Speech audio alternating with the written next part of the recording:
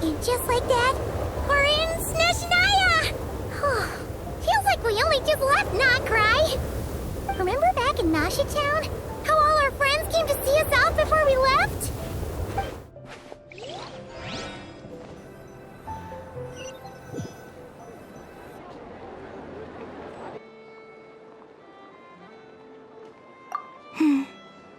The moon of Notcry will always give you a warm welcome.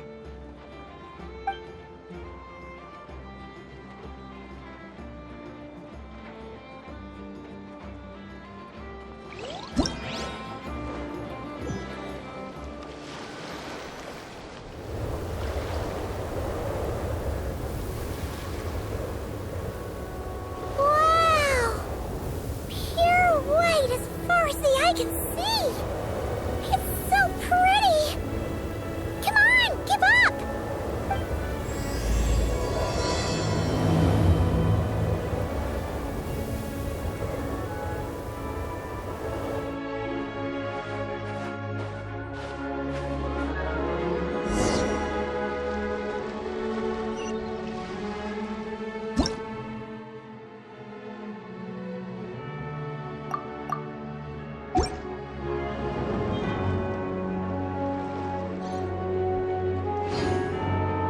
What's wrong?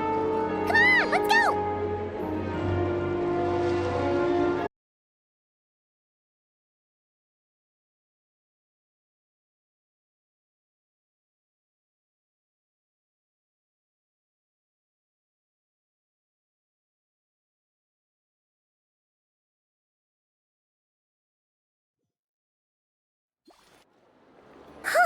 The day's finally come!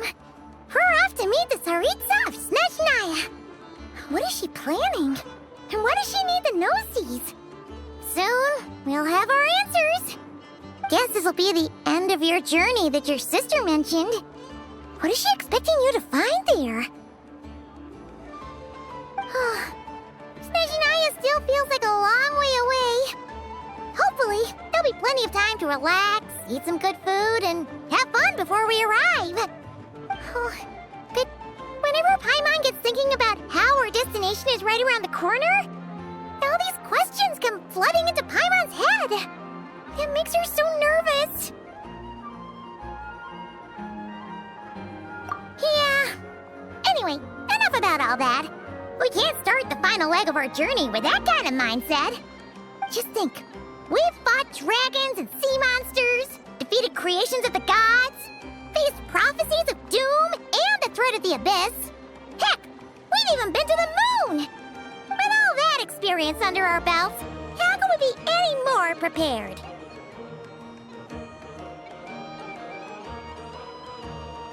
Sure thing! Now, stick close to Paimon, the best guide you could ever ask for, and let's charge straight for the finish line!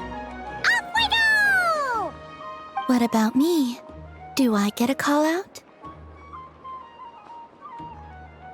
Whoa! Columbina? You kinda snuck up on us there.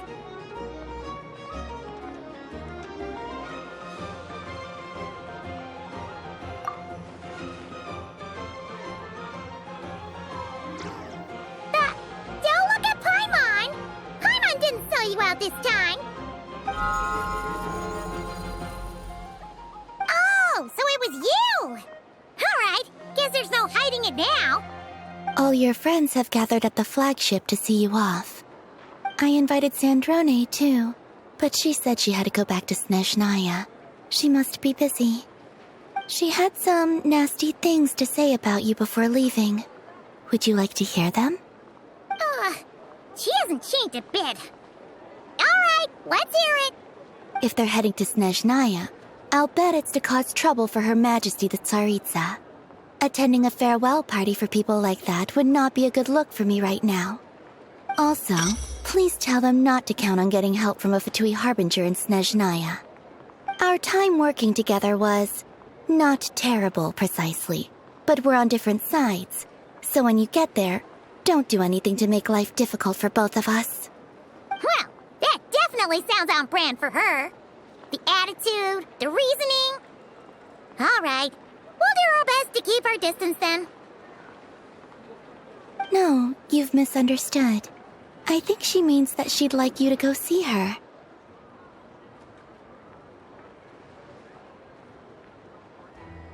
As long as you don't make things difficult for both of you, you'll be fine. Huh. You really have to read between the lines with Zentrone. Go on, get to the flagship. Everyone should be there by now. I told Lauma that you once treated me to a truly unforgettable meal. Today, I want to return the favor. It's my gift to you. It's definitely nice to be treated, but hopefully by this point, you know that you don't owe us any favors.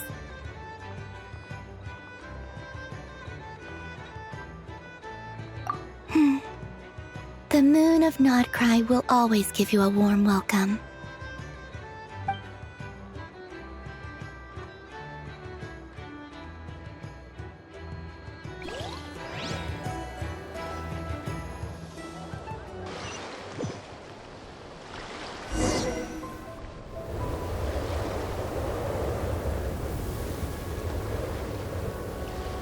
Wow! Pure white as far as the eye can see! It's so pretty! Come on, keep up!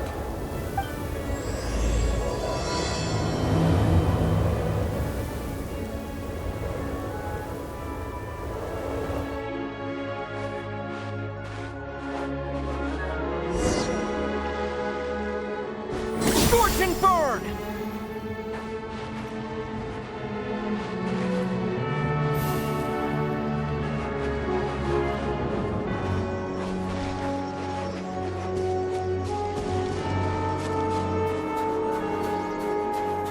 Look! They look similar to the ones in Nodcry! You know, just minus the effects of Kulaki. That's a sure sign that we're officially in Snezhnaya now.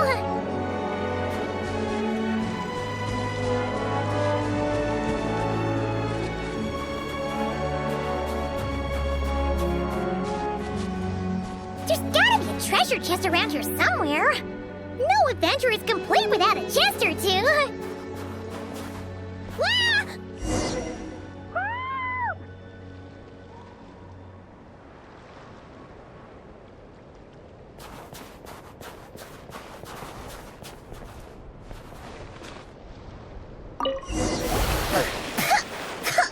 Ugh, Paimon got a mouthful of snow. Ooh, it's so cold. Paimon's gonna snuggle up to you for a bit to get warm.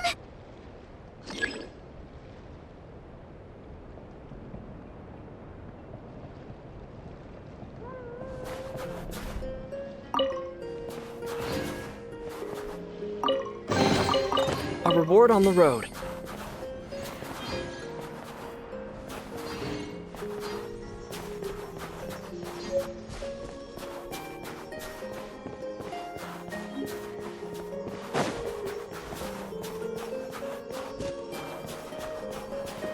Hey, check it out! Those are bears, right? Oh, look how big and fluffy they are! So cute! Quick, take a picture before the moment passes. Right here. If we get any closer, we might scare them away.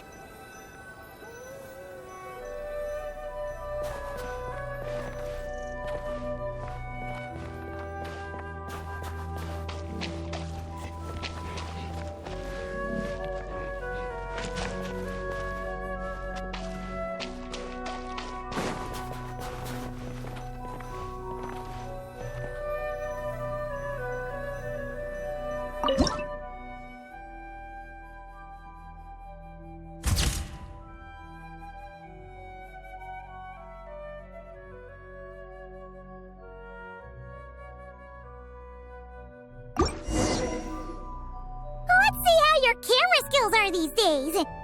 Oh, wait a sec. Paimon sees something. Come on, quick! It looks like a train carriage.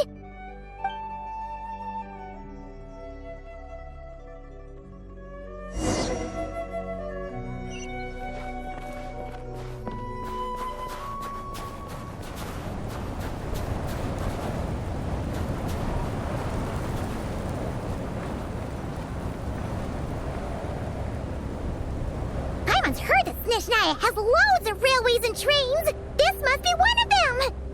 But why is it abandoned? Ooh, it's still so cold.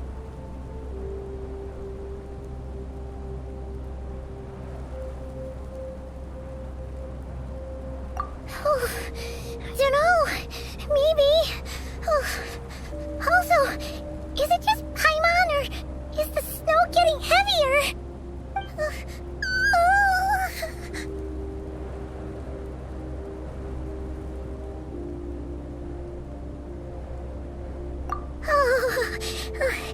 Thanks for offering, but this isn't just the weather. It's hard to describe, but Paimon feels so weird. She's never felt like this before. Everything feels heavy. Getting kinda dizzy, too.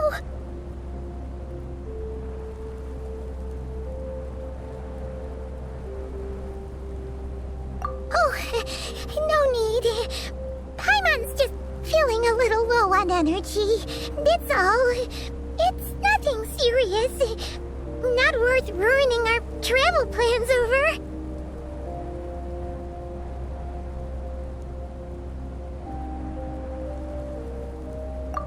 Yep, sure thing.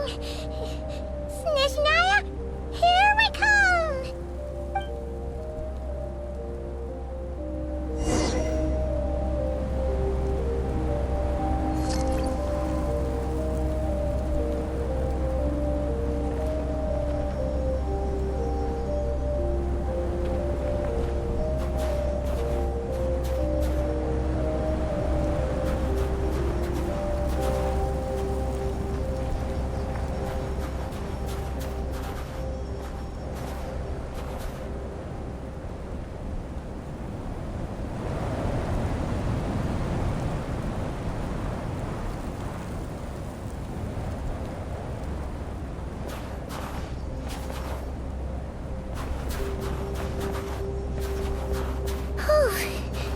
Seems like the snowstorm is getting worse by the minute. Paimon can barely fly.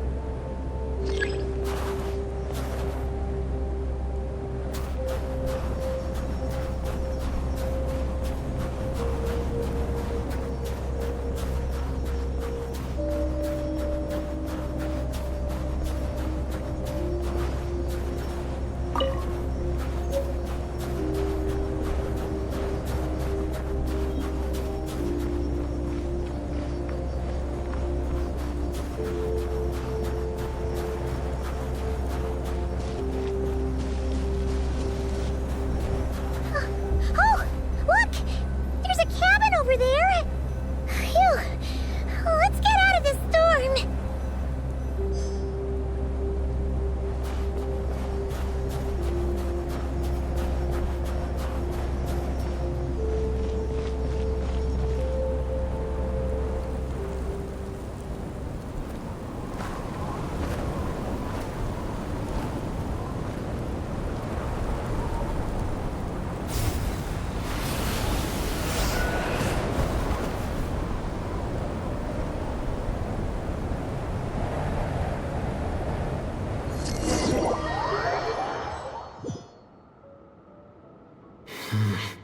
What is this place? Where's Paimon? I need to find her fast!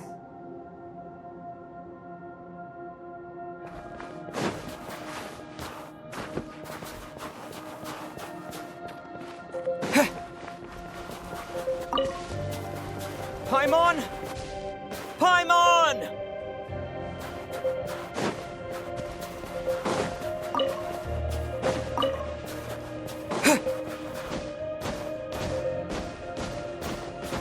That's strange. Where could she be? I guess I'll try further ahead. Hang in there, Paimon.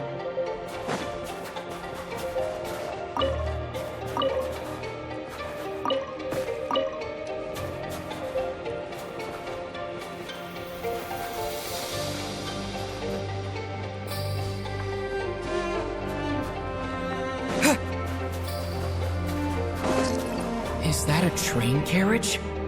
Maybe I can get up from the inside.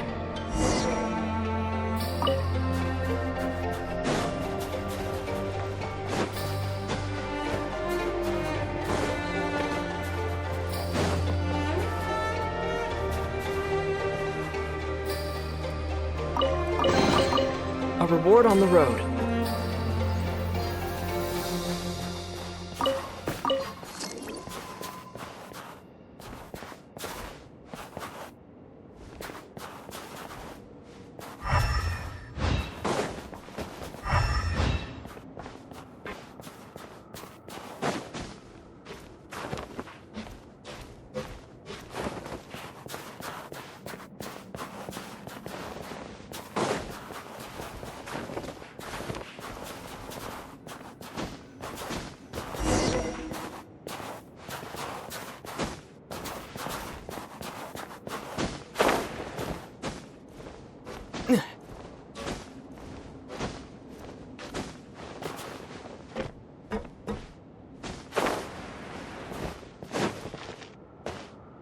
It says here, Kresnik's torch, civilian model.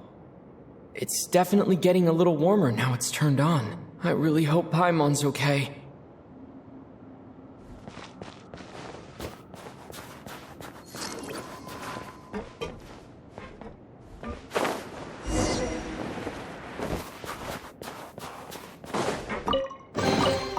Is this an answer from this world?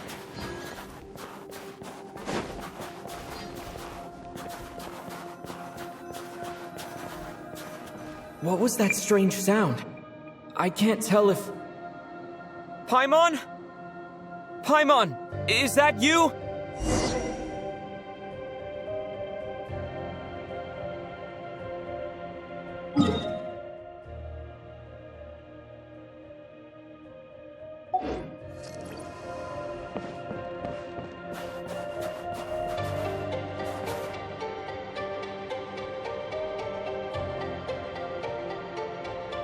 Incoming entity detected.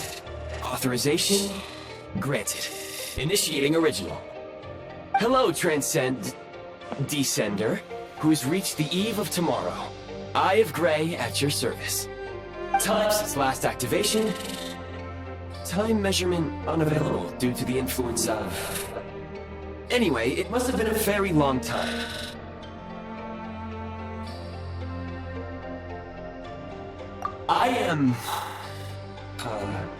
I was born to fulfill a mission, to reach tomorrow. To this end, I must... Strange. What was it? Wait, my body? Huh? Why is my body like this?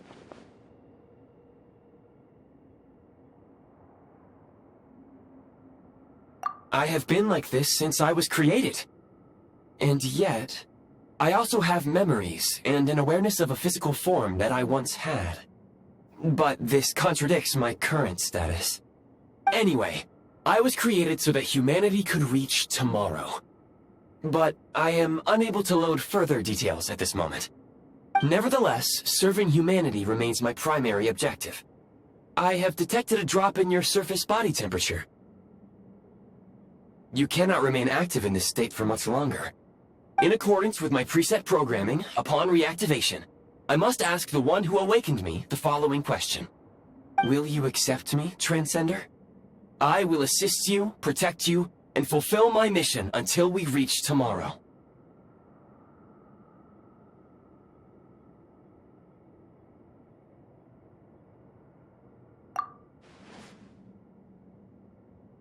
I understand your position.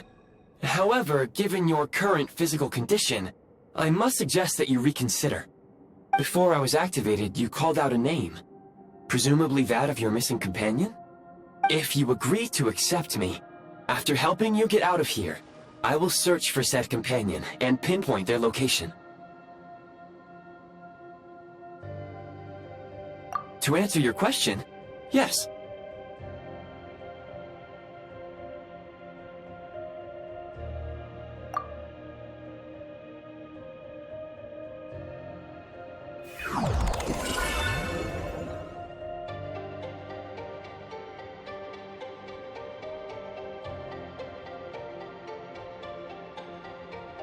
You have made a very wise decision.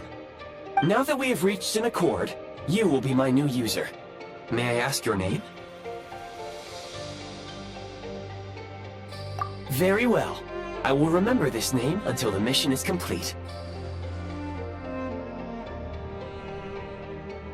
I need to recover my body, retrieve the power to unlock tomorrow, and help the suffering masses to reach the far shores where the empty Ark floats.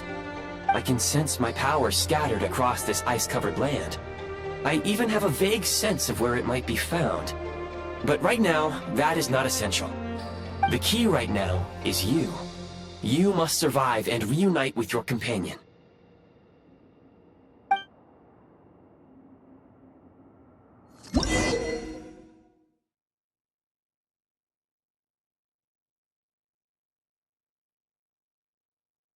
You may now execute the command, Demolish. Use it to remove the Prime Ice blocking the path and obtain Prime Ice units.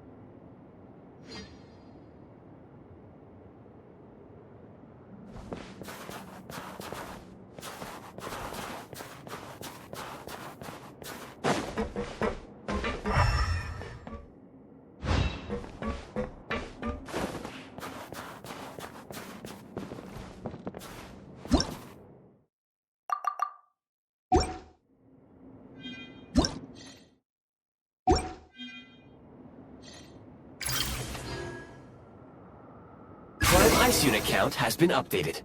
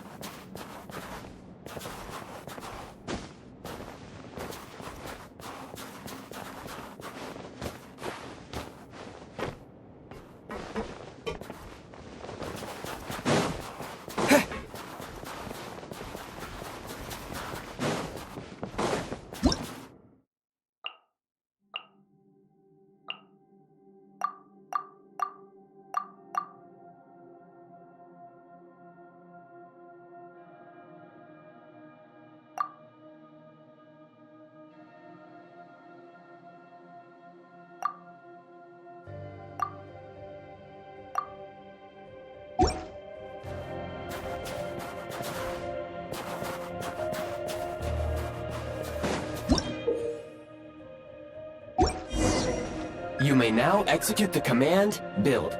Use it to create a prime ice construct to prop up the door.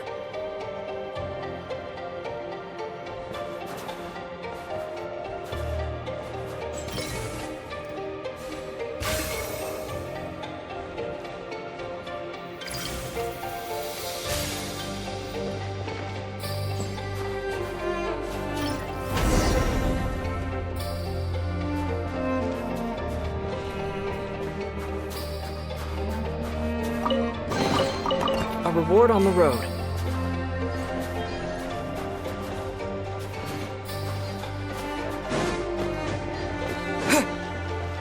Scanning local environment.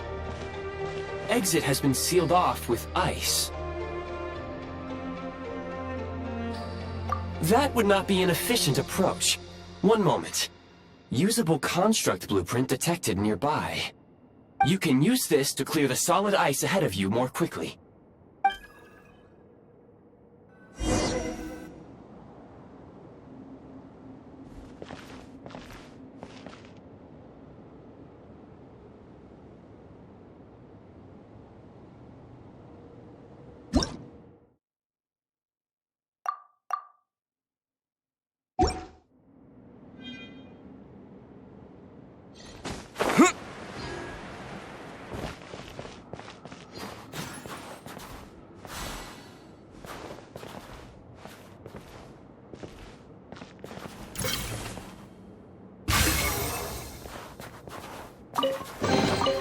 I'll keep this close.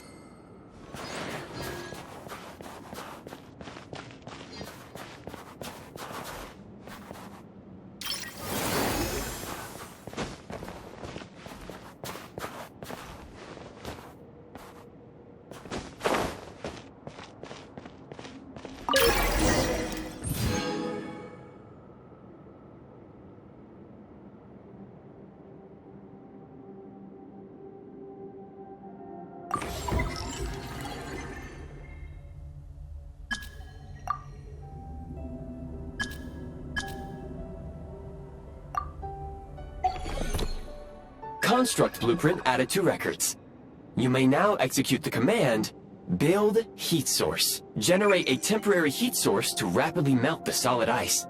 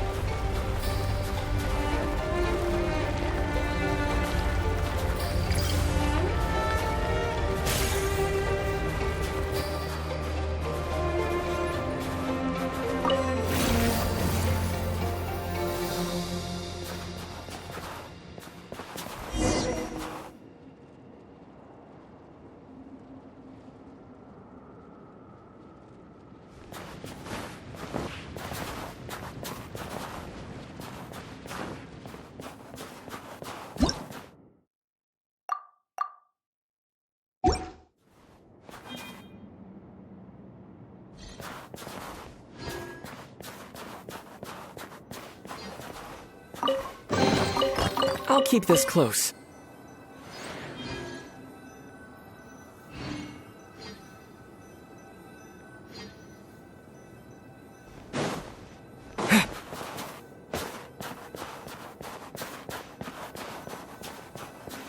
My scan indicates the path is straight ahead. I recommend we proceed.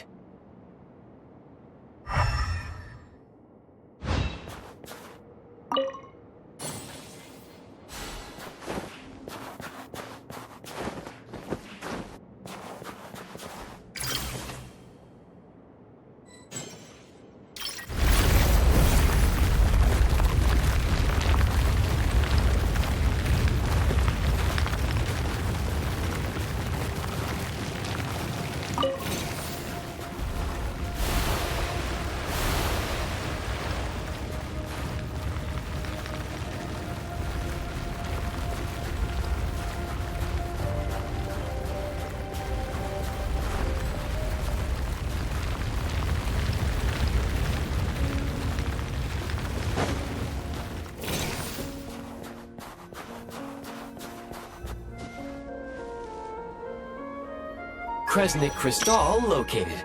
Please collect at your earliest convenience.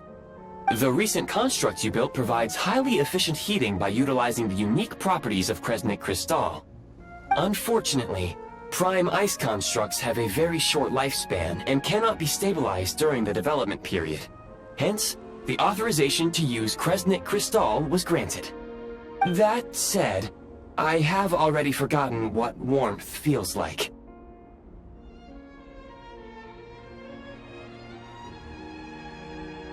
Yes. Perhaps then, we can warm ourselves by the fireside together. But for now, all you need to remember is this. If you collect Kresnik Crystal, I can extract the energy within and use it to maintain your body's surface temperature.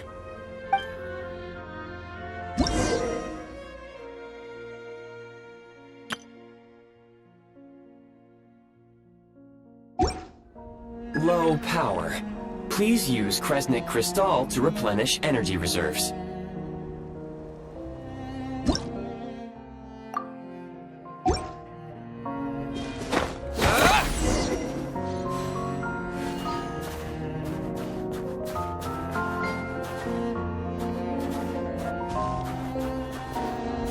Signs of physiological activity detected in the distance. It is highly likely to be your travel companion, Paimon. Go. Go now. Be reunited and sing together. May all the people be united as one. May all of life rejoice in unison.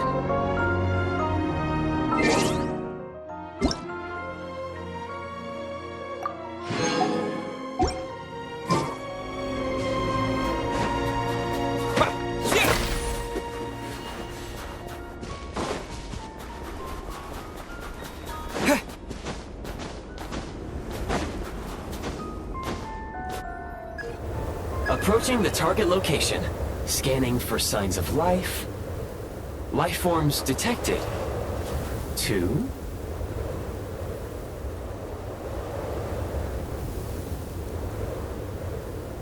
Affirmative. However, that is not the reason for my confusion. According to my database, this location is a train station, meaning the number of life forms is unusually low. Real-time environmental data suggests that the train station may no longer be in use. But whatever the situation, please exercise caution.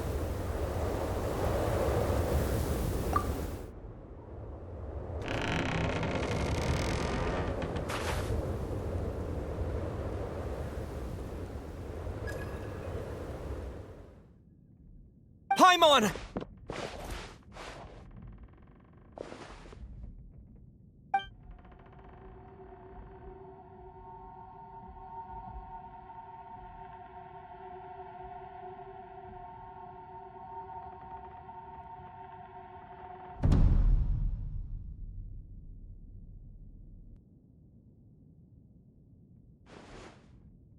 Who are you?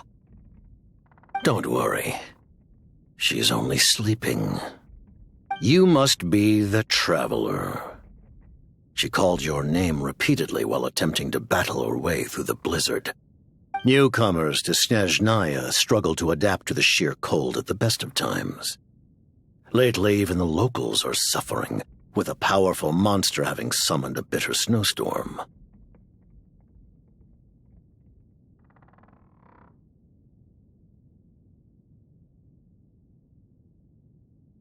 You two must be very important to one another.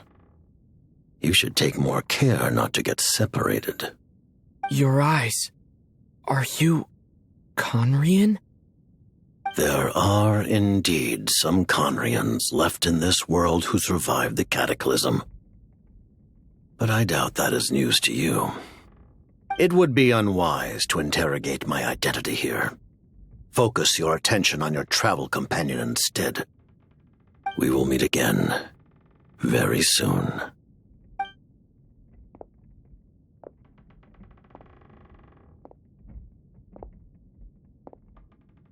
The unidentified subject has now left the area. He appears to be an individual of great significance, but my search has yielded no relevant data. I will try searching the database again.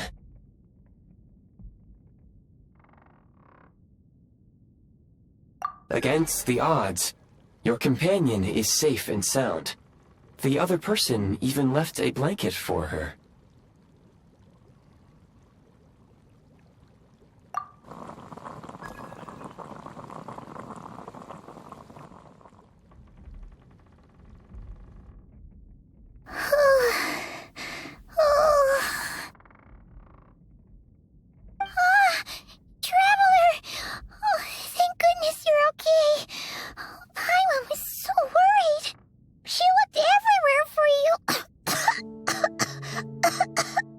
It's okay. Take it easy.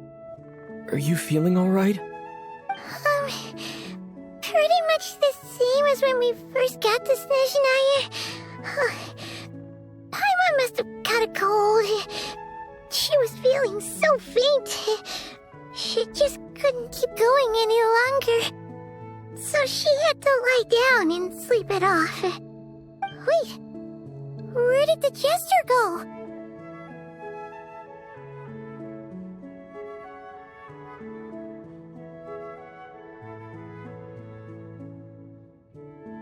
Yep, the director of the Fatui, the Jester Piero.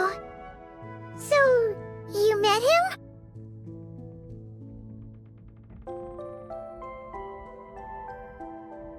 The Jester must know everything about the Tsaritsa's plans. But there's no way he'd tell me just like that. We might well have ended up clashing. Well, he was right about one thing. Right now, the most important thing for me is to take care of Paimon while she's unwell. He had no intention of explaining his motives, and he left in something of a hurry. Hey! What the... Who is that?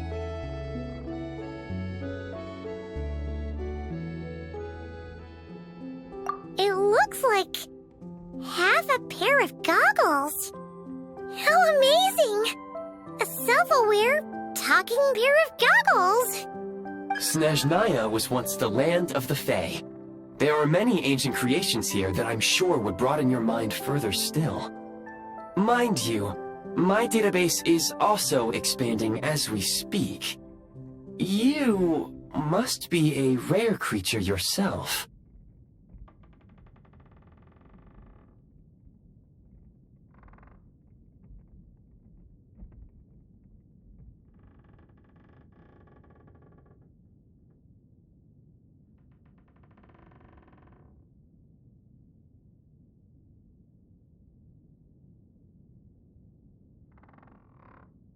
Oh, wow! Well, thank you so much. You've earned yourself some of Paimon's favorite candy. Oh, but by the looks of it, you probably can't eat that, can you? Goodwill detected. Instead of candy, perhaps I can suggest my preferred strategy. Please clean me regularly to keep me operating at peak efficiency. Oh, that makes sense. Every pair of goggles needs wiping clean once in a while. Sure thing, mister. Anyway, back to the Jester for a second. Paimon's still confused about something. When he first showed up, he already knew Paimon's name. And he acted like he expected Paimon to know who he was, too. Paimon could tell that he was Conrian from his eyes.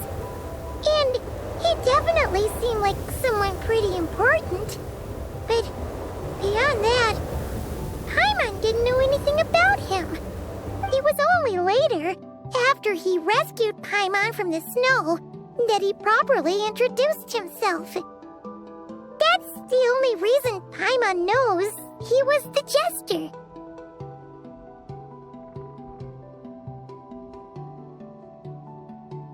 Oh, seems unlikely.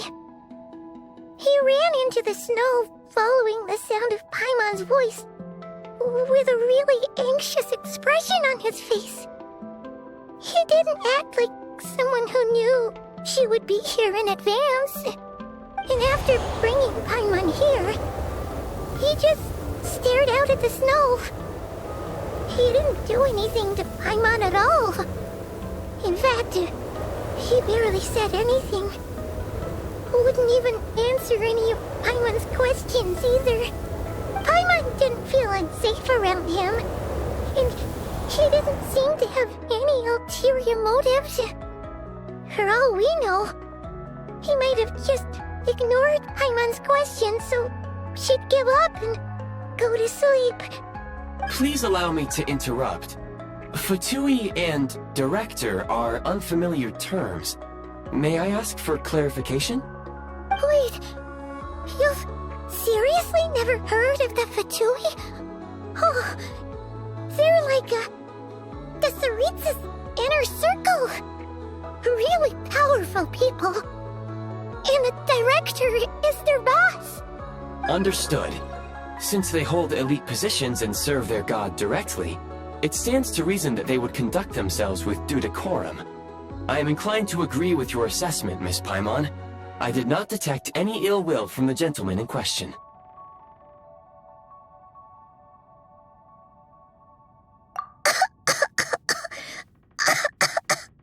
Sorry, I shouldn't have encouraged you to talk so much. Paimon, new plan. Let's get out of Snezhnaya for now. We can come back after the weather clears up and you're all better. The jester mentioned that this snowstorm, being the work of a monster, is worse than most. Even if we made it to Snezhnagrad, we'd still have to wait out the storm before we could do any exploring. Oh, well, it's really nice of you to look out for Paimon, but she doesn't want to hold you back. We were really psyched up for this journey when we first set off. Just think of all the burning questions we have. If we turn back now, who knows how long it'll take before we finally get answers. Further information is required regarding the monster situation. But objectively speaking, there is another, more pressing issue at hand. At this point, we have traveled a significant distance into the blizzard. Were we to turn back now, the road would be extremely treacherous, especially since we would need to travel on foot. If, however, we continue onward, there may be a better solution. Do you remember what I said as we neared this location? I told you that this is a train station. While it has evidently fallen into disuse for unknown reasons, the tracks remain intact. We can break through the blizzard and forge ahead by driving a train. That is the Snezhnayan way. There is a small town up ahead, which would be the perfect place for Miss Paimon to rest and recover. Paimon thinks Goggles here makes a great point. Let's do that!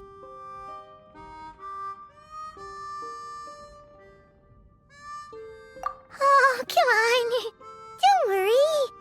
Think of all the traveling we've done so far. When has Paimon ever gotten sick before? Practically never. 'Cause she's in great shape. Sure, she's a little tired right now, but it's sure to clear up on its own.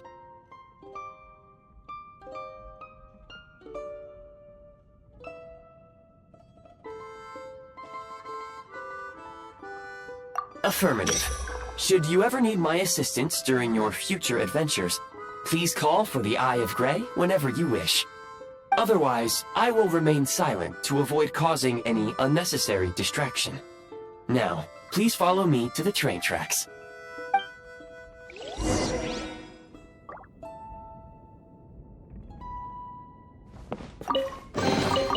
Is this an answer from this world?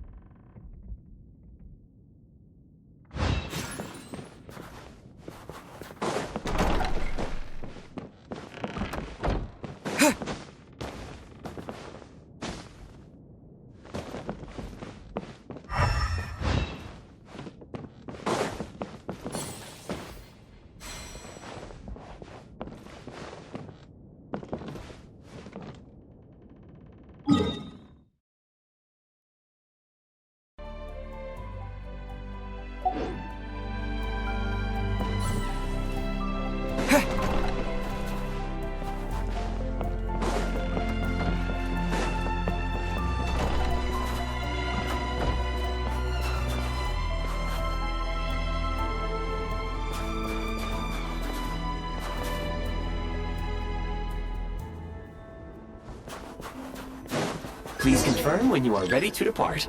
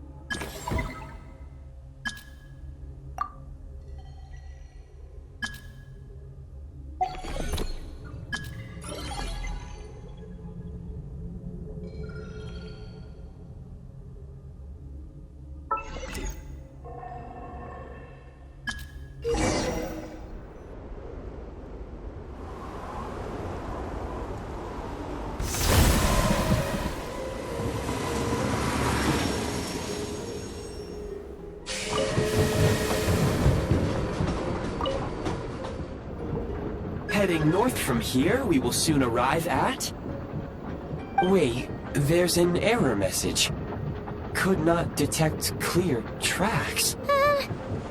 What exactly does clear mean? Brace for impact, friends!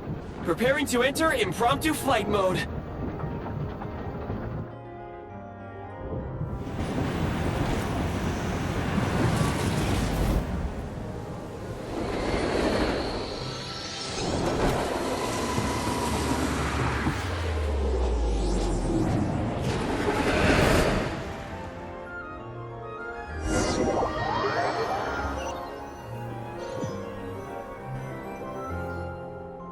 How strange.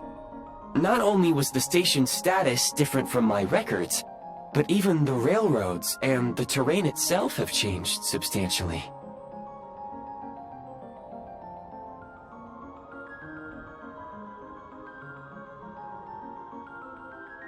Yeah.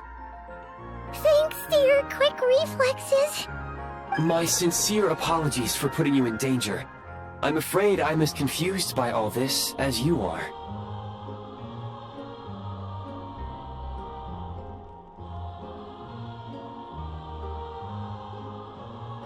Agreed. This is likely a consequence of outdated railroad data. The discrepancies between the old data and present reality are far greater than I anticipated. Fortunately, our crash landing has at least brought us much closer to the town. According to the data, anyway. Your data had better be right this time. I can assure you, it certainly is. Please look this way, and you will see a Kresnik's torch. It seems our ill-fated train ride was a blessing in disguise. We have taken the shortest possible route. Rest assured that I will take user preferences into account next time I plan a route. Next time, I will get it right.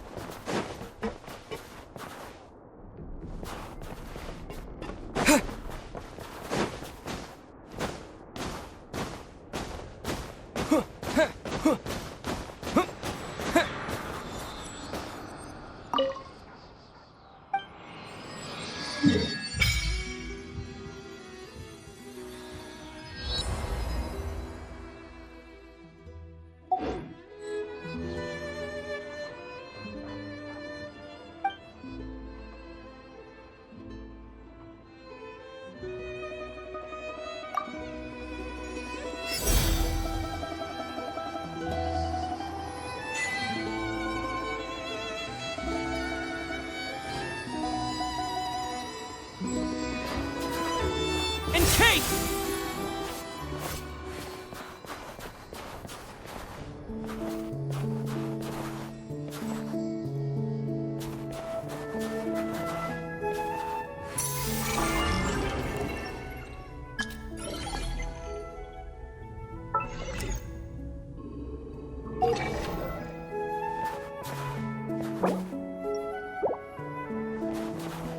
Storm!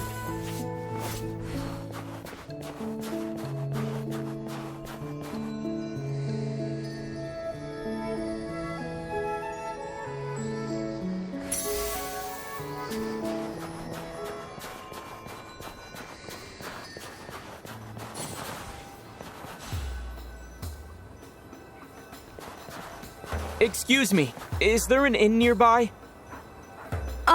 I'm sorry, but they've all closed.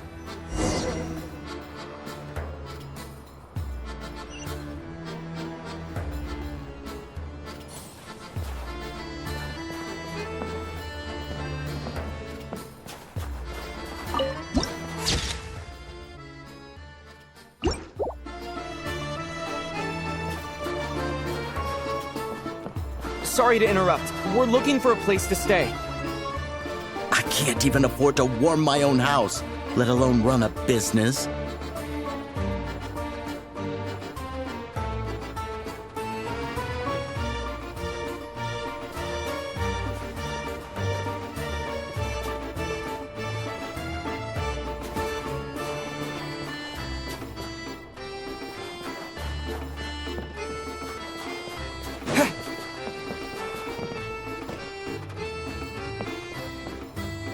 Excuse us. Is there anywhere we can stay around these parts? I'm afraid not. You'll have to try your luck somewhere else.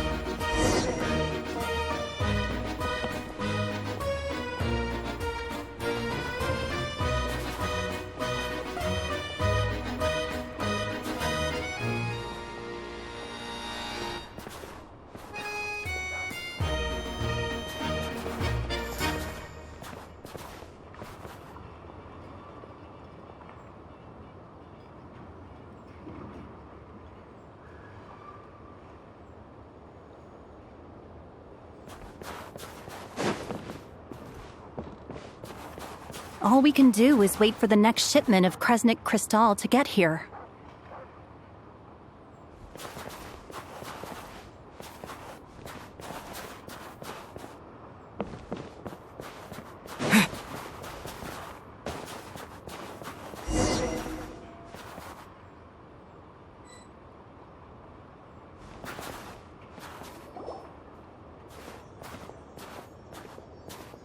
Hi there. Do you know if there are any inns still taking guests in this town? Doubt it. They're probably all closed. No one has enough Kresnik Crystal to heat their own homes, let alone a business. Oh, what a bummer. I clocked you a while back. You adventurers or something? We don't get many tourists in inland Snezhnaya these days. Why is that? Because of the snowstorm? In part, but the bigger reason's Project Stuzha. Since it's Her Majesty's will, we have to put up with it whether we like it or not.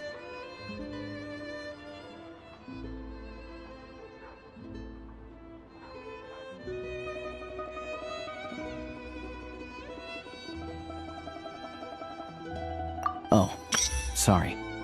I assumed it was common knowledge by now. Basically, the Tsaritsa is planning something big. Something that requires an enormous amount of energy. Even if they used all the surplus Kresnik Crystal in Snezhnaya, it still wouldn't be enough to meet demand. So, the Vetja passed a resolution requiring all factories and households to reduce their energy consumption. The policy has thus been charmingly named Project Stuzha, meaning bitter cold. Bitter cold? So, like, it's gonna be a cold winter, folks? You're all gonna have to find a way to get through it? That kind of idea? Pretty much. When you're broke, you scrimp and save. When it's cold, you huddle together for warmth. There's always a way to stretch things out to make ends meet. Trouble is, if you stretch someone out like an elastic band for too long, Who knows if they can ever bounce back? You know what? Come with me and see for yourself.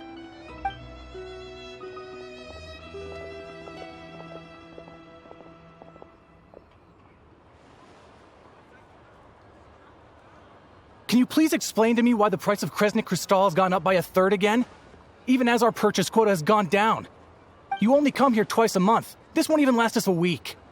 The supply and pricing of Kresnik Crystal are based on current production volumes and price data. We Fatui are only responsible for delivery and security. I'm not in a position to explain to you how the figures are calculated, but I assure you, they are as fair and reasonable as possible. Oh, so our lives mean nothing to you? How can you expect anyone to survive a single night in this weather without heating?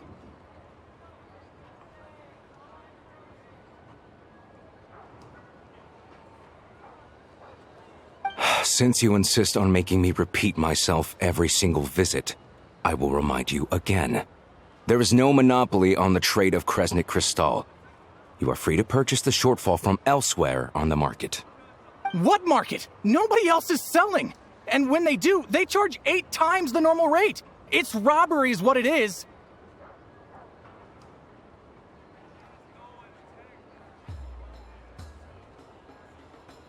Which is why the Snezhnaya Veche passed a resolution to support border communities, without which you wouldn't even be able to buy crystal from us to begin with.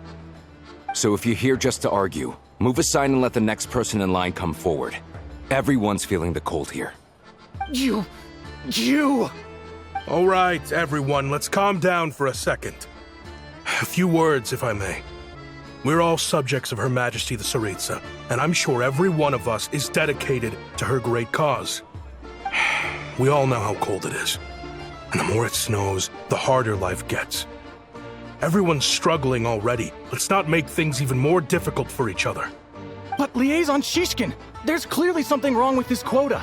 I have a family in Marepasak who tell me they can buy at least double our crystal allotment. Oh, believe you me, I had the same reaction when I first saw the numbers. Couldn't believe what I was reading. I even wrote a letter to confirm the true figures, but... I'm afraid the quota really is as low as you've been advised. Still, you must understand that calculating these energy quotas is a complicated balancing act. They have to factor in population, town size, industrial application. Our top priority must be to keep the largest Kresnik's torch burning continuously. Only then can we sell the remaining crystal for household use, and in doing so, we must make sure that everyone is treated fairly. As our Fatui comrades said, they are only responsible for delivering the goods. They need to keep accurate records, and they do not have any authority to modify the rates or quotas. That's right. Our duty is to do things by the book. Tell you what, listen. I know how anxious and upset everyone is. As a matter of fact, I was just discussing it with the mayor. What we can do is open the lower combustion chamber of the Kresnik's torch to the public. You can come to me directly to register, and I will allocate time slots accordingly. I can't guarantee there'll be ample energy for household use, but we can at least make sure you'll be able to boil water and cook food each day. Let's hang in there and make this work together, all right? Fine. I don't see any alternative. So, this is Project Stuja in action, huh? Oh, no wonder nothing's open for business. People are barely getting by.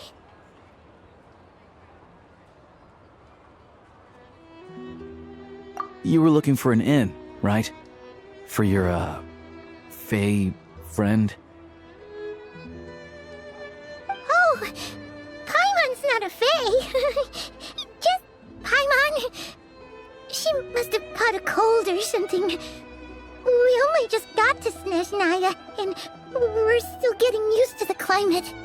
I have a small place in Stratomaros. I don't stay there very often, though, so it's pretty basic. But if you're not picky, you're welcome to rest there for now. It's not much, but I've got blankets and a warm fire. Are you sure? Oh, that's really kind of you.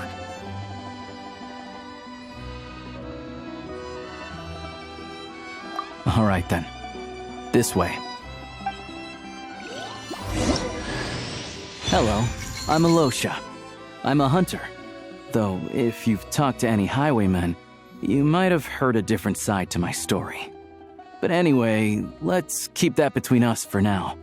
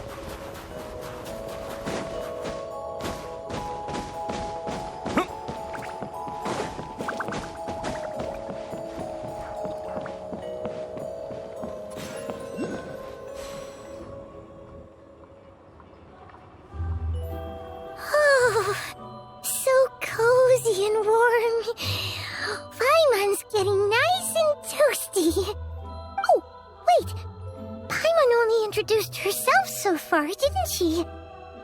This is Paimon's best friend, the Traveler. Good to meet you. I'm Alosha. Most travelers find the Snezhnayan climate to be a shock to the system at first. But as long as you keep yourself warm, you should be fine.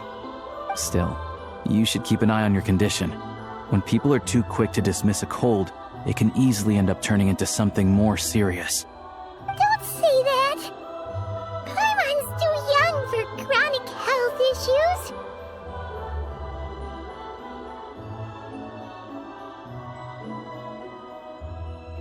They aren't in town right now, and they won't be back anytime soon.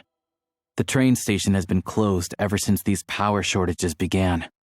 I do a lot of hunting, so I spend most of my time exposed to the elements. But even the animals wouldn't survive long in a storm like this, let alone a hunter. Nothing to do but sit tight in town until the weather improves.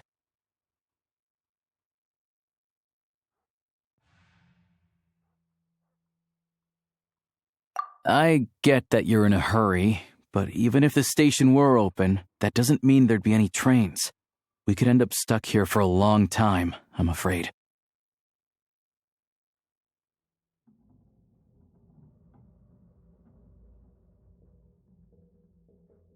What? Your own train? Wait, hold on. That train? The one that suddenly fell out of the sky and crash-landed on the ice? Oh, we got lucky and found it in a cave. Oh, then our luck ran out and we had a little accident.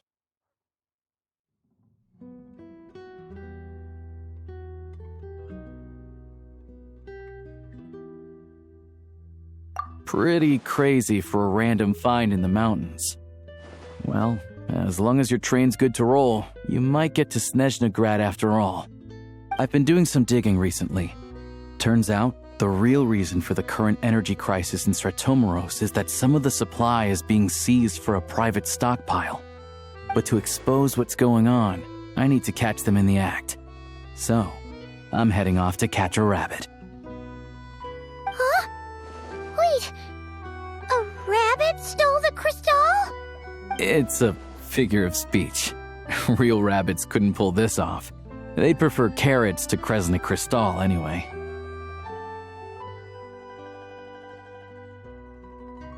Shishkin, Mr. Positive Attitude, let's all get along now, shall we? Him? Really? Paimon never would have guessed.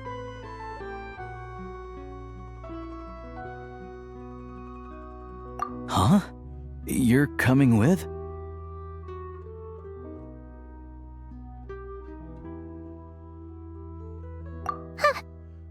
Oh, okay then. Just give Paimon a second to get ready.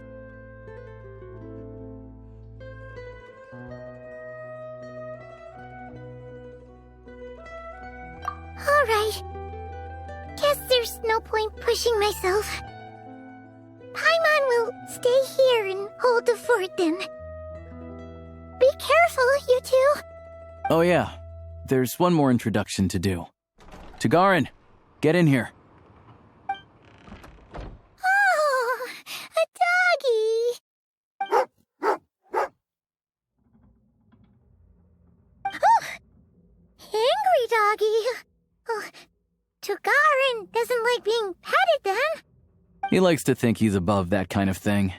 He's my hunting partner, so he'll be joining us when we head out. Carrots aside, we'll need to stay completely undetected. We can't risk spooking our rabbit, or there's no telling which burrow he'll scurry back into. First, we need to find a way into the train station and see if we can find any real freight data. Shishkin's figures can't be trusted. Then, we get Tagarin to catch a scent and find out which way the crystal went. What are you eating? Oh, check it out! When you're all out of carrots, try turkey!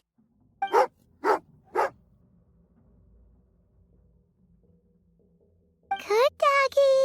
Good doggy! A fellow dog lover, huh? Yep. And rabbit lover. Carrots are great too, you know. Good to know. Eat up, Tagarin. We got a lot of work to do.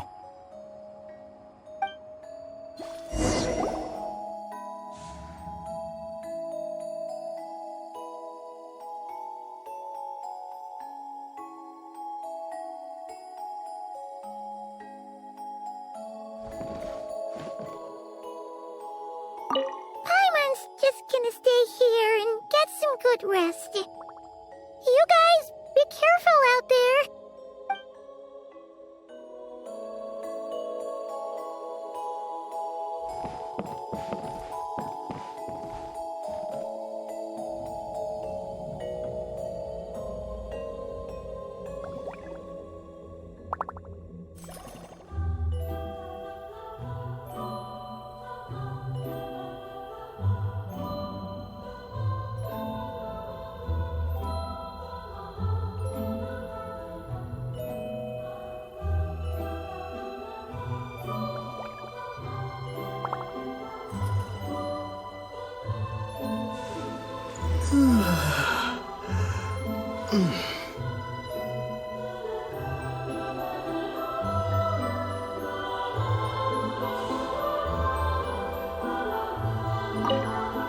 Paimon's just gonna stay here and get some good rest. careful out there.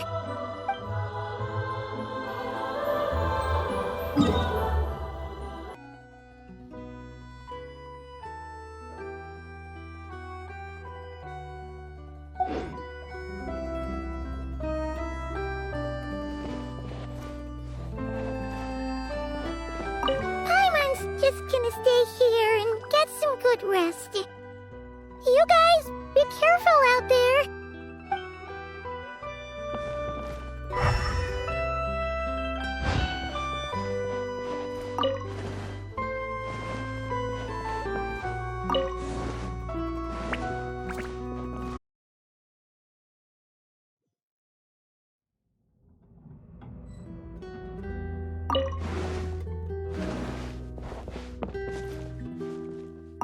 Paimon's just gonna stay here and get some good rest. You guys, be careful out there.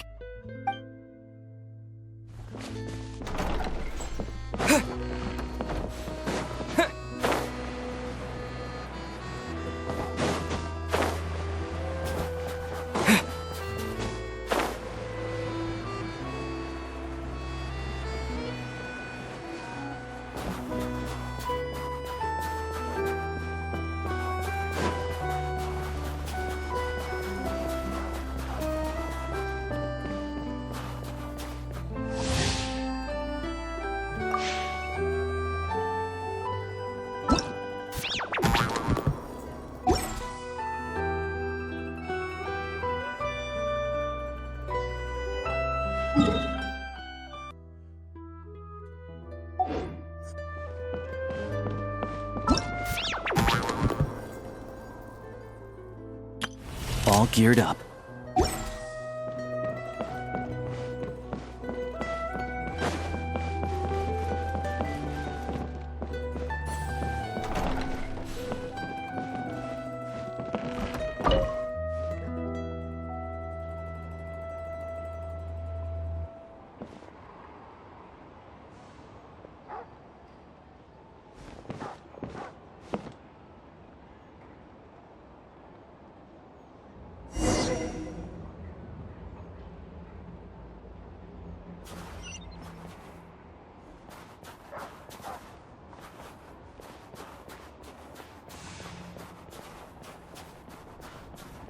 Wait.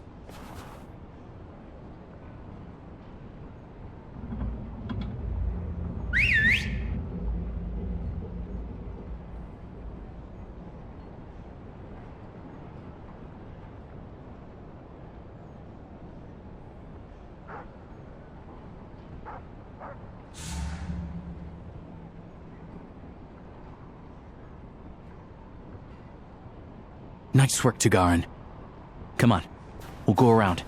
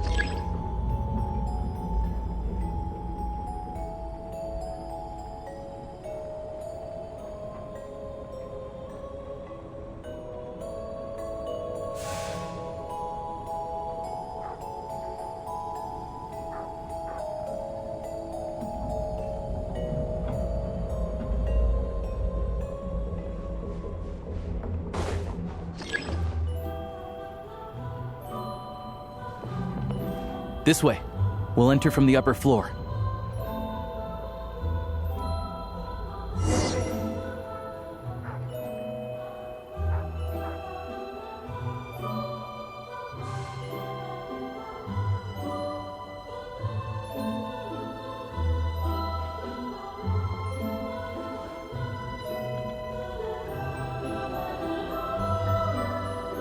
There we go. A freight list. Straight from the Fatui, so Shishkin won't have had the chance to doctor the figures. Looks as new as the day it was printed. I guess no one bothers reading these unless they have ulterior motives. Yeah, this is all we need. Come on, let's get out of here, then go track down the crystal.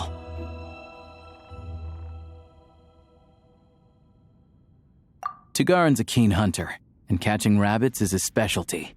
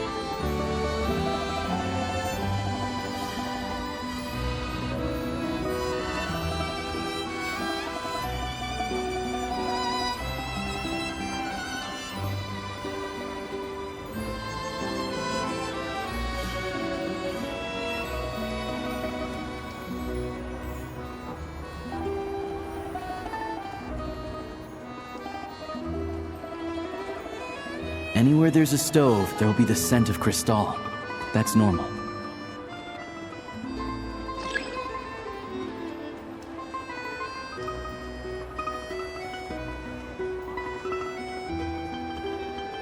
Anywhere there's a stove, there will be the scent of crystal.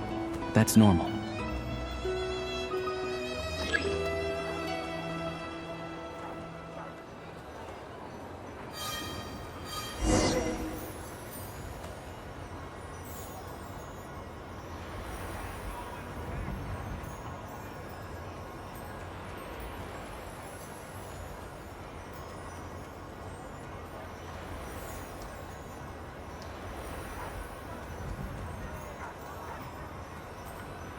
But if he picks up the scent of crystal somewhere and there's no stove around, that's how we know something's up.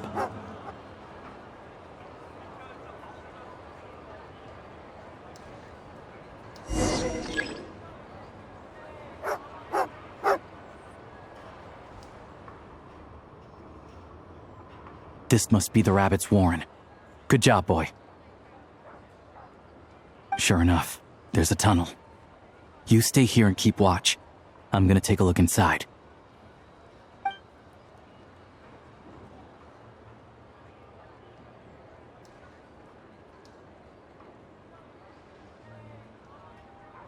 Thanks for looking out for us. Things are getting tougher by the day. No need to thank me. It's my pleasure. Sure as Her Majesty the Tsaritsa watching over us, every sacrifice will be worthwhile. Let's grit our teeth until the blizzard passes. These days of hardship will be over soon. Maybe for everyone else, Liaison Shishkin, but for you, the hard times have only just begun.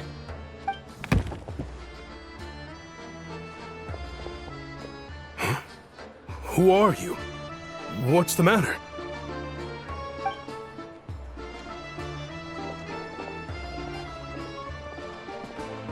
I just had a question for you.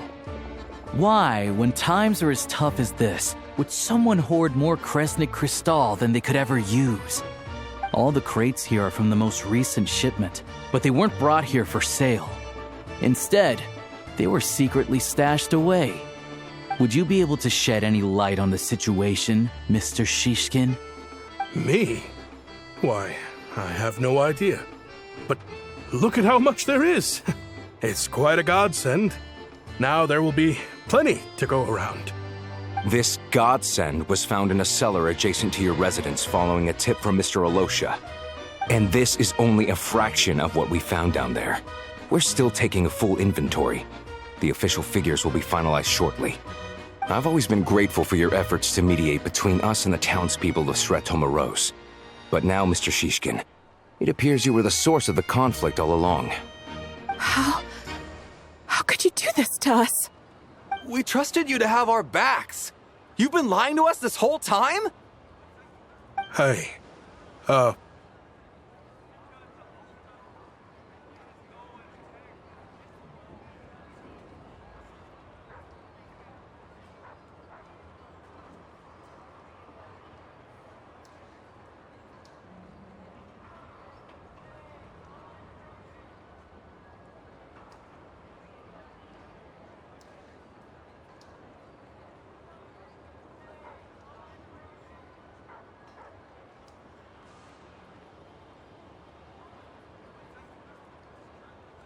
I owe you all an apology. I'm sorry. I'm so very sorry. This isn't who I am. Please believe me, this was a one-time mistake that I will never repeat. We all know how difficult life has been since Project Stuja came into force. Energy is an increasingly scarce resource. People everywhere are getting desperate. But some places have been hit harder than others. I grew up in Alatir, a small village with no train station. Deliveries of Kresnik Crystal have ceased there entirely. If nothing is done, they're all going to freeze to death. You know as well as I do how downright impossible it is to buy Crystal these days. The thought of my poor mother and father, with no one to help them, I felt so afraid. I watched as energy grew scarcer by the week, all the while knowing that their lives were at risk. Then one day, I looked at the Crystal shipment in front of me, and a terrible, selfish thought entered my mind. Looks like I'm just not cut out to be a criminal. I'm so sorry. Once the Fatui have finished their count, you'll see that the numbers match their waybill.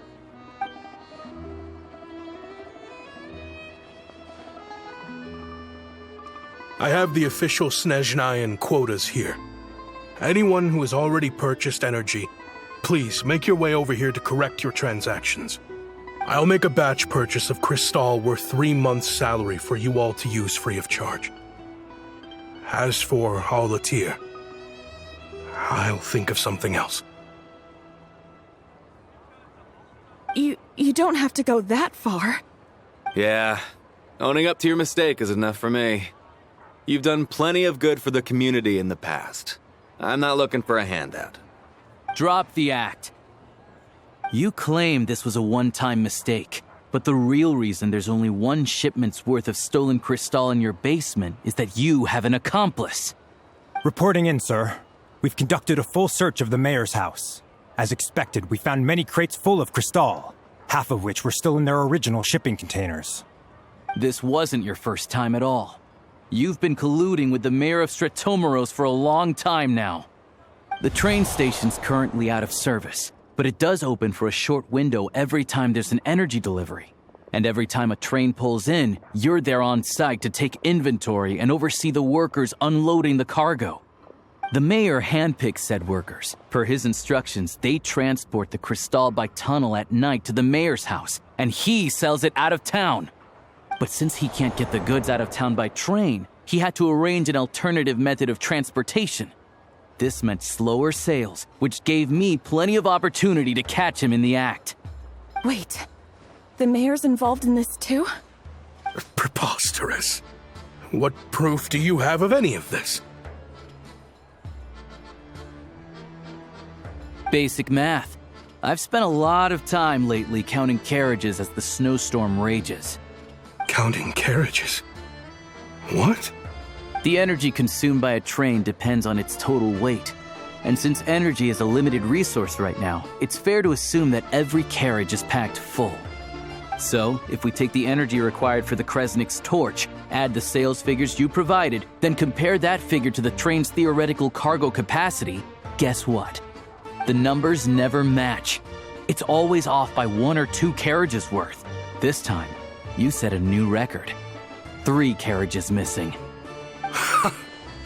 You mean to tell me that you sat around outside, counting carriages, in this weather?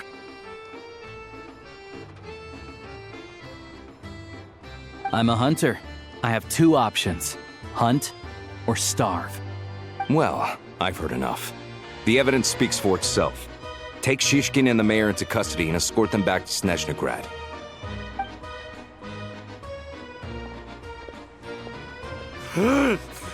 You cocky little brat! Ruining my business! Just you wait.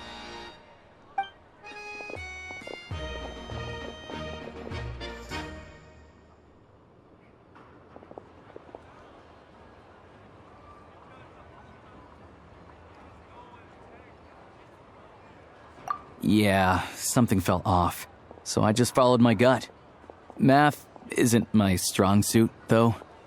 I'm lucky my dad made me learn enough to get by, but all this number crunching was a million times harder than the aim and fire work I'm used to. Thank you for your assistance. You're a brave lad. Shishkin was quite the cunning criminal, as I'm sure you can tell. He did all of this right under our noses, and we never suspected a thing. A wolf in sheep's clothing. He had everyone fooled. Even with that sob story he fed us. He was probably trying to keep the mayor out of it, not just mask his own motives. Without the compelling case he put together, even I might have fallen for it. Alosha, was it? Tell me, are you really a hunter? We can go find some wild animals if you want. I'll fire off a couple of shots, and you'll see whether I'm the real deal. I didn't mean to cast suspicion on your identity. It's just... well, I'm sure you've heard of the Rokot. Recently, they've been recruiting people with your kind of talent. They hide in plain sight under false identities, working against Project Stuzha, sometimes directly opposing the Tsaritsa herself. They aren't a violent organization, and their goal is to improve the lives of the common folk. But still, as a member of the Fatui, I wouldn't be doing my job if I didn't keep tabs on them. First I've heard of this. I don't really keep up with what goes on in the city. All I know is, people who don't mind their own business in the city end up paranoid about everything. As for me, I just couldn't stand Shishkin. I'm from Alatir myself, and I can tell you, nobody's lived there in years. Why would an abandoned village need Crystal? Of course, no one really cares about the fate of that place. I'm guessing today is the first you've heard of it. I see. It does sound quite tragic. Really. Well, thanks again for your assistance, and your friend here too. I will report this incident to Snezhnaya. The Fatui will take over energy distribution until new officials are appointed. We'll also ensure that the train station resumes normal service as soon as possible. Looks like it's my turn to brush up on math now. I never liked it as a kid either.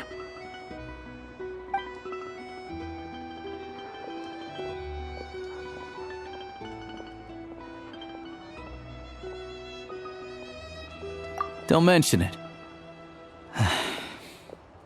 Isn't the soldier overseeing the delivery supposed to verify the quantity of the goods? Was he just careless? Or was he being paid off too? Who knows? Excuse me. I'll take a share of Kresnik Crystal too. Thanks. I need to take a detour before we head back. There's someone I have to deliver this crystal to.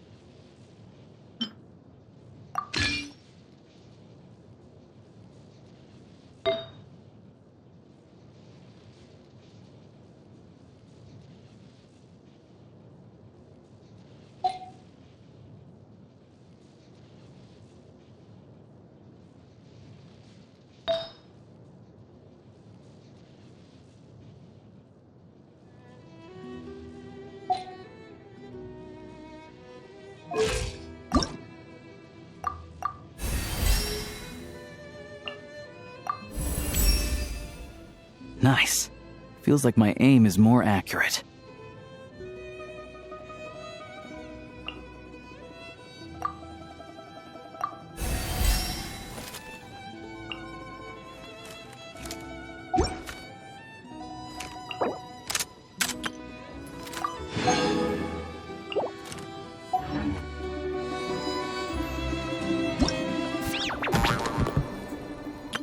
All geared up.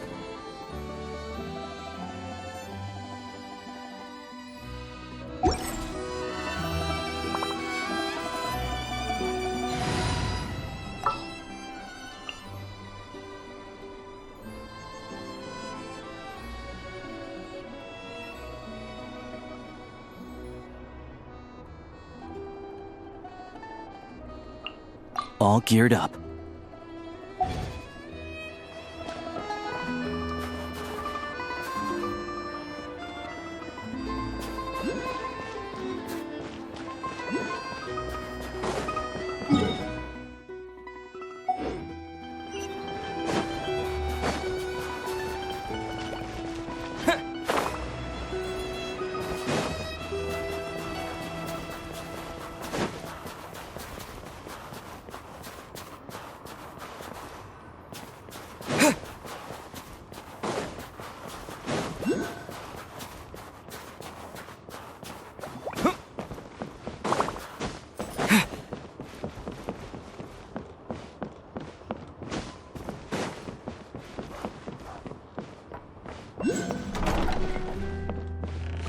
Paimon's just gonna stay here and get some good rest. You guys, be careful out there.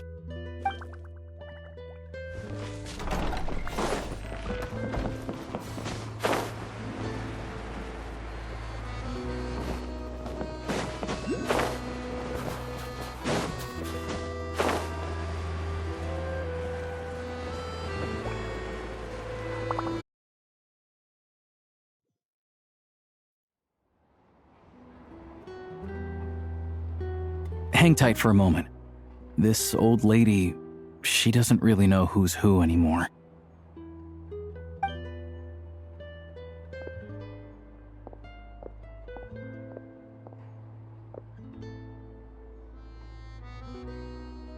Oh, grandson. It's so cold today. You must be freezing. Ma'am, it's me, Alosha. Alosha? Alosha who? You know me. I came by earlier today. Cleaned the ashes out of your stove, gave you some warmer bedding, and washed your back.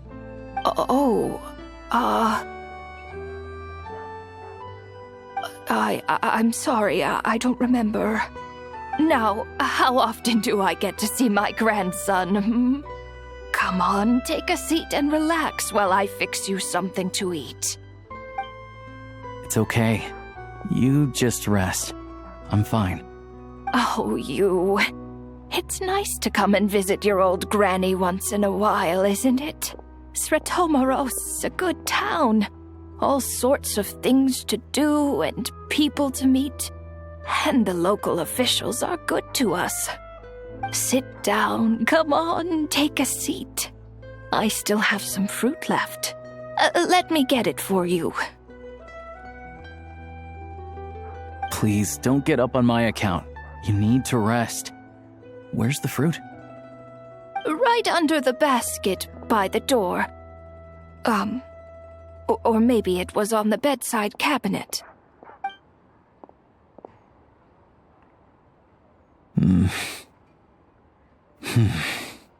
Well, grandson dear, do you like it?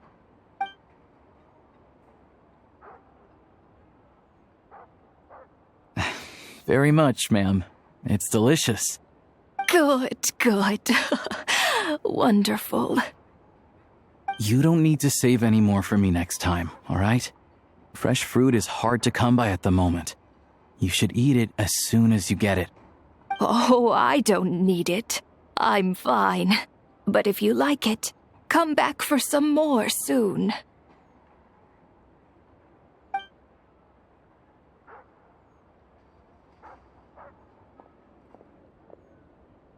Some kind soul must have given these to her.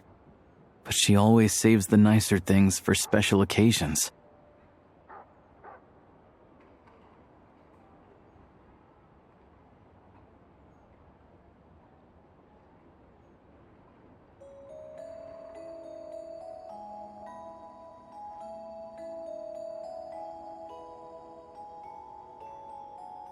I met her at the market back before her health began declining. She was a lovely old lady. We're from the same hometown. Not many people have heard of Alatir, and if they have, it's usually for all the wrong reasons. There's a gang of highwaymen that came from there. Now that it's an abandoned village, it's rare to find anyone who shares fond memories of our hometown. So after we got talking and realized we were from the same place, we decided to keep in touch by letter. I first learned of Stratomoros's energy supply problems from a passing comment in one of her letters. Then, after her health went downhill, I started visiting more often to check in on her. The town's been in decline for a while now, but because of her memory problems, she thinks of it as the bustling, prosperous Stratomoros still in its heyday. That said, I kinda appreciate her optimism. There's not much of it going around in this world of ice and snow.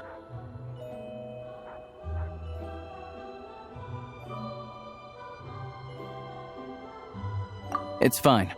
Everyone grows old. In Snezhnaya, some people believe that in your final moments, you'll sense a familiar presence by your side.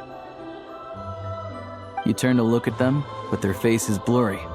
So you focus hard, trying to make out who it is. And when you finally see their face, the Grim Reaper reaches out and takes your life. She still calls me grandson, though. So at least I'm not a blurry face in her world just yet. Come on, let's get back and see how Paimon's doing.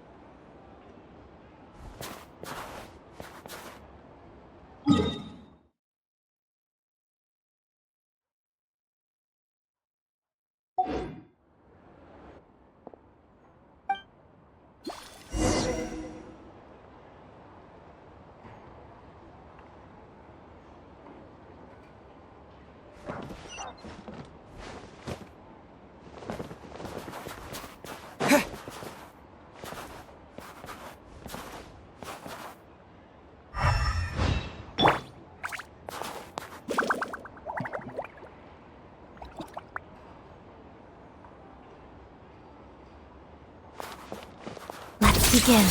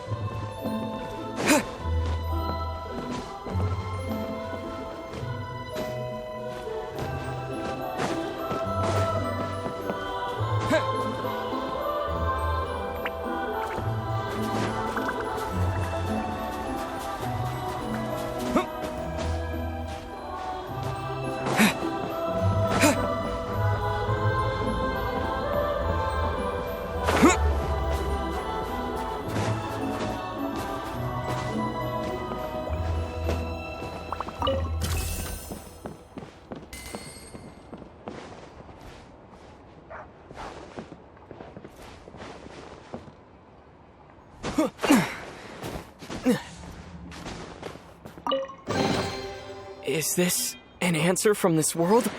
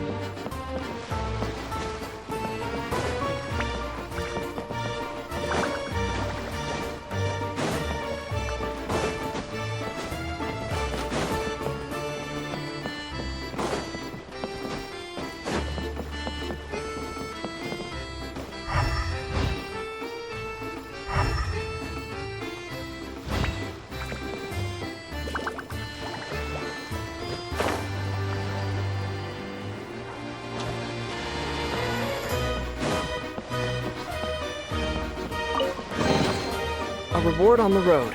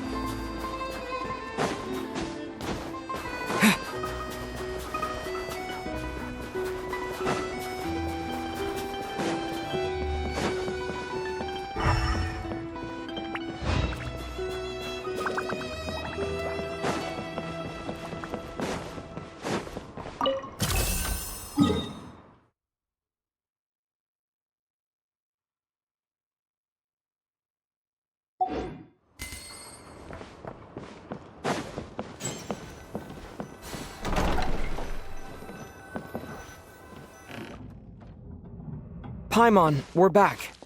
Are you feeling any better? Yep. Paimon's not cold anymore. But she's still a little dizzy. Flying probably isn't a good idea right now. Paimon might lose her balance. But Paimon's sure she'll be fine. It's probably just from getting hit on the head by that pile of snow when we first arrived in Snezhnaya.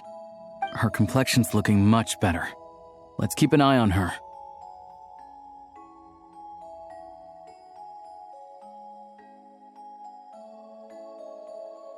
Sure, but enough about that. How did everything go on your end? Are you all set? Did you have any trouble? I'll explain. It's a bit of a long story.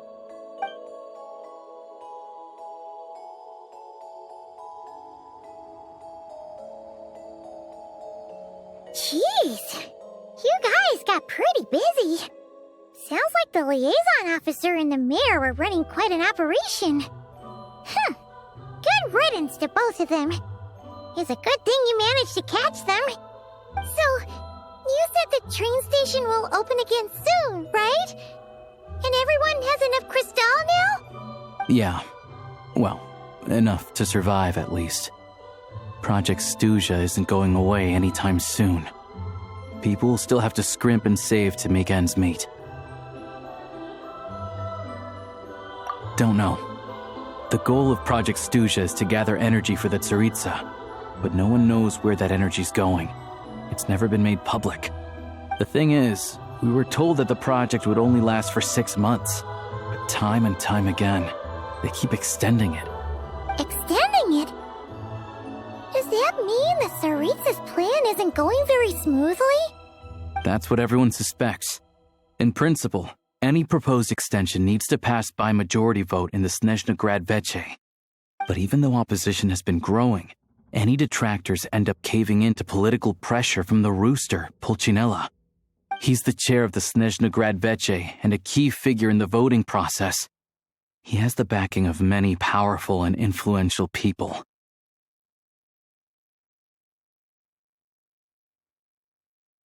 How come the Fatui are picking on ordinary people even here in Snezhnaya? I don't see it like that. Fundamentally, the Fatui will always think and act in the Tsaritsa's interests. But that doesn't mean they don't care about the plight of the common folk. The only reason Sretomaros still receives crystal shipments is because of a relief proposal put forward by the rooster himself. Then there's the Fatui soldiers providing support in every corner of the nation. Even the Northland Bank provided some mora for disaster relief, and they're as conservative and indifferent as they come. It's just that the rich and powerful in their fancy palaces live in a completely different world from us. There's always going to be some conflict when those worlds collide.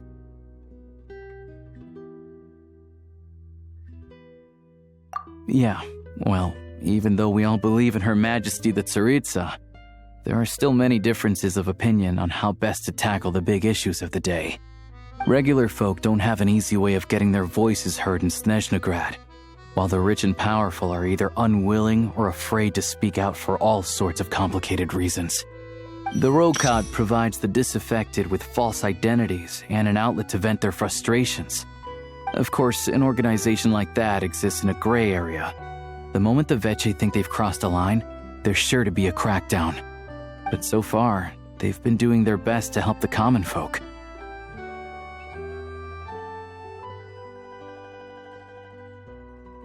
Like us, don't you mean? You didn't hesitate to join in. You're not new to this, I can tell. That's because we're adventurers. It's our job to help people out with commissions and get to the bottom of things.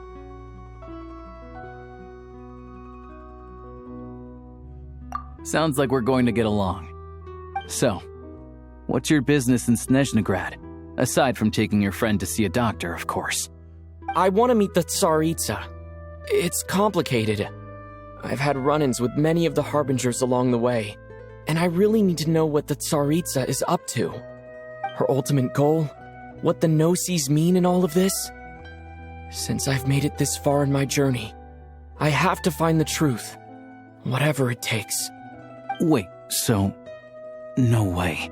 Are you who I think you are? Sounds like you've heard of us then. We're getting more famous by the day.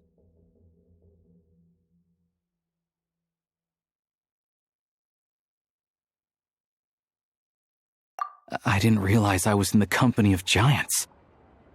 Honestly, we're all as curious as you are about what the Tsaritsa's planning, and why it has to involve us freezing to death in the snow. But getting in the same room as her won't be easy. The common folk aren't permitted to meet her at the best of times, and right now, she's probably not even in Snezhnaya. Word is, she's heading east on a campaign to slay a monster.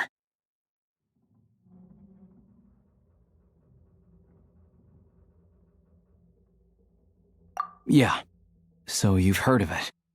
A wild, unpredictable monster with the power to summon snowstorms. It also absorbs everything around it into its body, so it's growing constantly. Now, it's so big that the Tsaritsa has deemed it the #1 threat. Luckily, as it grew, it became increasingly less mobile, so it doesn't pose an immediate threat to this town or to Snezhnaya. I'm sure that Tsaritsa and her personal guard, the Druzhna, won't have any trouble defeating the creature between them. It's just a question of how long it'll take. Suffice to say, you won't be seeing her anytime soon. You'll have to wait until she gets back.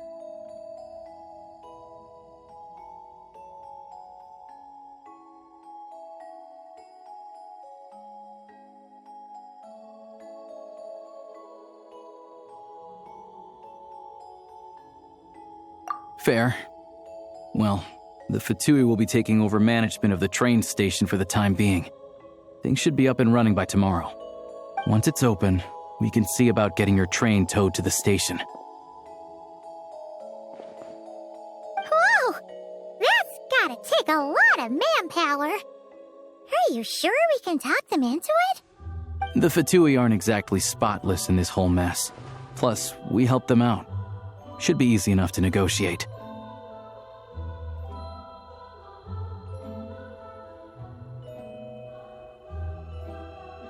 As far as I know, all the paperwork is dealt with upon manufacture. I've never seen anyone check it, so I wouldn't worry. Having a train makes everything much easier. We'll reach Snezhnaya in no time. I need to head there myself anyway. Got some game to trade for Mora. I know a good doctor in the city. I'll introduce you when we get there. Oh, thanks so much. Let's get a good night's sleep ahead of our big trip tomorrow.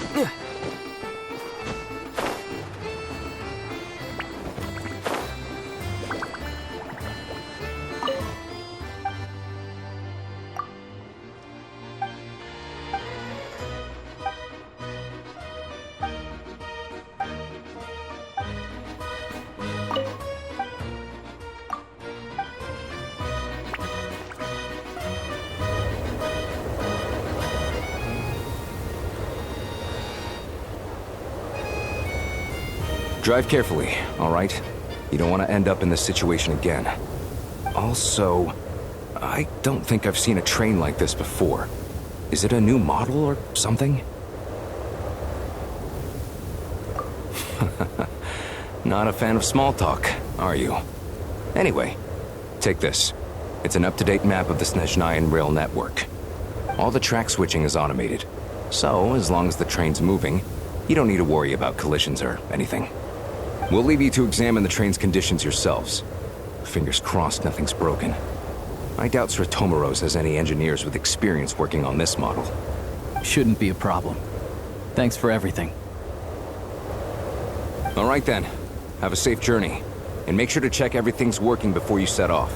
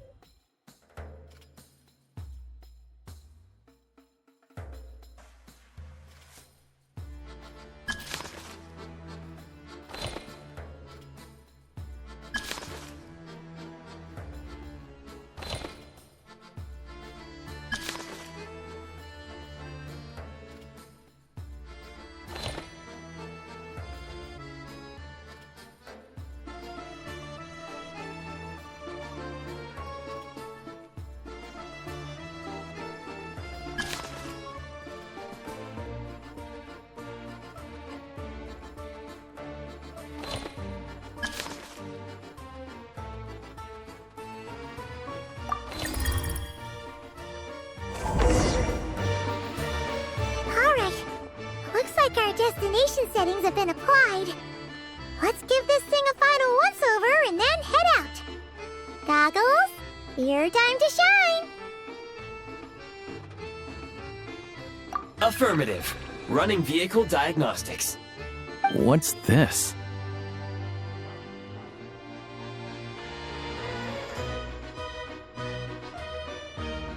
Engine, green. Wheels, green. Frame, minor damage, but no impact on function. Diagnostics complete. All systems nominal. Neat! Huh. Paimon still can't get over the fact that you just found this tech lying around in a random cave.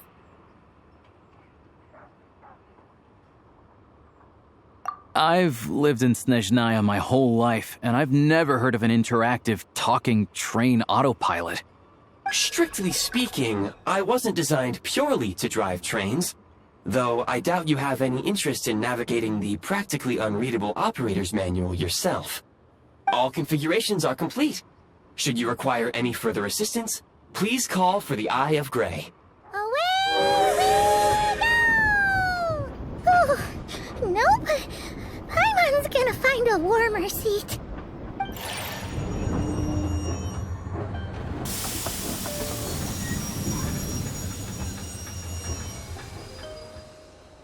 Huh? What's going on?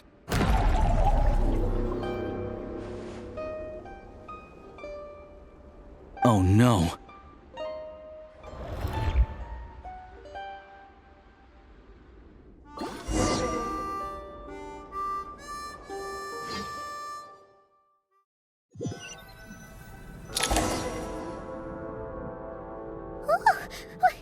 What is this place? Traveler, are you okay?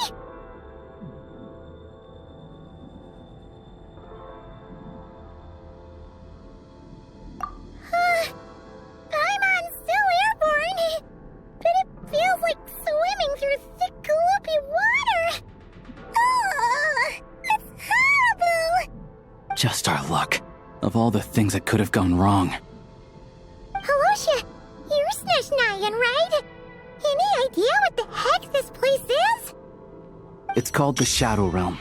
A place where no wind blows, no light shines, and no elemental energy flows. Even time itself doesn't exist here. It's a world where everything seems to come to a standstill. I've only seen it a few times before, and this is my first time inside. It's a dangerous place.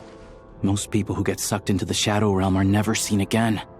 And the few who do make it back, they're never quite the same. Huh? Then what the heck do we do now? Oh, maybe Goggles knows something. Goggles?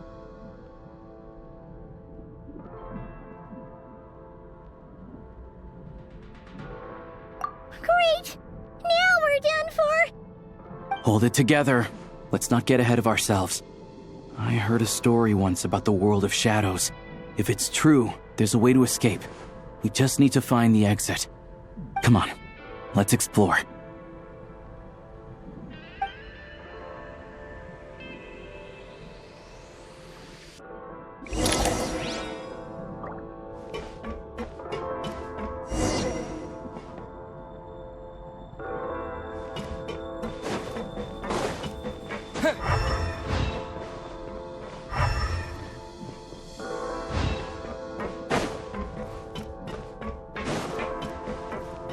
Look at these Fatui! It's like they've lost their minds! Their shadows have been devoured. They're no longer amongst the living.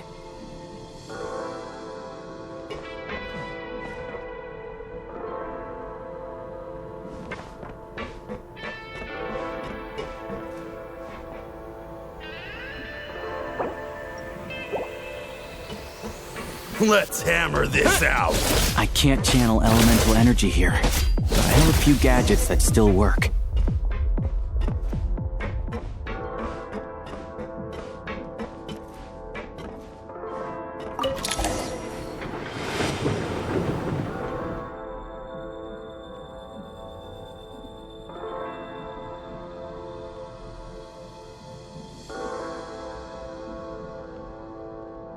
Wait!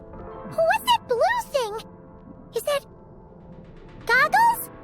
Guess we'd better find a way over.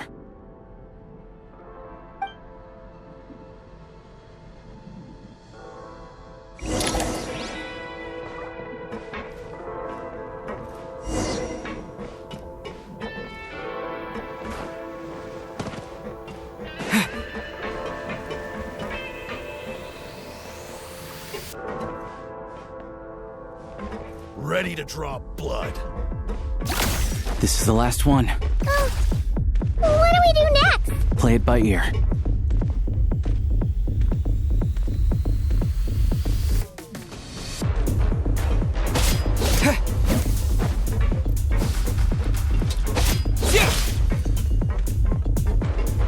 You've got nerve.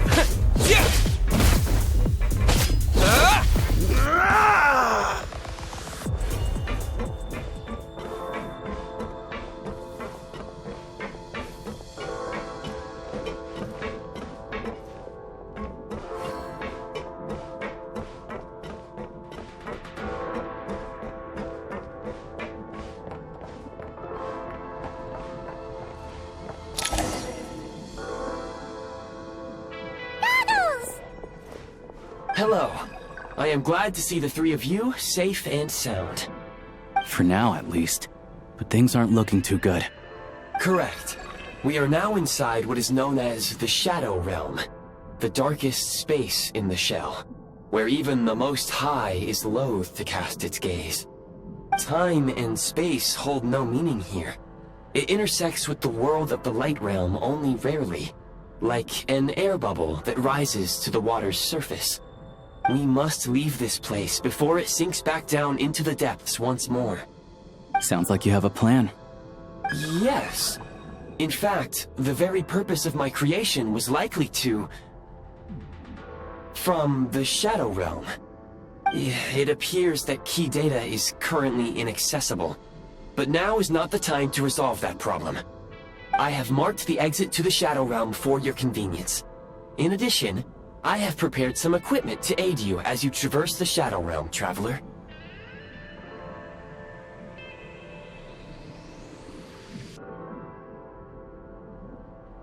It may well be one of my core functions. Scan complete. Construction in progress. Activation code? We once peered into the past from the ruins of the shadows. This is what remains of the Golden City, Hyperborea.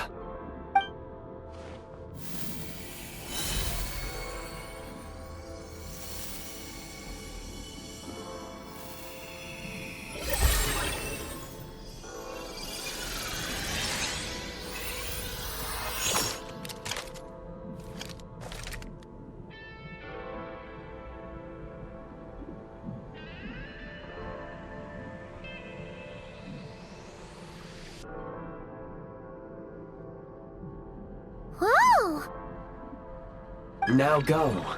Arm yourselves with weapons of the spirit. Bring down the walls of the stronghold, and extinguish the flaming arrows of the wicked. Is this a gun?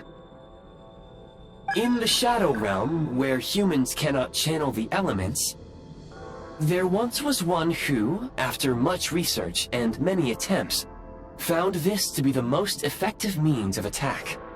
Let's go. We don't have much time.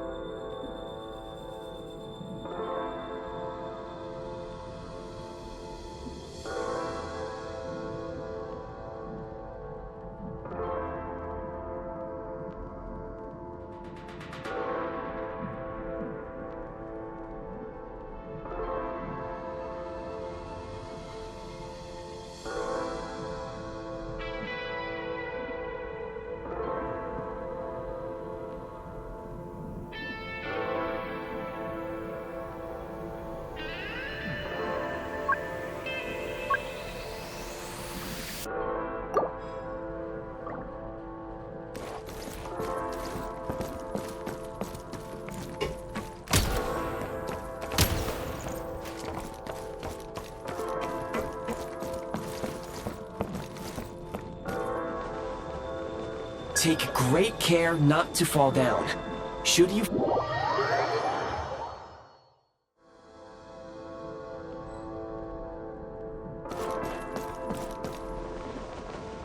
Take great care not to fall down. Should you...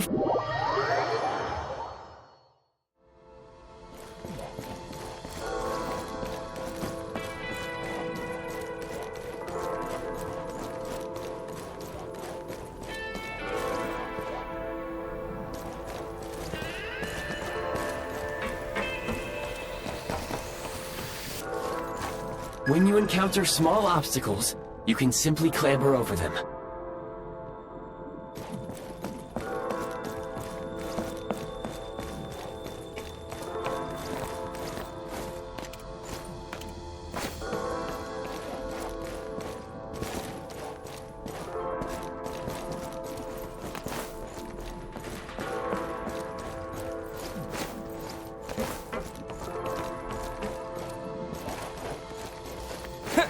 You can slide to navigate through low, narrow tunnels.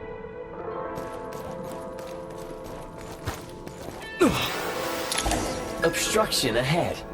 You may be able to use the explosives nearby. Shoot the explosives to detonate them and clear the path.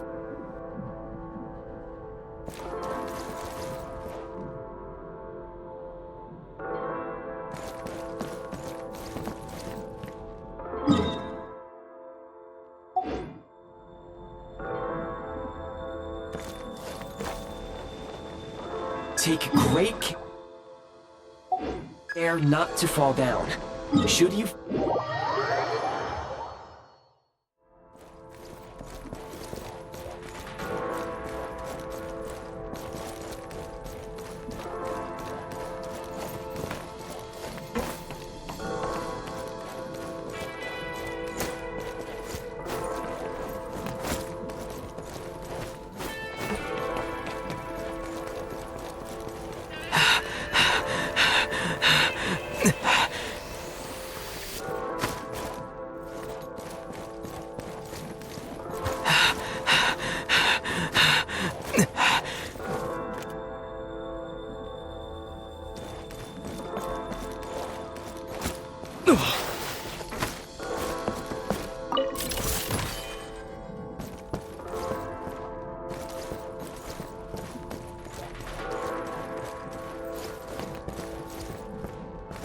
For long-range targets, try using the scope to line up your shot.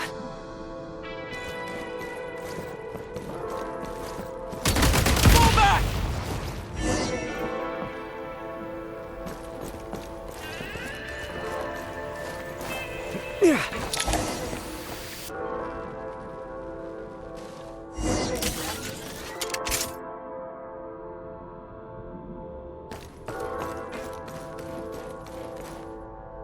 Many hostile units approaching.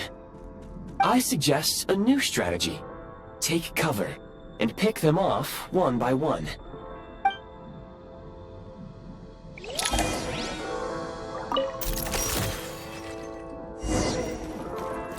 We are under heavy fire. I suggest taking cover to avoid enemy attacks, then waiting for a suitable moment to counterattack. Since elemental energy is unavailable in the Shadow Realm, ammunition is an important resource. You can replenish your ammunition at various supply points.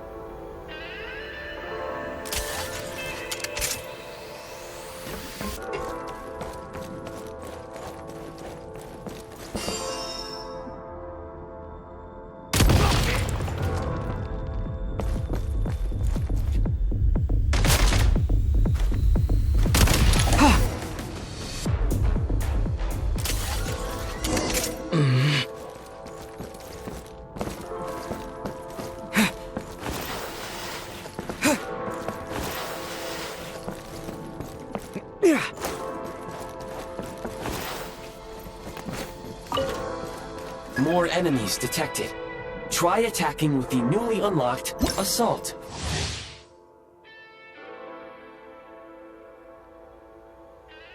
Function.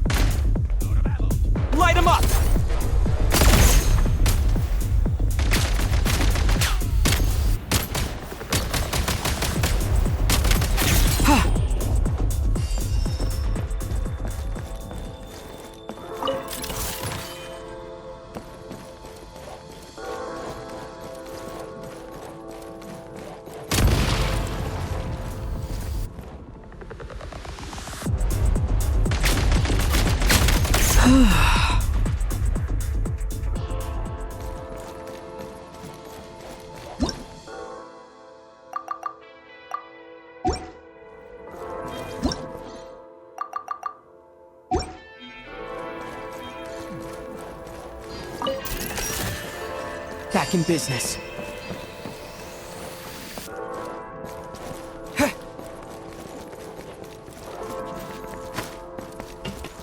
Time to catch my breath.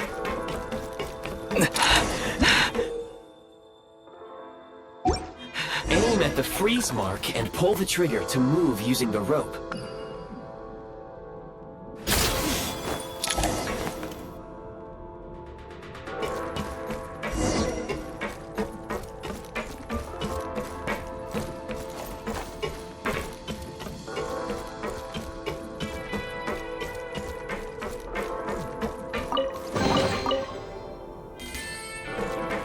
Back in business.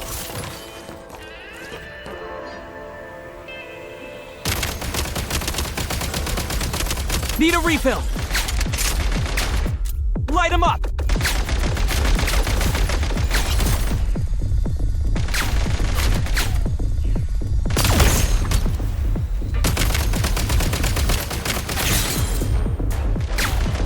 Some supply points can restore a small amount of stamina. Press on.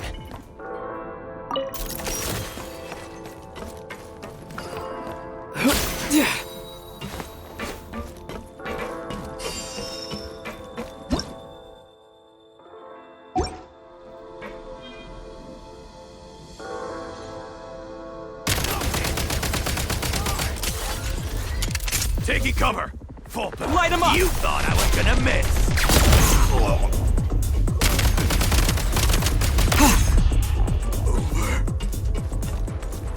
Time to catch my breath.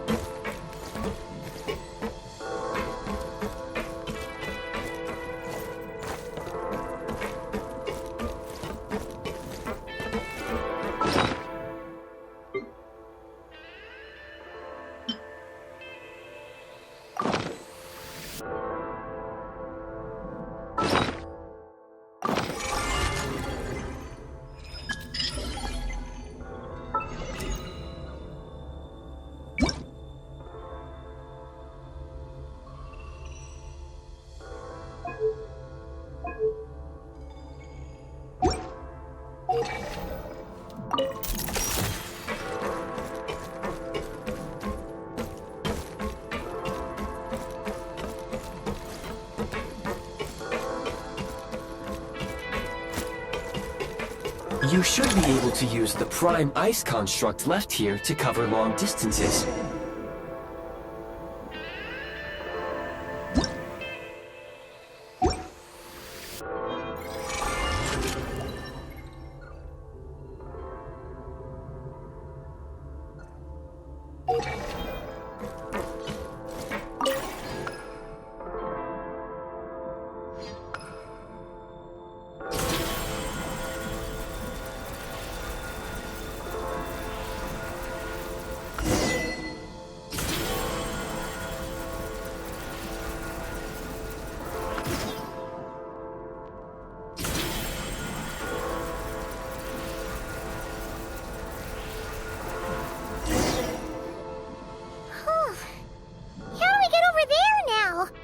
I recommend using this grappling gun.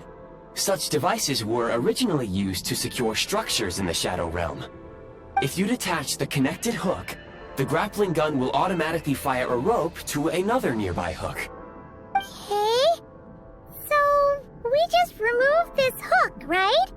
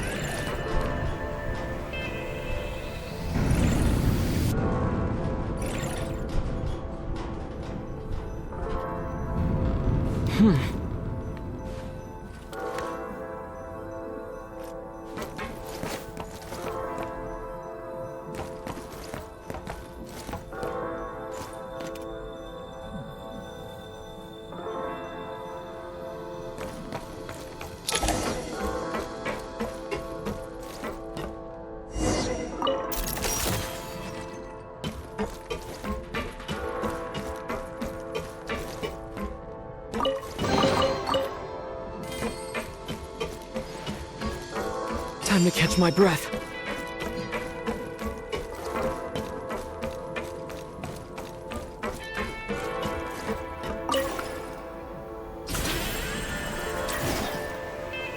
Take great care not to fall down.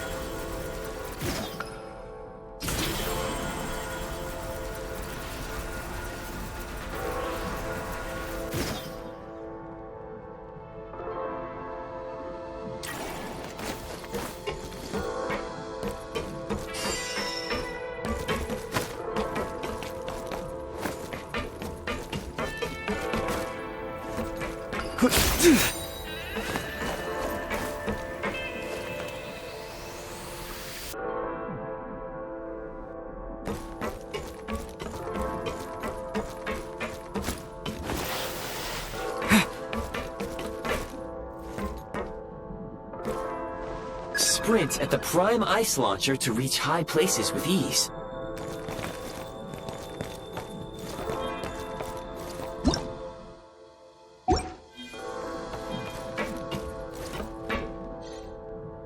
Defenses have been breached! Where's the...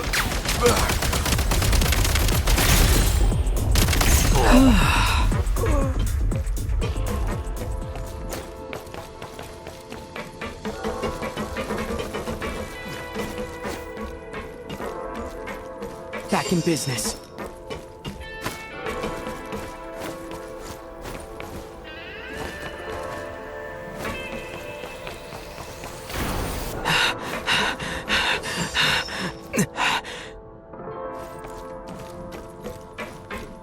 State number 2. Mind the rhythm. Over.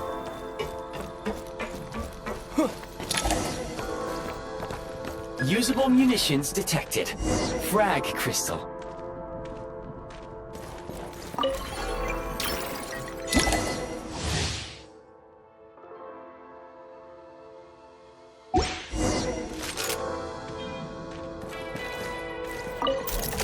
Nice.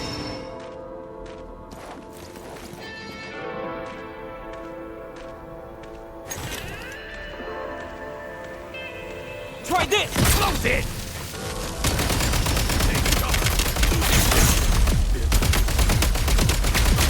Gotta recharge! Nice. Switch mode. Mind the rhythm. Fall back.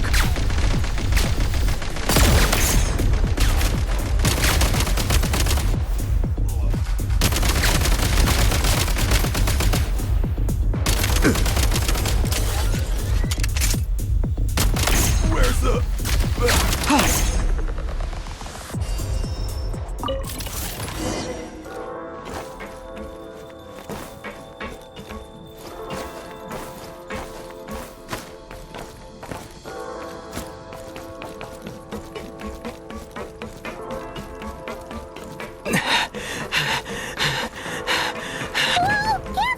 Shift your center of gravity and slide down.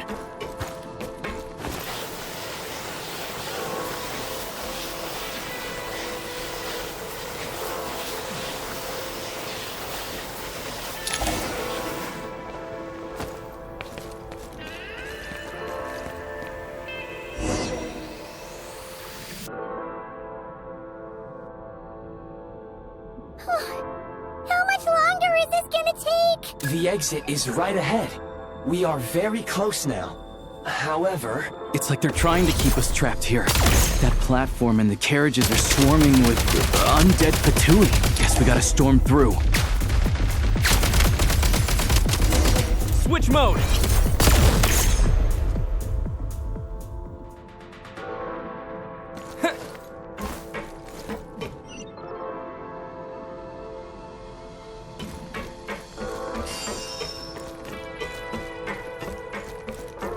Back in business.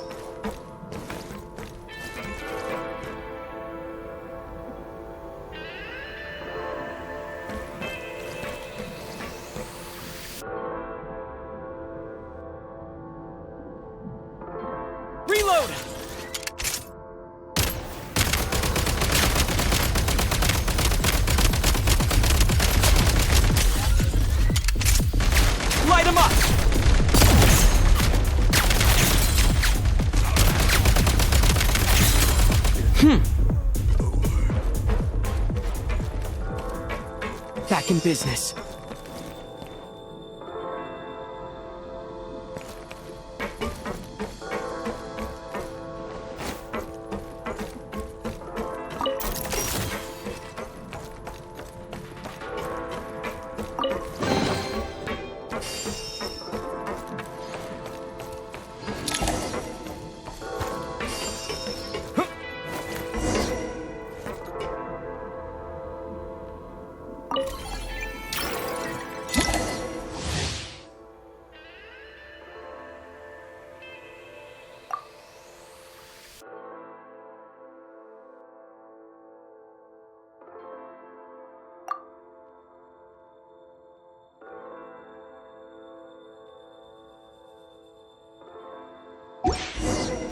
You may find switching to assault mode makes your attacks more effective.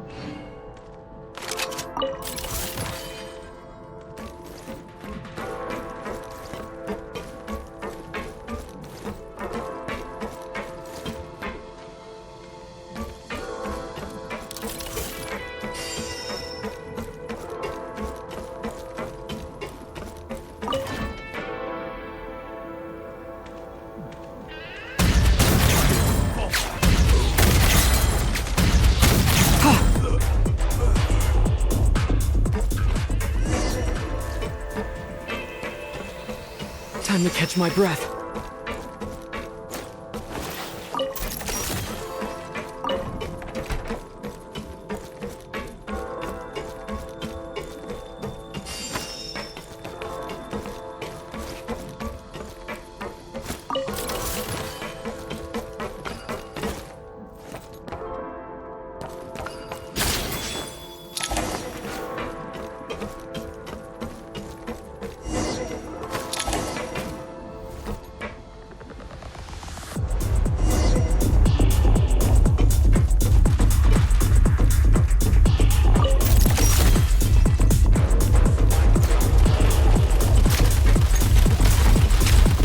Demolition time!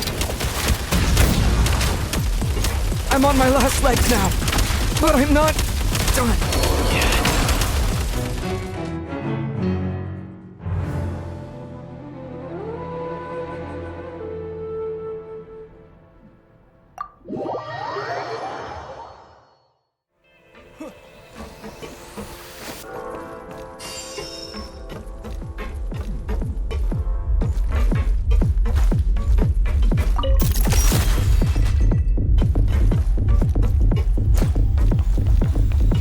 Demolition time!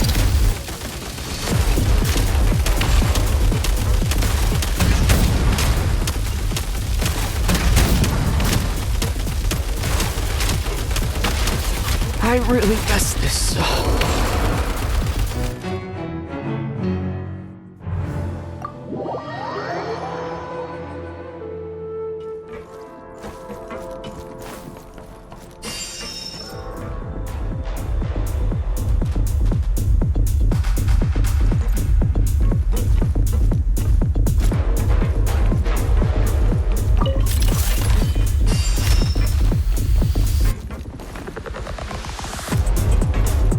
Demolition time! Reload!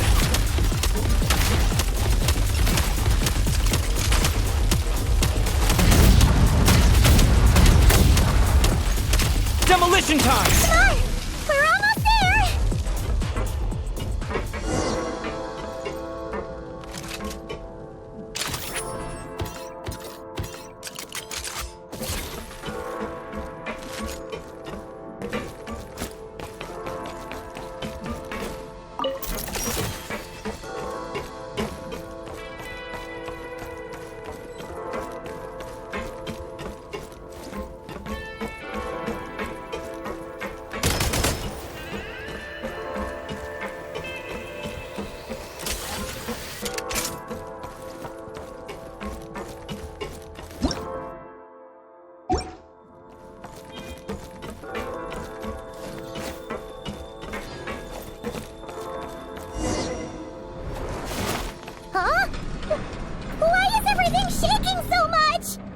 Looks like the Shadow Realm is about to sink back down into the depths. The exit is right here. You mean this weird bubble thing? Wait, how exactly do we... No time to think. We just gotta go for it.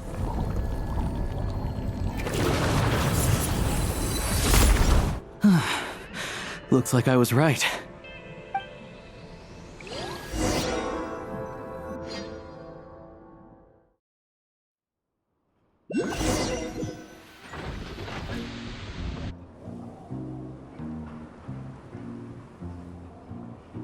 I can't believe the Shadow Realm manifested right on the railroad tracks. It's almost unheard of. Lucky we made it out. All thanks to you and that awesome gun.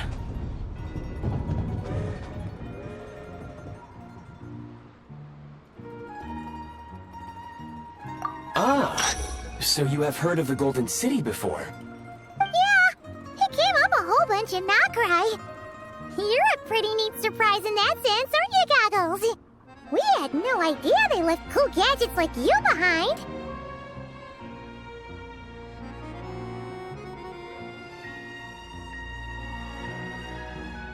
Make no mistake, it was a team effort. For a first-time firearm user, your performance was quite outstanding, far beyond my expectations.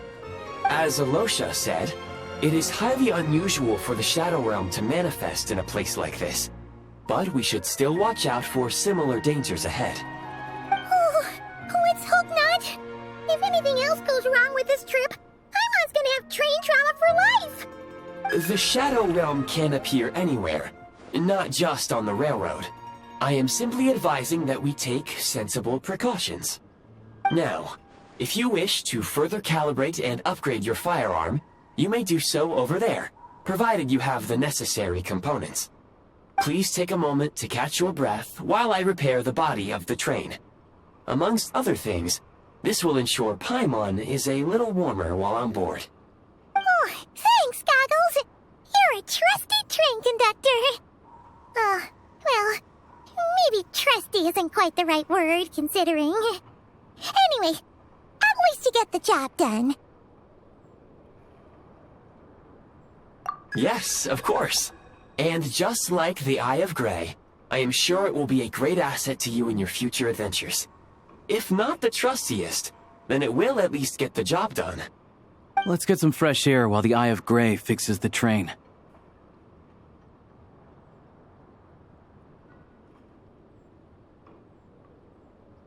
Yeah, sure. Paimon wants to forget all about the Shadow Realm. It was so creepy in there.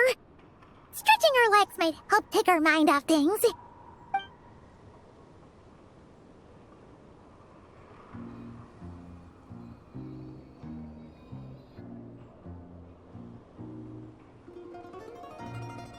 It's so quiet here for a train station. Not a person in sight. Just abandoned houses.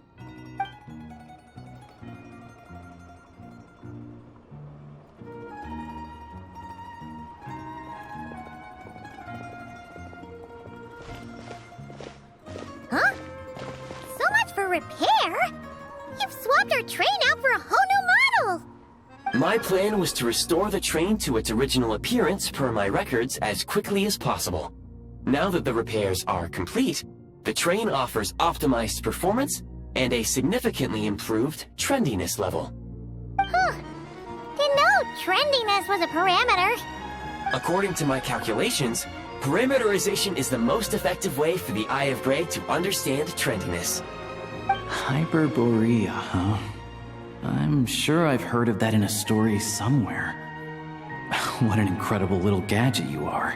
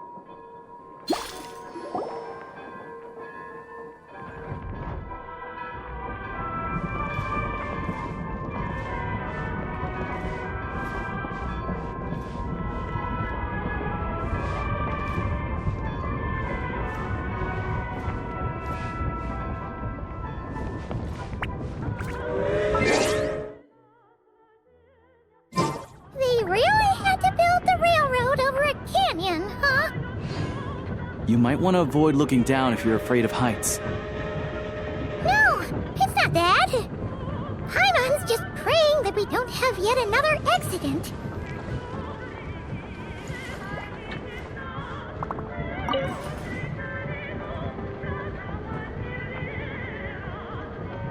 That mountain is breathtaking. Reminds Paimon of Dragonspine. They say this mountain's the domain of a Snegovic lord. A lot of the Snegovic retreated there to live in seclusion, so it's a pretty mysterious place. You hear all kinds of stories. Even the residents of the nearby town of Svietlo-Lidovka steer clear of the summit, and they make a living off of harvesting prime ice.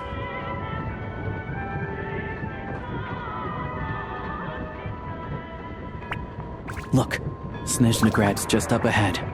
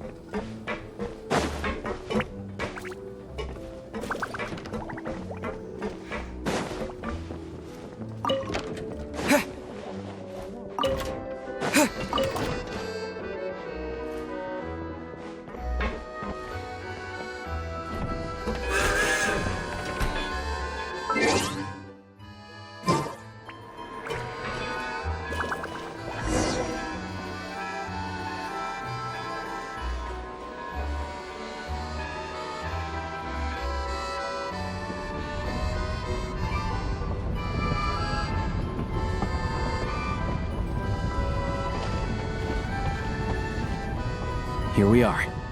Welcome to Snezhnagrad train station, the biggest transport hub in the nation.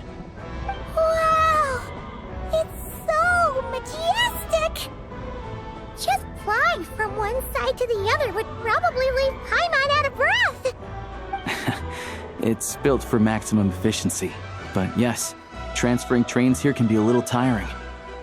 In the future, you can use this train station to travel anywhere you want in Snezhnaya. For now, though, come with me. Let's get Paimon checked out. This way. There's a lift car that goes straight to Sapoliarni.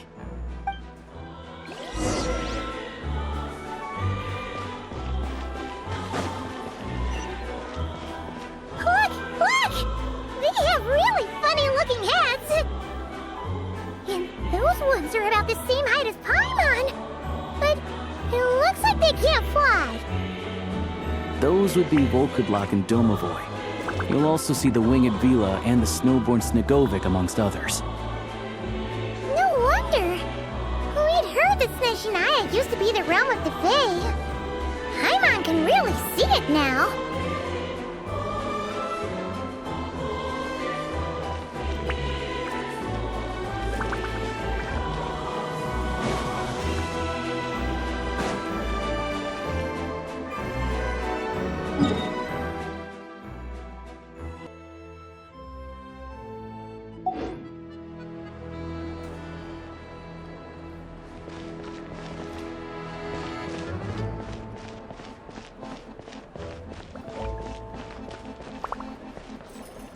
You see, I'm a tolerant person. Indeed. You're quite right.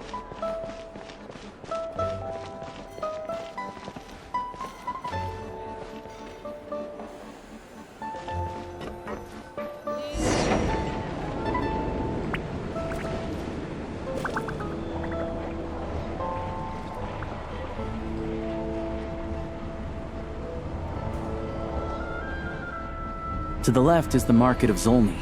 They sell everything there. You can often find some nifty little trinkets. To the right, you'll see the Korolyevsky Theater in the distance. Look at that! Incredible!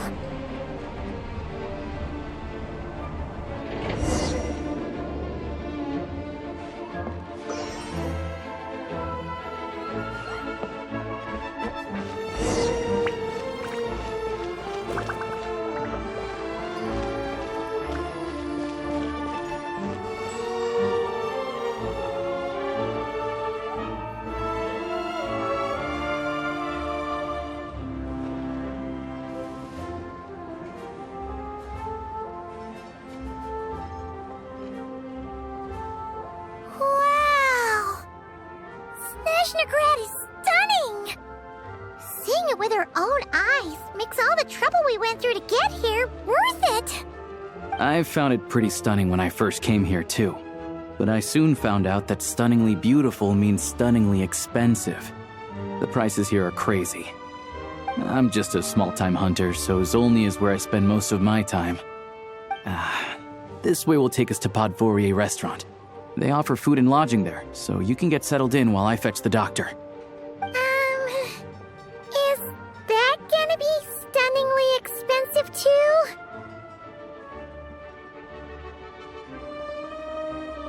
Yeah, I mean, there are places to stay in Zolny, but I highly doubt they'd meet your standards. Most of the stoves are out of crystal, the windows are drafty, and at night, four-legged roommates come out to play, sharpening their claws on the roof beams and floorboards. Yep, no way! Not a chance Paimon's staying anywhere like that. Maybe we can split the cost of the room between us? Paimon still has some savings left.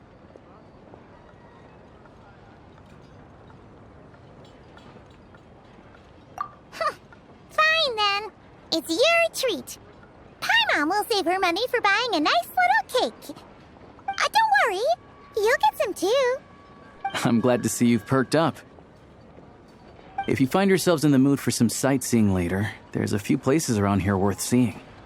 This way leads to Sapoliarni Palace, which serves as the Tsaritsa's audience chamber and also her personal quarters. The adjacent block is kind of a city in its own right. That's Glupov, the headquarters of the Fatui. Inside, there's a munitions factory known as the Armory Palace, producing a constant supply of all kinds of equipment for the Fatui. A lot of important research happens there too. And over there is the Snezhnegrad Vecha, where all the big shots meet regularly to make policy decisions. These places are best admired from a distance. I'm sure I don't need to explain why. Yeah, they probably have super strict security. We're not looking for trouble right now. The downtown area is near the center of Zapoliarny. That's where you'll find the restaurants, bookstores, and gift shops. Another place of interest is the Northland Bank, which is over this way. Oh, and I'm sure you'll want to make contact with the Adventurers Guild at some point, right? That's right here. Ooh, speaking of adventuring, we use alchemy quite a lot. Do you know where we can find a crafting bench? No one practices alchemy at Snezhnaya, I'm afraid. Apparently there's some historical reason for it. Oh. We'll just have to use the one on the train then. Kinda inconvenient. Wait, how come there's one on the train if that's Snezhnayan too?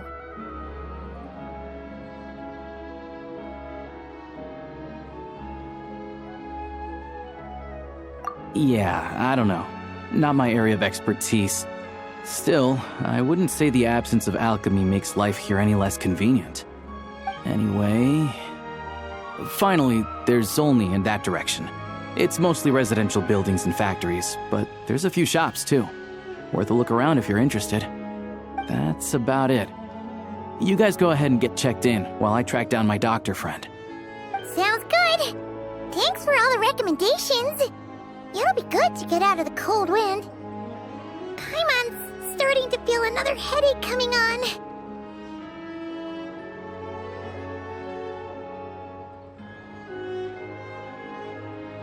Podvorye restaurant is right this way.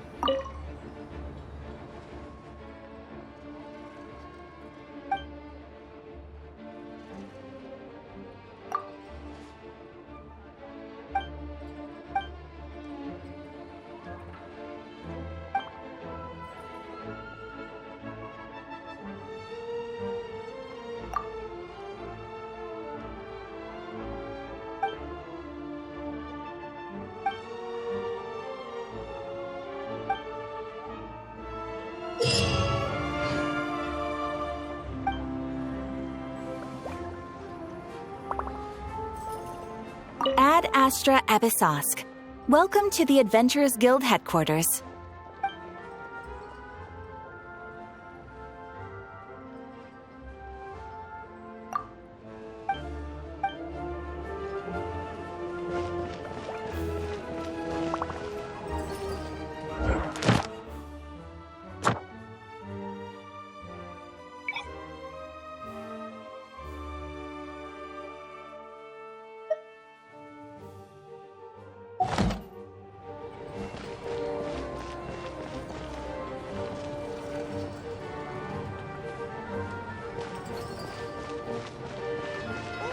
Speaking of the art of Fontanian painting.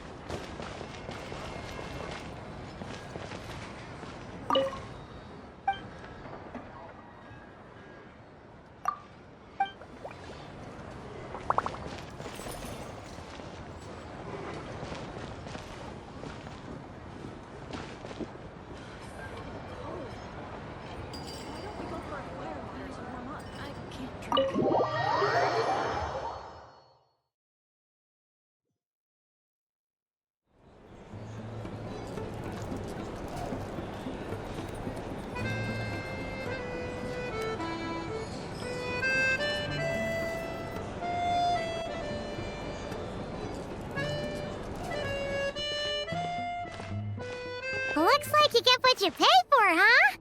Paimon likes this room a lot!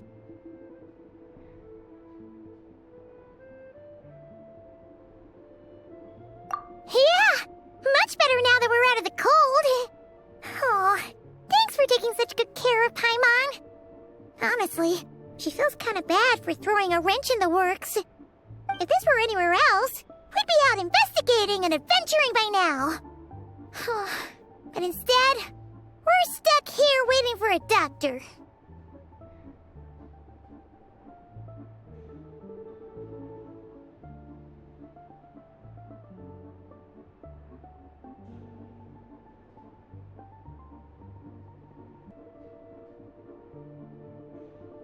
You're right. No need to push ourselves too hard for no reason. A lot happened on our way into the city. Let's review what we've learned so far and try to figure out what to do next. Obviously, the million-more question is, what is the Tsaritsa planning? Everything else leads back to that.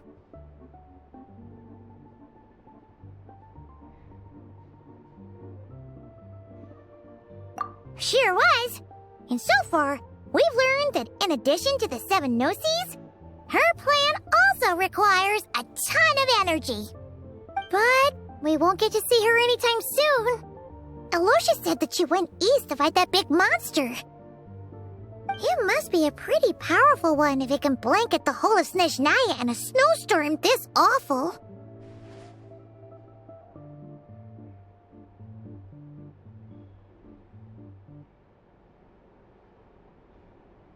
To be honest, what we're really lacking right now is information. The kind of information that only the higher-ups in the government would know. Not word-on-the-street type of info.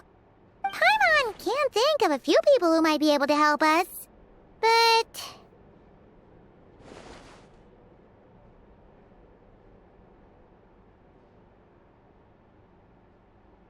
Right!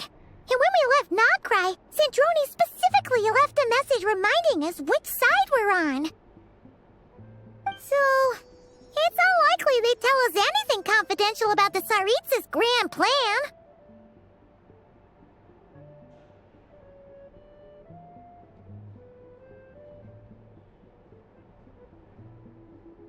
Yeah, fair point.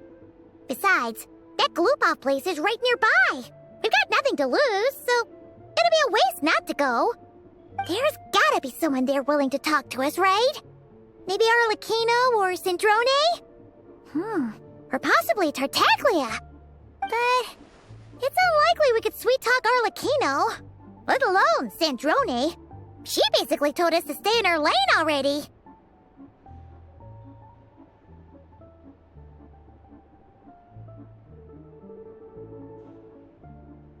Yeah, the last time was all the way back in Fontaine, right? Too bad we missed him in Nodcry. Apparently, he came to help out.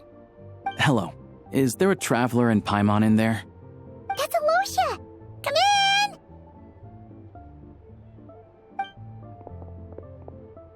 Hello, I'm Dr. Luneva.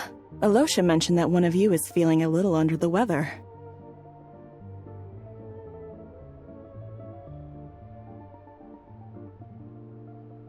I see. So you're my patient today, yes? And you're a Fae, I presume? Good question. Paimon's not too sure either, but she's definitely not the same kind of Fae as the ones we saw at the train station. Is that gonna be an issue? Not exactly.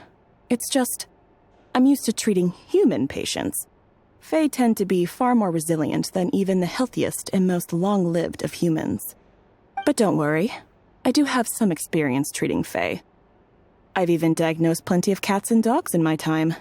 Safe to say, I have a fairly eclectic range of expertise. It'll be fine. Paimon's basically the same as a human, right? We're no different when it comes down to it, are we?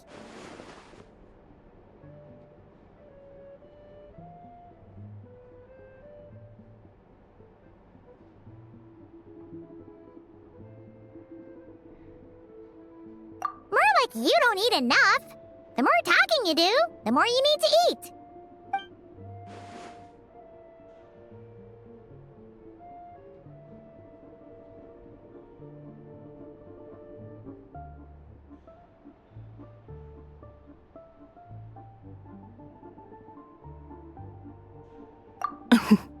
Now, please take a seat.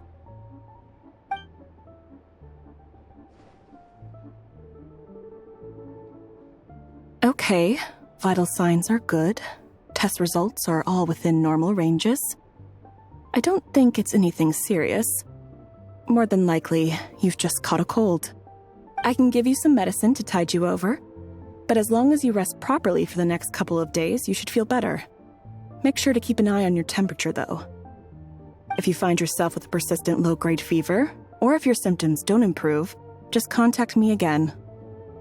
Sounds like there's no cause for alarm.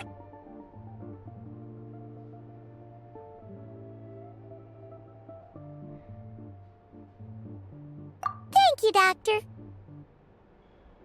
You're very welcome. Just doing my job. I'll leave you in peace now. Time to visit my next patients. Take care. You heard the doctor. Best you rest up here for a couple days. No sightseeing for the time being.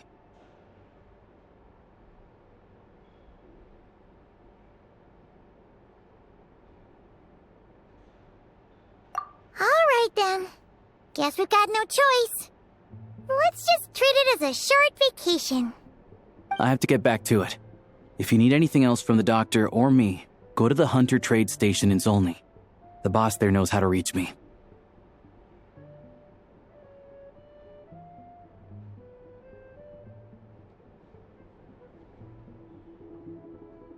Hey, no big deal. You saved my life in the Shadow Realm. This is the least I could do. See you around.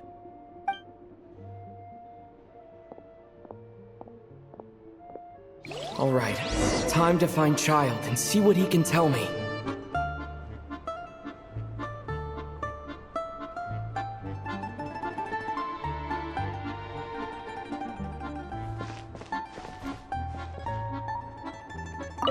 I'd better not disturb her while she's asleep. With any luck, I'll be back before she knows I was gone.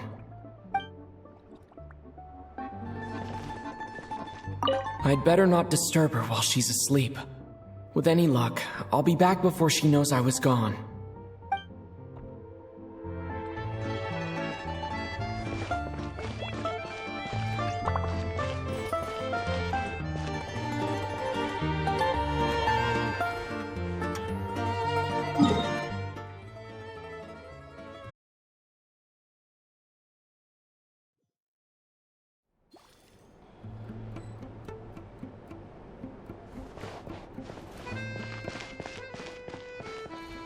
I'd better not disturb her while she's asleep. With any luck, I'll be back before she knows I was gone.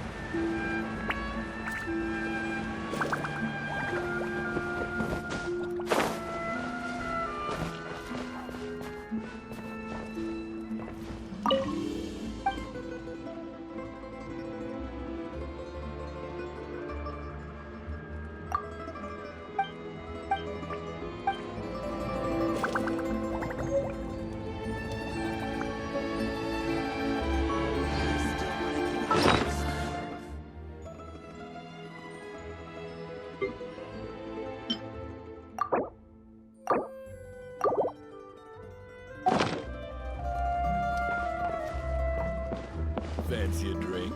The cheaply refreshing kind.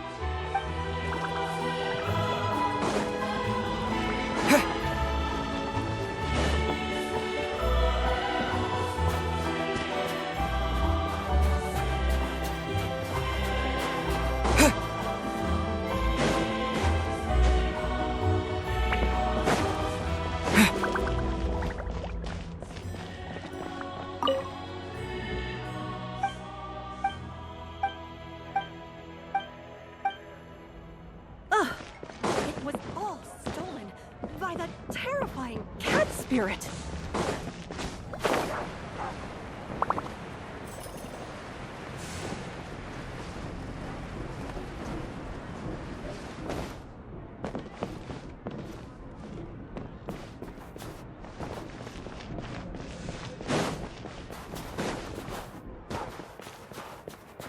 Fancy a drink? The cheap and refreshing kind. I still want to get higher. Just it.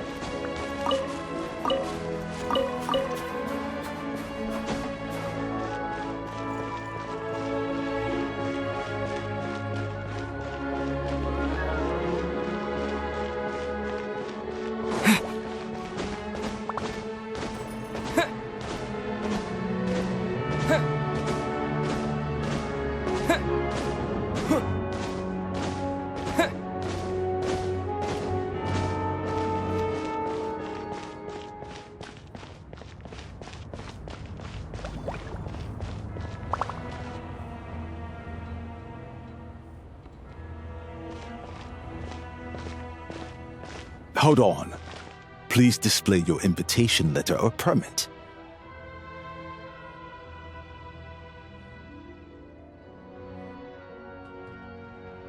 Glupov does not accept meeting requests without a prior appointment. You'll have to apply per the advertised booking process and wait until your invitation letter is issued. Might I ask who you're hoping to visit?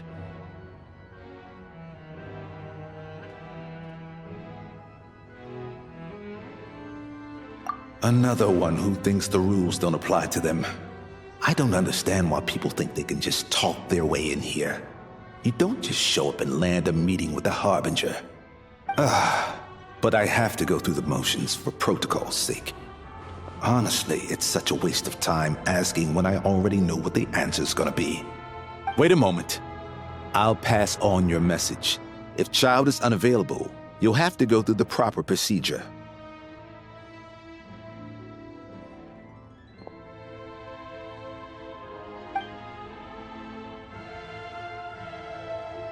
Lord Child is a busy man. He's probably not in Glupov at the present. If I were you, I'd cut your losses. No point in waiting any longer. Even if you two are old friends as you claim, please understand that the Fatui Harbingers are often busy with their official duties. They tend not to stay in Glupov for extended periods. Next time, stick to the rules. You'll make life easier for both of us, Greetings, Lady Marionette.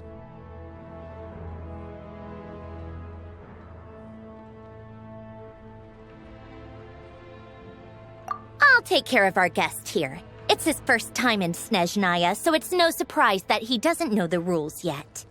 I trust no choice words have been exchanged. No misunderstandings I should be aware of.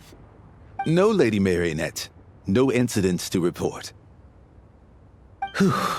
That was a close call. Good thing I played it cool.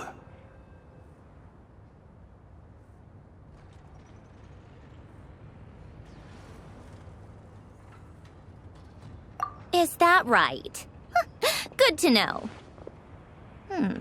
Wait, where's Paimon?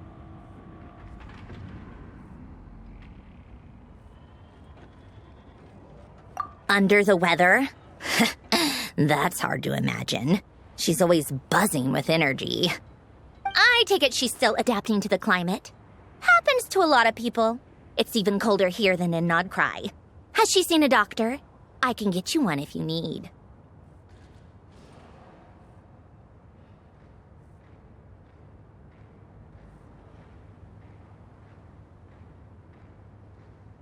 All right then. Well, let me know if you run into any other problems.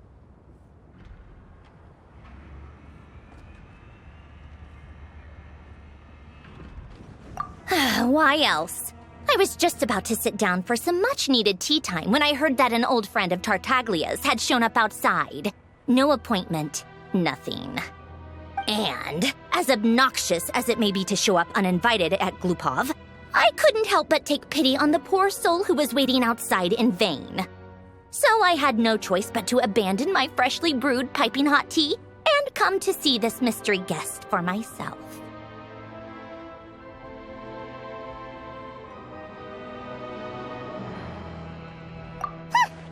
Well, I felt our time working together in Nodcry warranted some courtesy. I couldn't exactly let you freeze to death out here in the wind. Unfortunately, I can't invite you inside either. The rules of Glupov wouldn't allow it, and as a Harbinger, I have to lead by example. On the plus side, Snezhnograd actually has some class, unlike Nasha Town. Torchlight Books has a very nice selection of teas and cakes, so we can catch up there. Your treat, of course.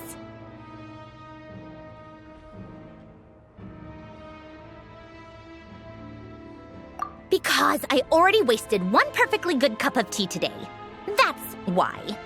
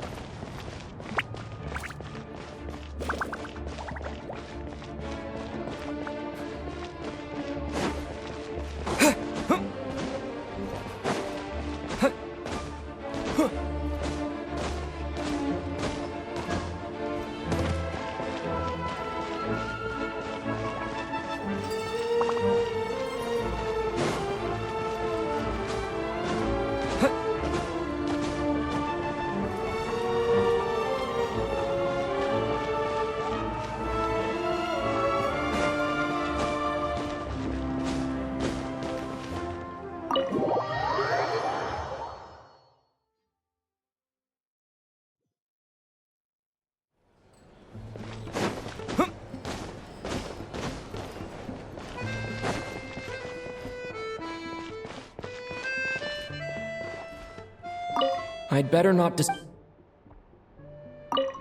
not disturb her while she's asleep. With any luck, I'll be back before she knows I was gone.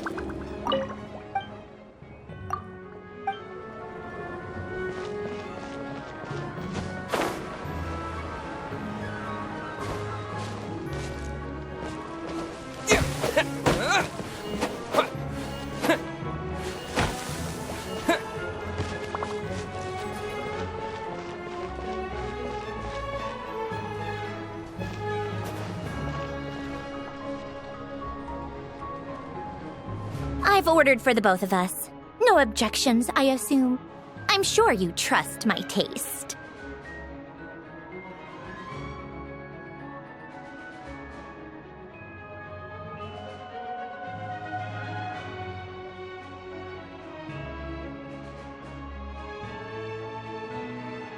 Okay, let's get down to business.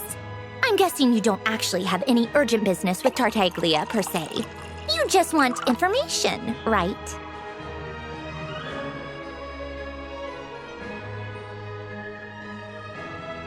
Wanna take a guess?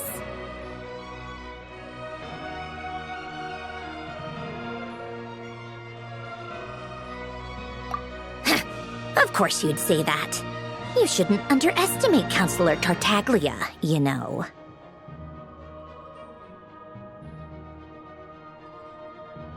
That's right. I'm sure you've heard of the Snezhnograd Vetcha by now. Well, he's busy preparing some paperwork for their next meeting. They'll be discussing yet another extension to Project Stuzha. It's basically all anyone cares about in the Vetcha these days.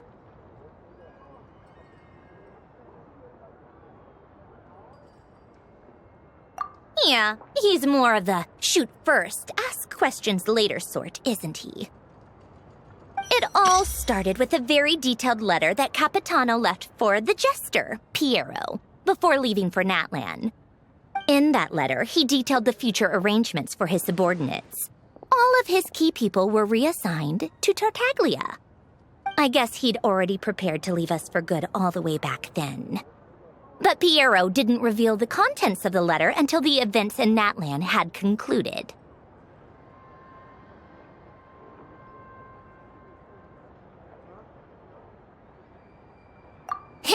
That was his reaction, too.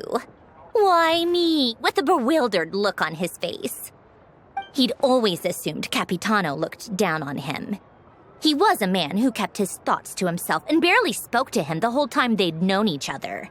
But he occasionally brought Tartaglia along to my tea parties back in the day. So to the rest of us, it was clear that Capitano had quite a lot of respect for his young comrade. By the rest of us, I mean my tea party regulars. Arlecchino, Rosaline, and... actually, not Columbina. She was probably oblivious to it. Anyway, then the Liues situation happened. Normally, it took a lot to get under Capitano's skin, but that time he was furious. It's not really my place to talk about it, though. You can ask Tartaglia about it sometime.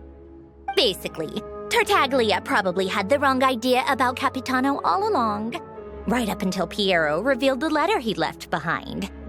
Capitano believed that despite Tartaglia's immaturity, he showed great potential. Plus, he possessed a kind of purity rarely seen among members of the Fatui.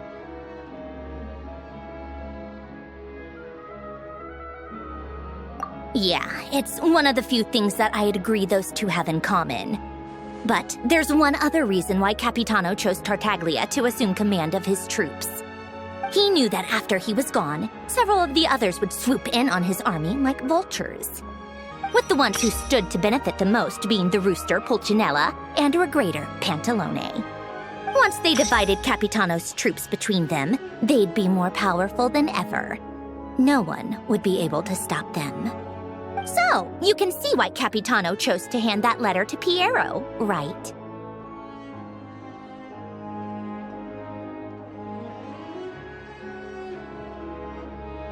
Exactly. Piero also needed to back a Harbinger as soon as possible. And, all things considered, Tartaglia was the best choice. Even though Tartaglia has had the support of Northland Bank for a long time, he and Pantalone are ultimately not cut from the same cloth. I'd say Capitano made a good judgment call. Anyone else caught in this situation would probably feel like they'd been hung out to dry. His best course of action will be to distance himself from any shady business, while still maintaining friendly relations with Pantalone, but seeking Pulcinella's support at the same time.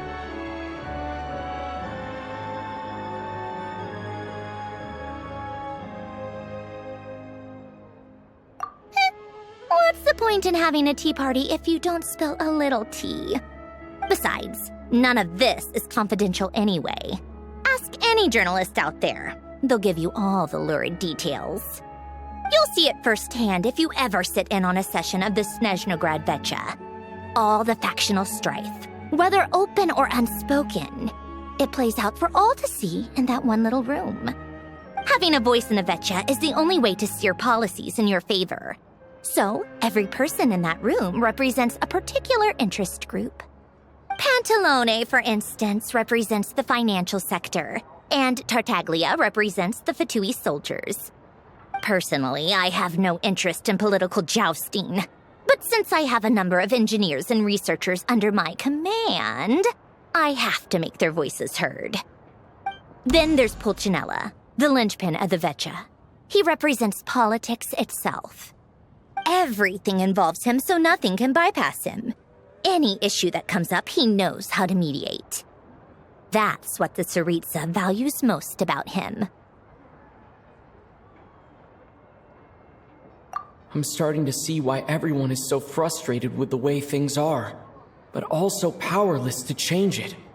A complex web of interests connects all parties involved, and the Tsaritsa sitting at the top adds another layer of complexity. It must be nearly impossible to come up with a perfect solution. All right, I'm done carrying this conversation. Time for you to answer a question of mine. You must have known that you can get the info you needed from me. So why was Tartaglia the first person you asked to see and not me?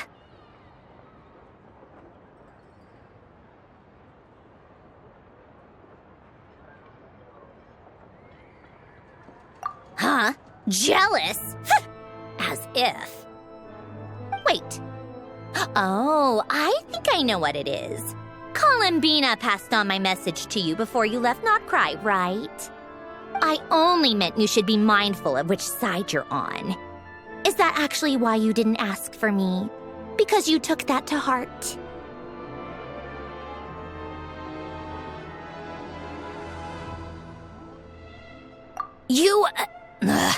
Fair enough.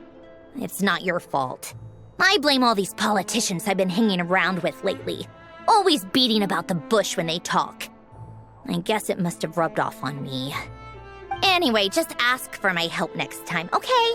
Little things like this are no problem. Lady Marionette. What now? Can't you see I'm on my break? Whatever it is, just leave it on my desk. I'll look at it later. Sorry to disturb you during your break, ma'am, but I'm afraid it's an emergency. Isn't it always? I've told you before, fixing the tracks and transporting ice blocks does not constitute an emergency. The equipment in Svietlo-Laidovka is in urgent need of maintenance. With how the weather's been recently, we suspect that the cause is a buildup of snow, exceeding the maximum weight limit.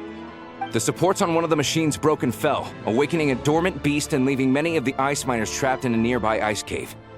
Luckily, Odette's team was nearby and launched a rescue operation. But we're still facing a severe manpower shortage for both the rescue and engineering teams. I guess that's it then. Our tea party will have to end here.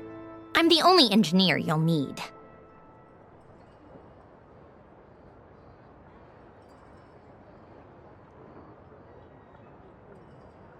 Do you actually want to come with, or are you just saying that?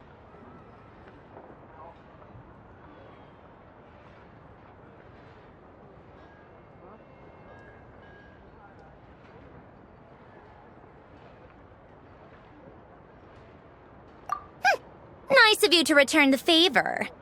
I'll have a couple of people look after Paimon. They can let her know that you had to step out for a while. Given how urgent this is, I'm sure she'll understand. And honestly, I'd rather have your help than anyone else's. Between your skills and experience, you'd be reliable help.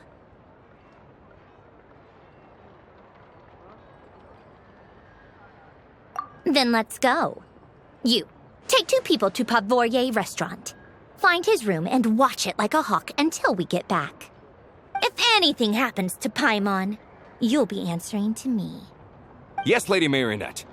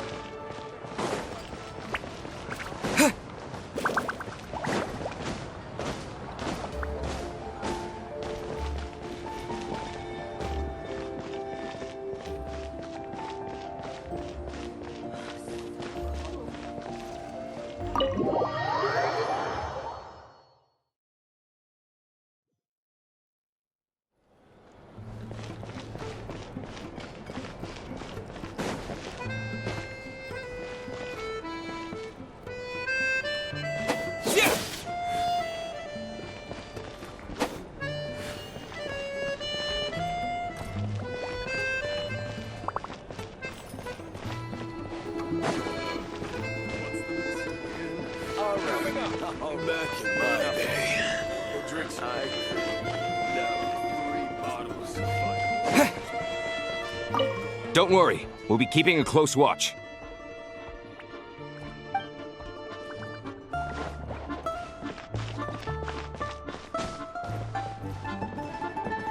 I'd better not disturb her while she's asleep.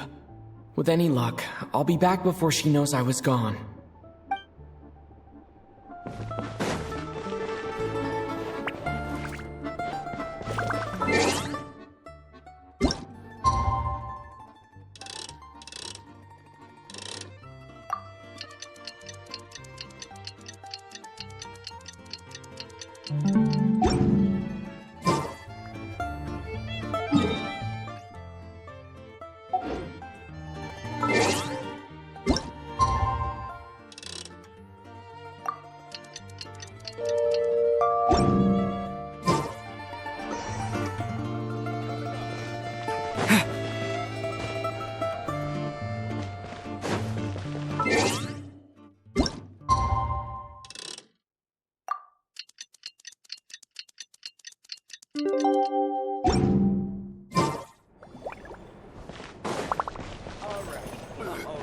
Back in my day, the drinks I could down 3 bottles of fire water.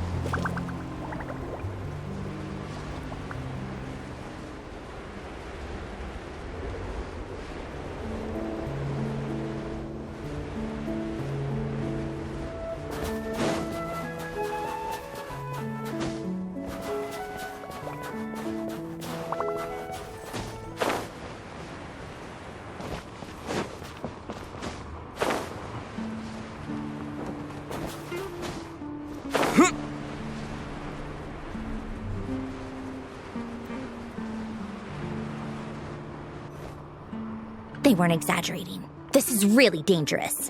It's a good thing only one of them broke. From what I've been told, most of the trapped miners are over in that direction.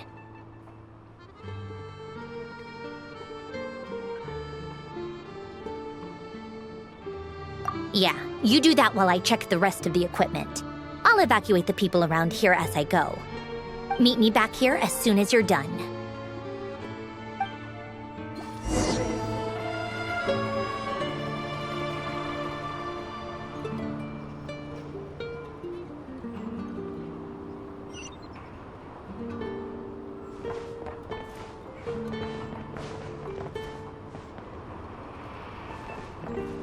This is how it's always been.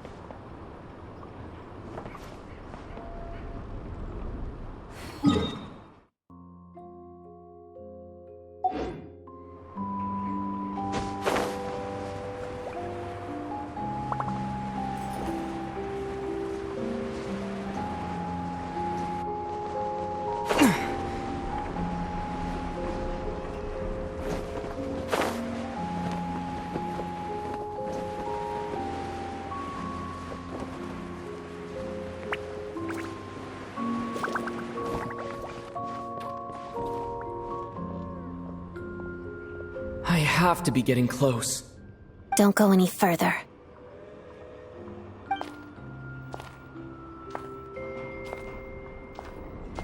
It's too dangerous here. There's a highly aggressive monster on the prowl. You need to leave, now.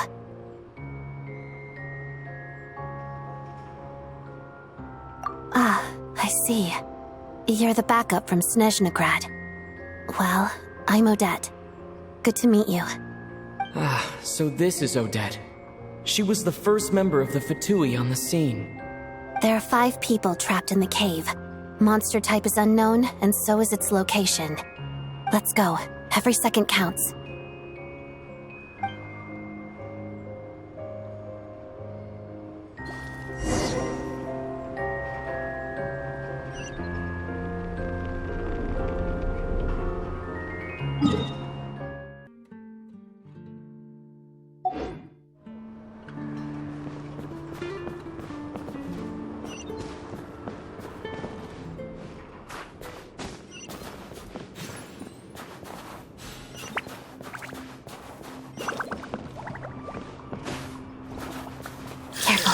Something's moving.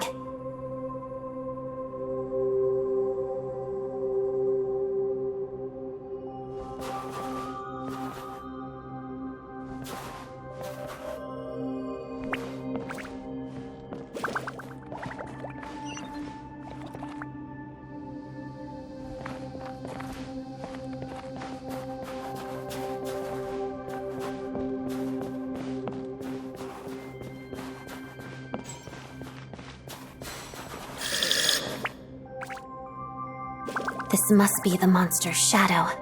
Looks like a tough opponent.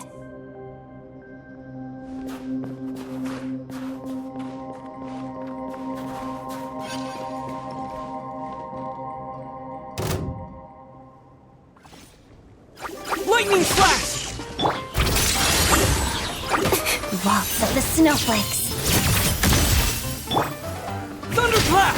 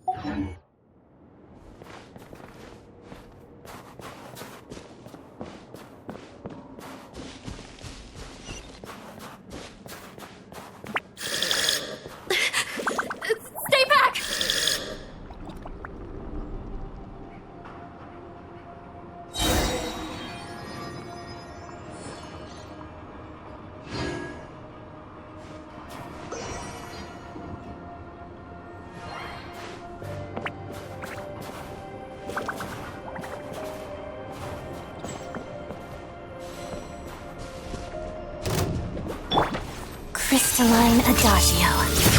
Pirouette.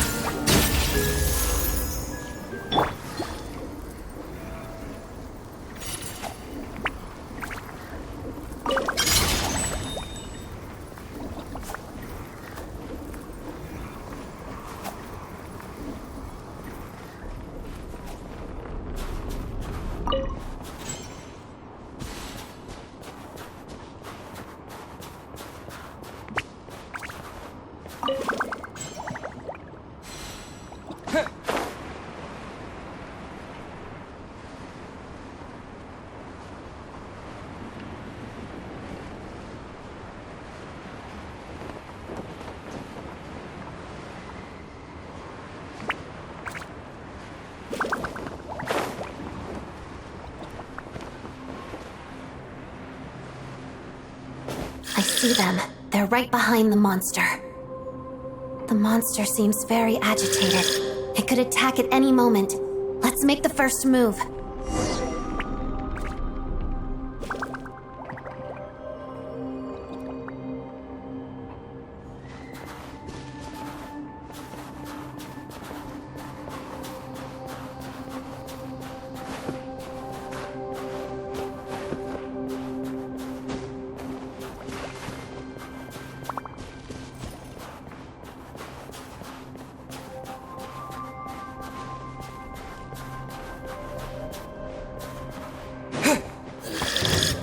Bellowing thunder! Yeah! Shadow me. Waltz of the snowflakes. Yeah!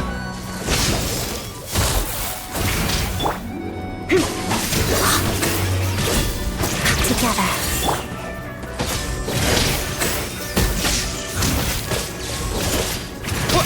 Yeah!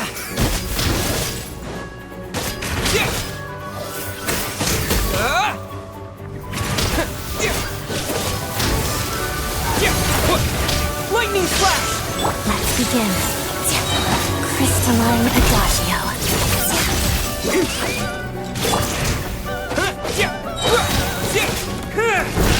Take this!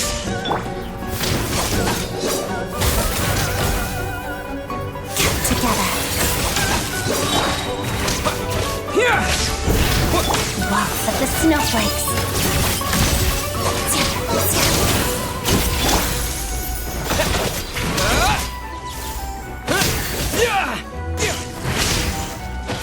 Shadow me.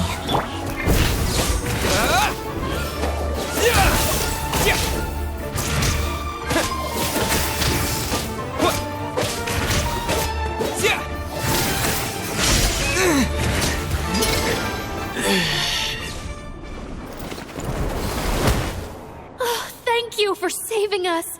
We'd have been monster fodder otherwise. Thank you. Thank you. You're welcome. You should be safe now. Follow this route out. He and I will stay behind to watch the rear.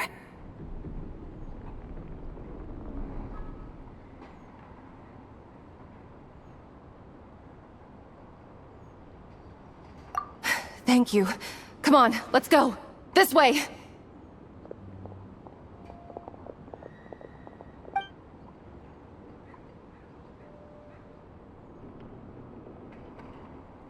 I've searched the area. Pretty sure the monster made a tactical retreat.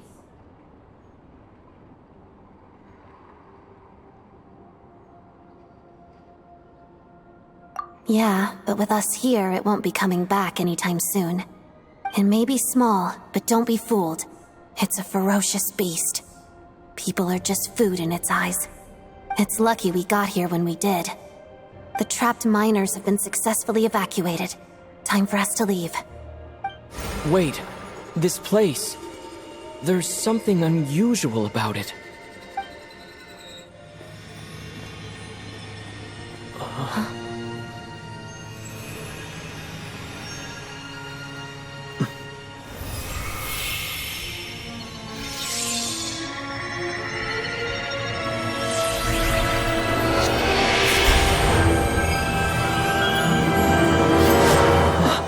What is that? I don't know. It's back? Guess it has family.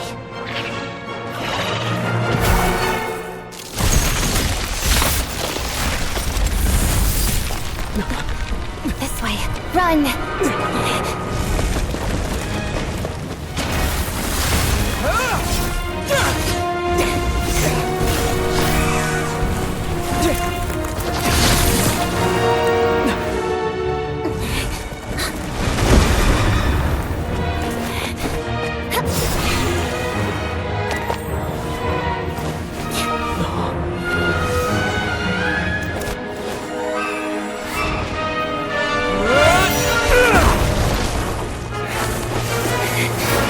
Thanks. Let's get out of here.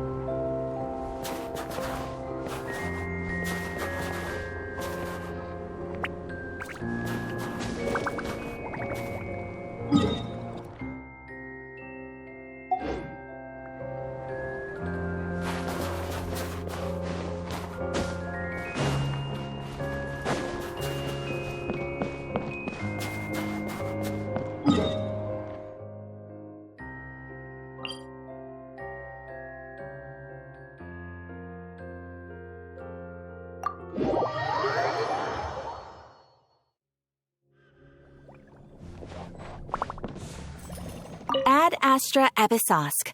Welcome to the Adventurers Guild headquarters.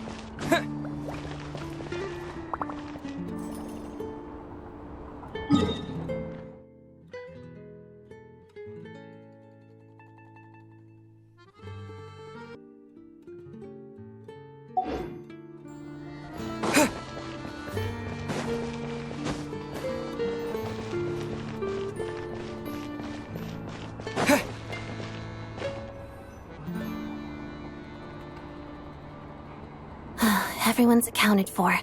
We managed to rescue them all. We also placed a sign at the entrance to the cave, warning people to stay away. You really held your own today. I still don't know your name.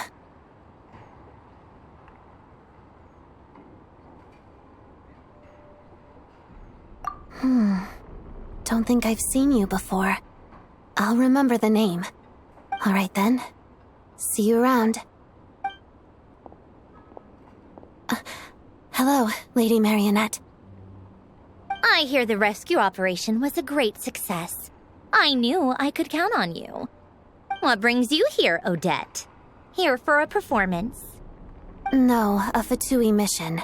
I happened to be nearby and heard the crash.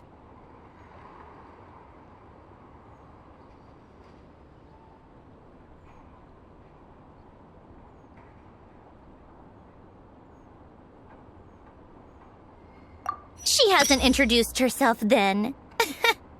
Odette is the prima ballerina of Snezhnograd. She's quite the celebrity. If you ever hear people mention the two crowning jewels of the Korailievsky troupe, they're talking about Odette and the prima donna, Vodianitsa. On top of that, Odette's also a rising Fatui star. It's looking likely she'll inherit the title of the Fair Lady. She learned all her combat skills from Rosaline herself. Used to be one of her most valued subordinates, too. You flatter me, Lady Marionette. If she's Rosaline's protege, that makes me... Never mind. There's no need to bring it up. No point making things awkward.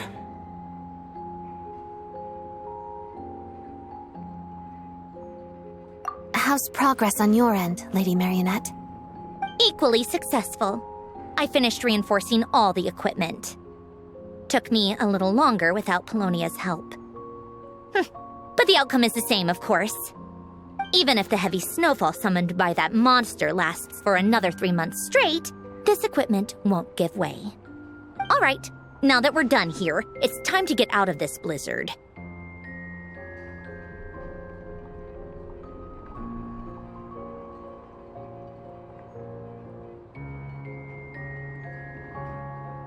Sure, but Snezhnograd will send someone to investigate and draw up a relief plan. And I guess I'll have to write the incident report myself this time, since it involves a mechanical malfunction. First, Pantalone needs to approve the budget, then Pulcinella has to sign off on the plan. Once they've argued it out and reached a compromise, we can move forward. That's the rough process anyway. Could take anywhere from a couple of weeks to a couple of months, depending on how smoothly it goes.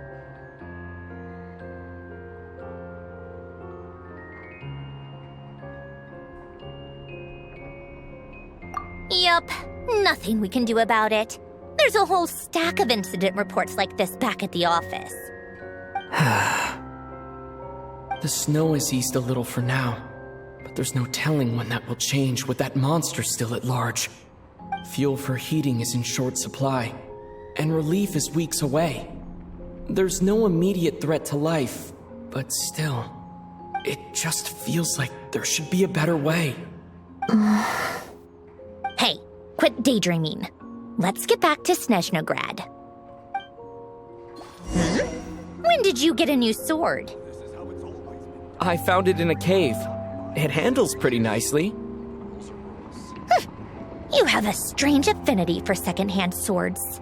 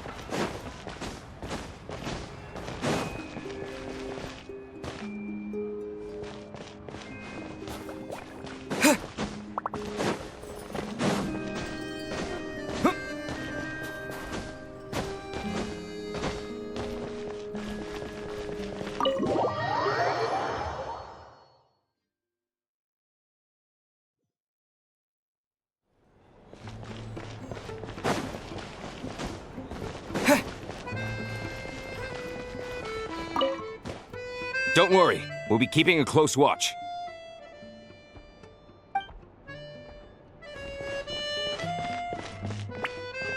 I'd better not disturb her while she's asleep. With any luck, I'll be back before she knows I was gone.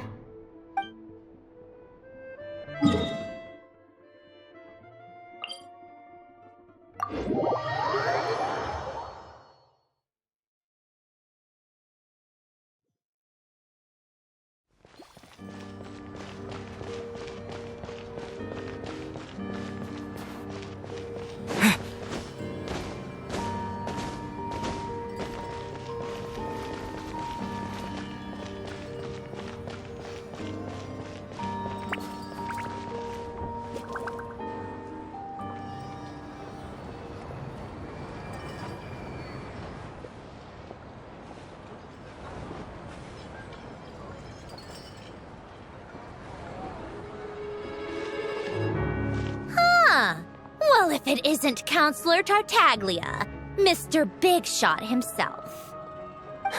Go easy on me, all right? I'm still recovering from the interrogation the real Big Shots put me through. Hey, comrade, it's been too long. I heard you came looking for me earlier. Nicest surprise I've had in a while. Good to see you too, Odette. I'm guessing you guys just got back from Sviatlo-Laidovka. How'd it go? Crisis averted? It went fine. How about you? Any new developments? Not really. Same as ever. Growing opposition to Project Stuzha, and the usual rebuttals are starting to ring hollow. The results of the mock vote were pretty dire. Pulcinella was fuming. I've never seen the old man so angry. That's not good news. It takes a lot to rattle him. Yeah, obviously if push comes to shove, there are ways to crack down on dissent. But... Sorry, I have to ask something. This is going to sound blunt, but may I? Huh? Of course, fire away. It sounds to me like everyone's tearing their hair out trying to figure out how to deal with opposition to Project Stuzha. But what exactly is this project's purpose? And how can it be so important that even people like you two refuse to stand up for the ordinary people of Snezhnaya? Interesting. I gotta hand it to you, comrade. You sure don't mince your words. Excuse him? What does he mean, refuse to stand up for ordinary people? Oh my gosh. How does he dare speak to the Harbingers like that? Are you interrogating us now? It's okay, Sandrone. Let me explain. I think I understand where he's coming from. If I could, I'd take your side right now. In fact, my position's very similar to yours. I've only held back on casting a dissenting vote in the Vecha because the Tsaritsa would never let me get away with it. Still, I have a responsibility to the Fatui armed forces, so I do what I can to make their voices heard. Most of them are just regular folks from small towns far from the capital. I'm sure you've seen how much those kinds of places are struggling right now. Oh, and for what it's worth, I'm from Arepasak myself. Things aren't going so swell there either.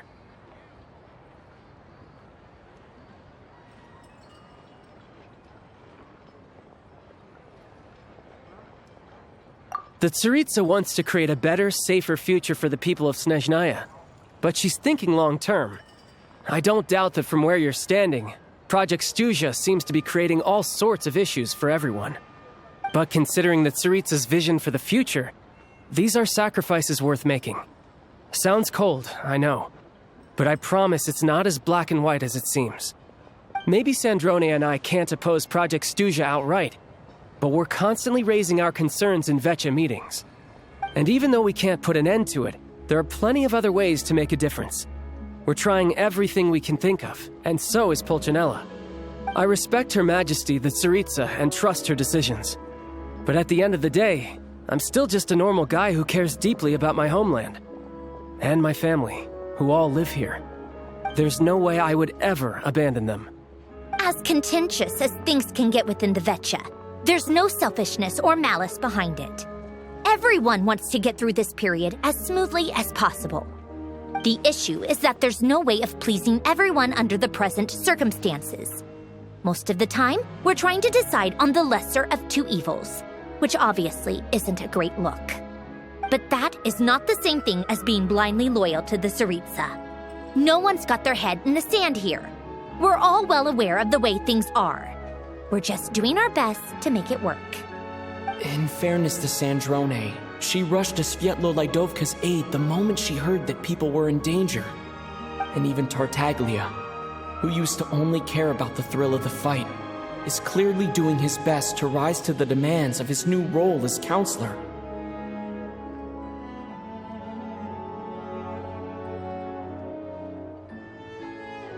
Hey, come on. There's only so much we can say, so don't press us too hard. Look, I know how untenable the Tsaritsa's position looks if you don't understand her motives. Maybe you've heard already, but she's currently leading her army on a campaign to the east to defeat the monster that's been causing these brutal blizzards. Striking that monster down will be a significant step in dealing with the present energy crisis. As laser-focused as she is on realizing her lifelong ambitions, she's still putting time and energy into taking down this powerful monster. To me, that says a lot.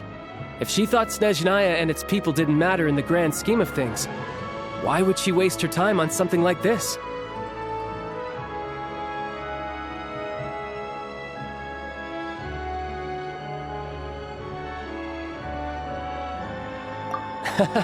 Thanks. I meant every word I said, though. I wasn't just trying to placate you. I've already done more than enough diplomacy for one day. I still think this adventurer raises a very important point. Our two harbingers have made their positions very clear. But there are many others in the Vetcha who must feel trapped and forced to vote against their conscience. I think it's a very valuable quality to be willing to speak one's mind, despite the risk of offending powerful figures.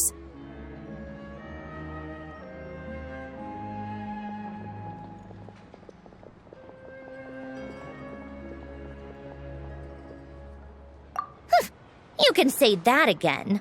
I highly doubt we'd feel the need to explain ourselves so much if we didn't know you so well. Forgive me, adventurer, but might I be so bold as to ask about your background? How is it that you can converse so openly with two harbingers?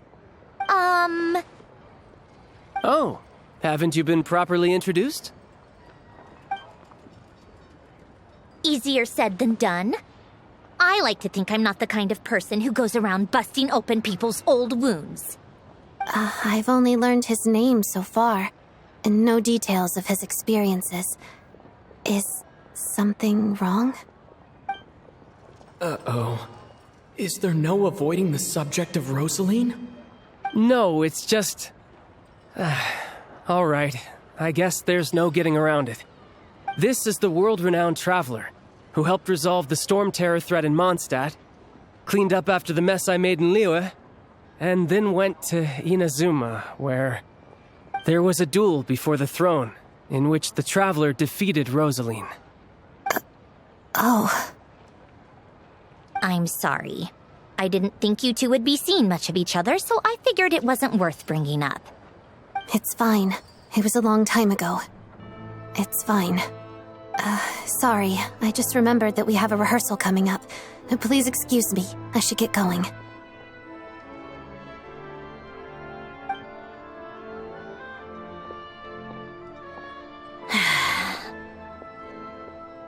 I've mentioned this to you before, remember? She was Rosaline's most valued subordinate. But they didn't actually get along. Not that Rosaline was really the type of person to make friends, but death has a way of resolving a lot of conflicts. Don't let it weigh on you. Like she said, it was a long time ago. It's in the past now. Odette has a very different personality from Rosaline. Give her some time. I'm sure she'll work through it.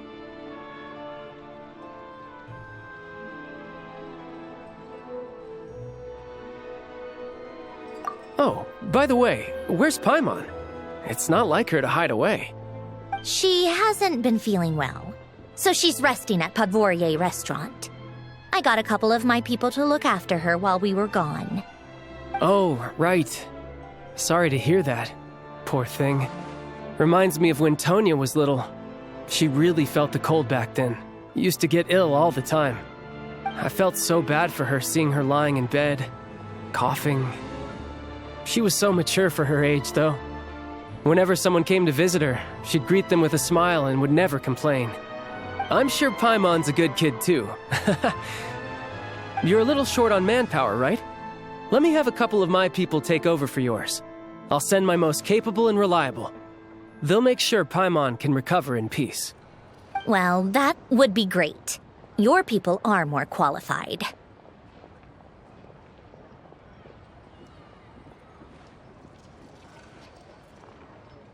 Hey, don't mention it. I'm sure you have things to do. Hopefully this takes a load off your mind. So no more accusing me of not being on your side, all right?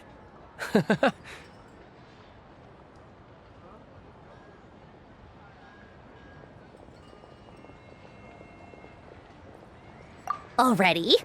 That was quick.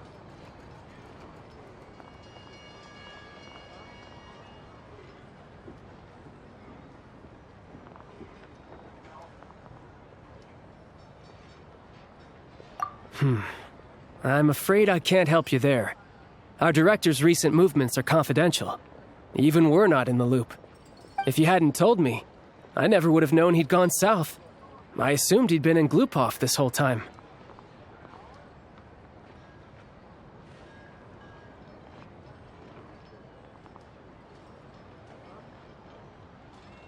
Well, I guess I'd better go sort out Paimon's security situation. I have some other work to catch up on at Glupov anyway. Me too. I have an incident report to write up. Let's leave it there for now.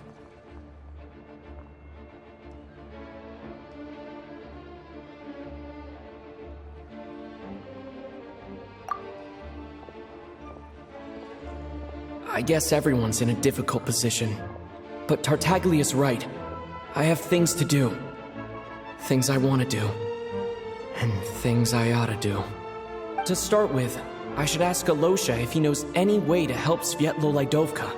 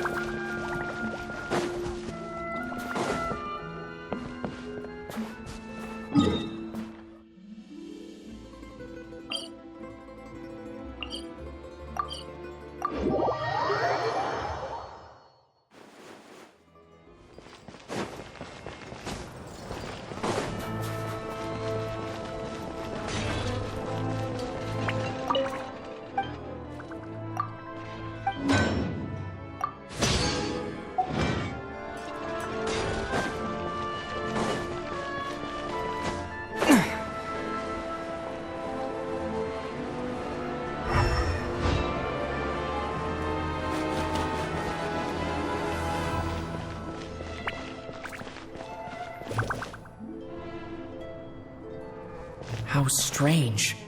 This sword seems to be vibrating of its own accord. It's a very faint vibration, but it's getting stronger as I get closer to the statue of the Seven. Does this sword have some connection to the statue? But all it does is vibrate, even when I touch it.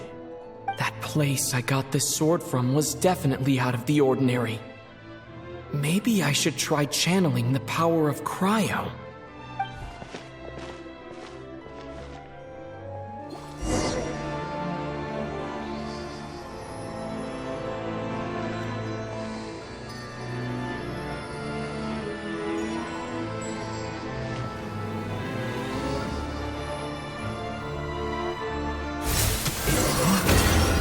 There really is something special about this sword.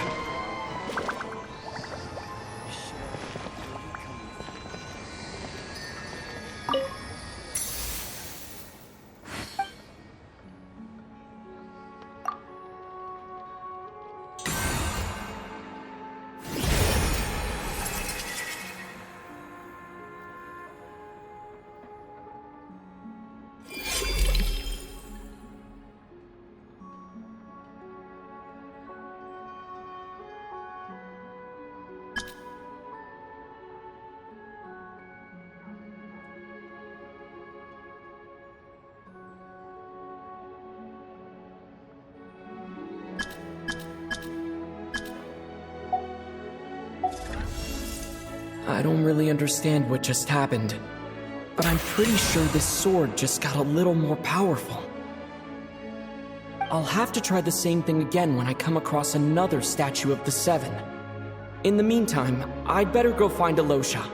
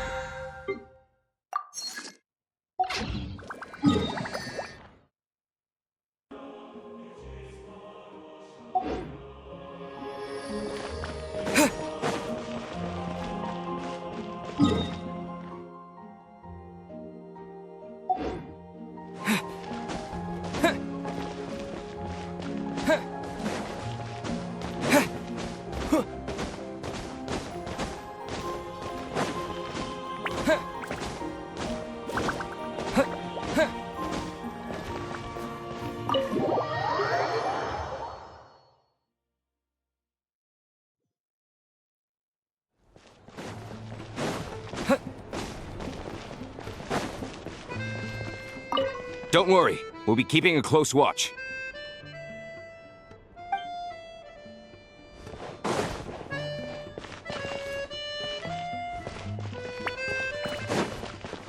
I'd better not disturb her while she's asleep. With any luck, I'll be back before she knows I was gone.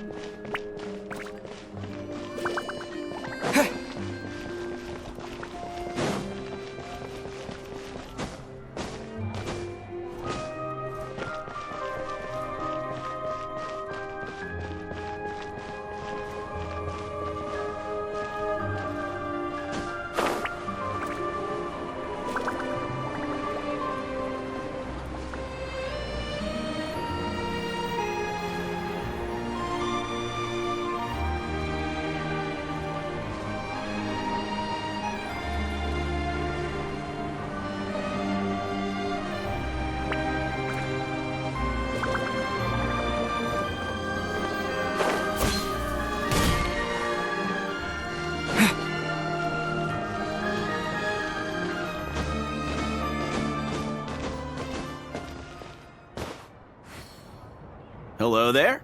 How can I help?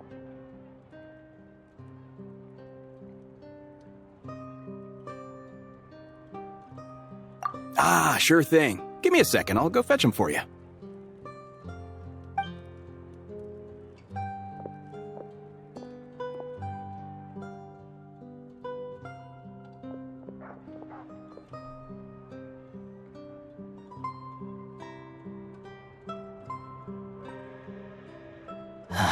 It's a familiar story. I've had similar experiences. Although Snezhnagrad doesn't deliberately delay or withhold relief, those first few days of waiting for help are always the hardest. It's a fundamental contradiction. If emergency relief can't be delivered in time, what's the point in even calling it emergency relief?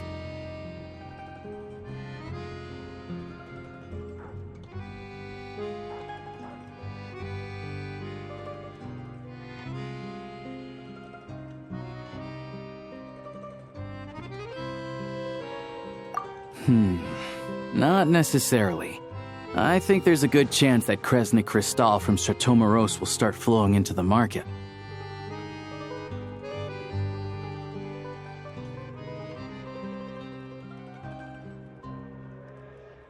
When we resolve Stratomoros' energy issue, it's like we open the floodgates. A huge backlog of crystal is now available to the townspeople. There's no way they can use it up at once. A lot of them will probably stockpile it and slowly work their way through. Probably a good idea, since energy prices are only going to keep rising. But there will always be people who urgently need Mora.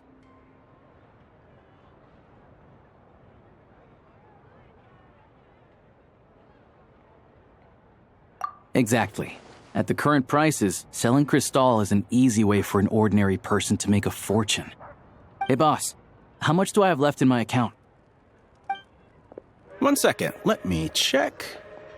So, you're planning on buying the crystal out of your own pocket? Yeah. I don't know if I have enough, so I'll chip in a little extra and buy as much as I can afford.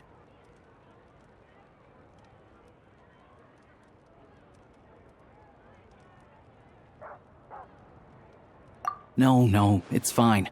You're new to Snezhnaya, and you have your own living expenses to worry about. Besides, you're already providing the train.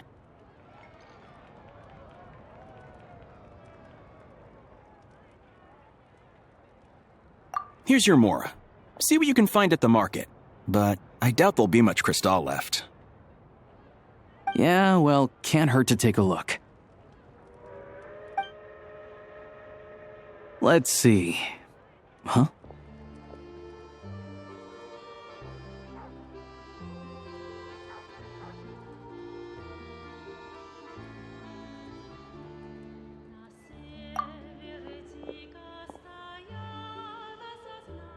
Oh, Alosha, and...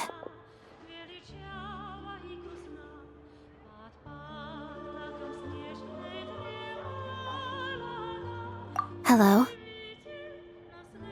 I didn't realize you two knew each other.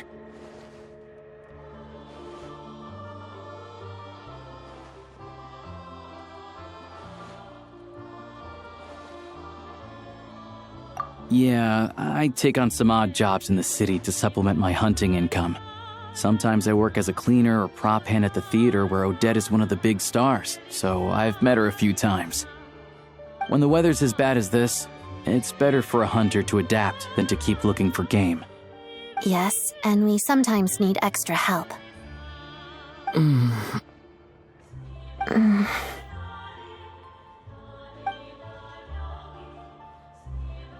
Wait, why is the atmosphere so awkward? I thought things went pretty smoothly in Svietlolidovka. So, what brings you here, Miss Odette? Looking for some new props? No.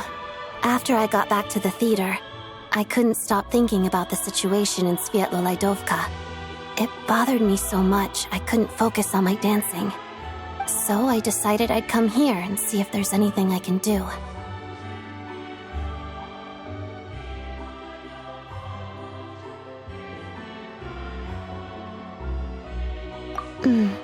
You too, I presume. I suppose that's why you're here. I didn't feel comfortable expressing my true opinions in front of the Harbingers. Not least because ordinary Fatui like me don't even know what Project Snezhnaya is all about. Without knowing the full picture, I can't make sense of it. And at some point, if things aren't making sense to me, I can't just keep going along with it. So many people feel the same way. They wish they could do something, but all kinds of reservations hold them back. Explains why groups like the Roadcott are springing up to fill the gap. Yes. Well, that's one option. But there are risks to consider with organizations like that. The Fatui does not encourage their activities. Right, because things can get out of hand, and it's hard to hold the right people accountable when they do. I've heard about a few cases like that. Sandrone said Odette was on track to inherit the title of the Fair Lady. If so, she'll be able to find out what Project Snezhnaya is really about. Still, it's probably a little soon to ask her about that. There may be more to the story. What's on your mind?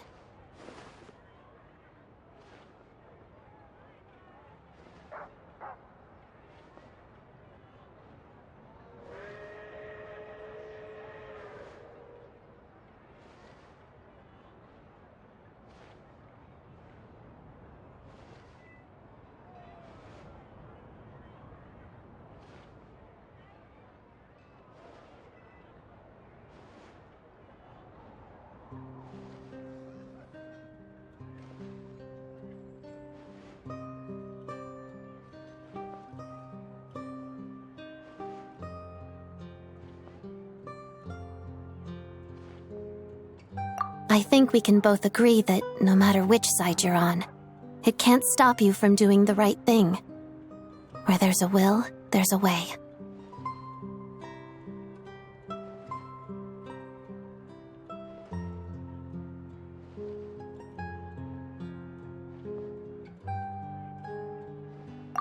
I know what Rosaline did while she was abroad. You made the right decision, so no hard feelings. So, what's your plan? Oh, we were gonna buy some Crystal. I heard there's some on the market right now. Funny, I had the same idea. In that case, let me pay. I can claim it back as mission expenses.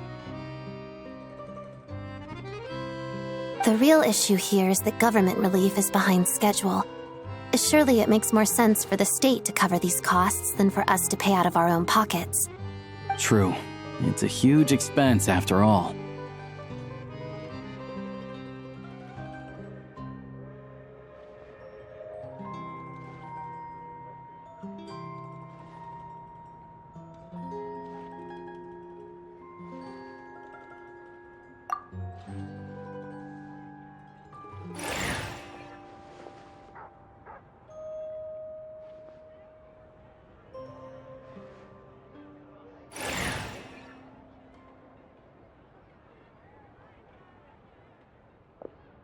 Let me see. I'll take it all, please. And I'll be needing a receipt. Right. Choose mission budget under the expense category, but be sure to specify emergency rescue operation in the description. Otherwise, the normal reimbursement limit will apply. Let's book this train. Regulations say that if we need to transport Kresnik Crystal during Project Stuja, extra carriages can be added 1 hour before departure.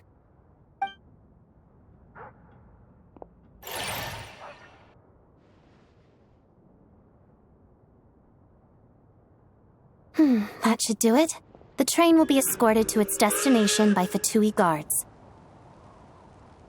This is my first time seeing you handle Fatui affairs, Miss Odette. It seems you're as skilled an officer as you are a dancer. You flatter me. It's only because I've been doing both my whole life.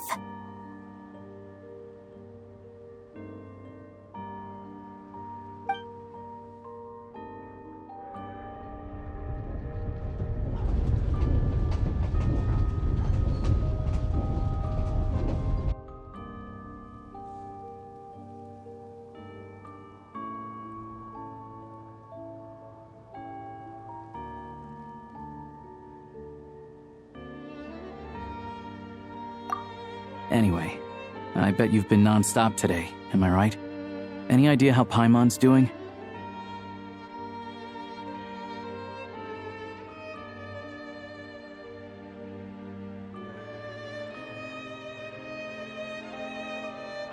What's wrong?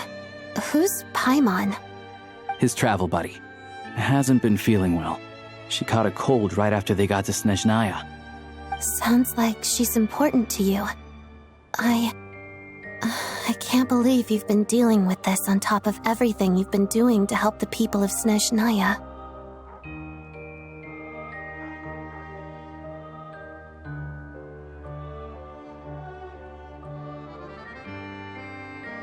I've got nothing going on right now, so I'll join you.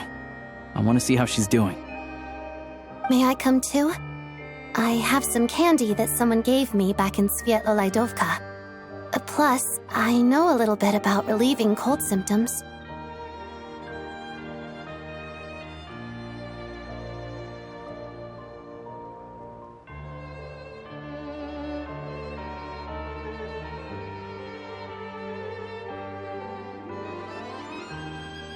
All right then, let's go.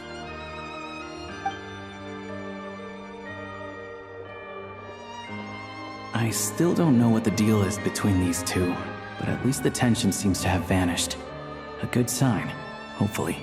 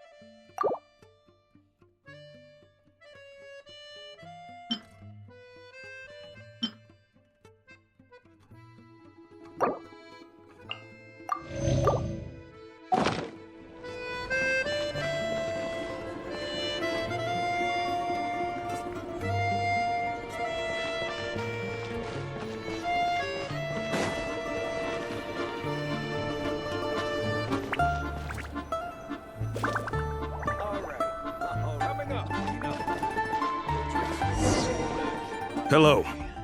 Sorry, but there's a sick person recovering in this room. Can I help you? What happened?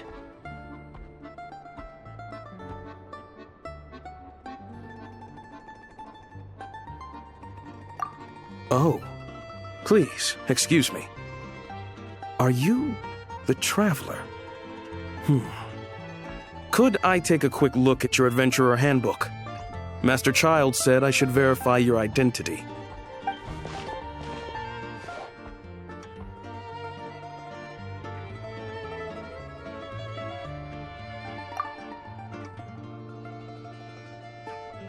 Ah, it's really you.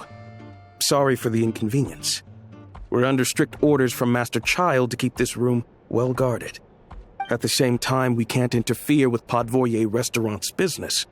That would only seem all the more suspicious and draw unwanted attention to this room. Besides myself, a few of my colleagues are stationed in and around the restaurant, in plain clothes, of course. Rest assured, you're in safe hands. I didn't expect such a high standard of protection.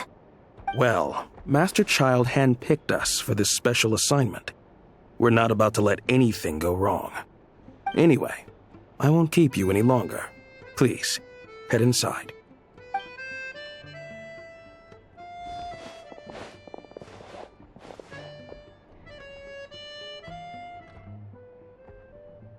Traveler! Alicia, you're back! Oh, hey! Who's our new friend? Hi, I'm Odette. The Traveler and I crossed paths a few times.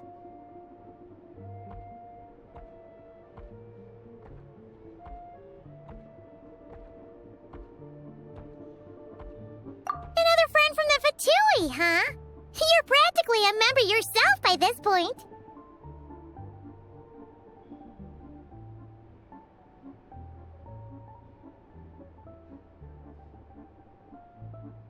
Paimon's definitely on the mend. We should be back to our usual travels in a few days' time. Seems like that doctor was right. It's just... Paimon's limbs are still feeling a little chilly. I have just the thing. Whoa! What's this? Is that a flame inside an ice cube? Wait, is this real ice? How's it not melting? And how does the fire keep on burning? All keen observations. You're right. This is called core ignis. Whenever I've caught a cold in the past, I found I recover much more quickly if I place this by my bed. You're welcome to borrow it. Awesome! Wow! It's so nice and warm! Oh, it's like magic. Your name was Odette, right? How did you two meet again? Looks like she's in pretty good spirits. That's a relief. Any progress with your investigation yet?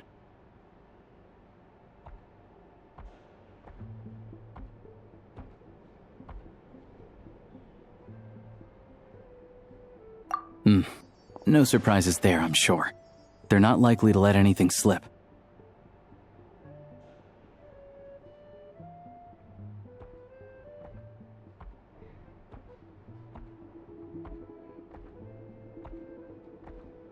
The Rokot, huh?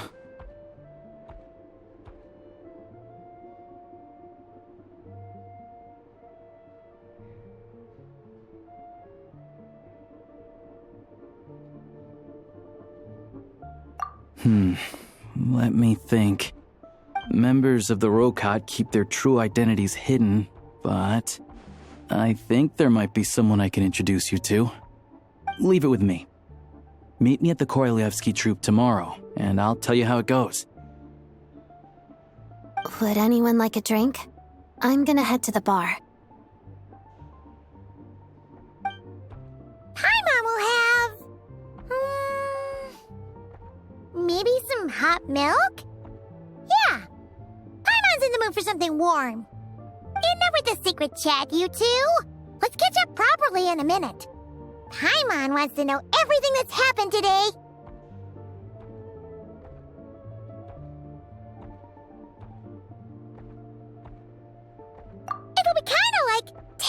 troop.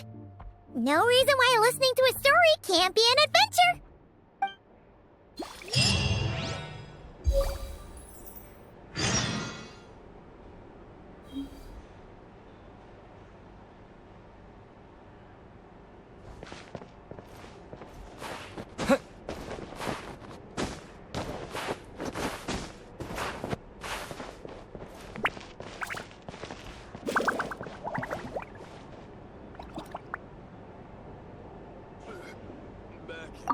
Hello again.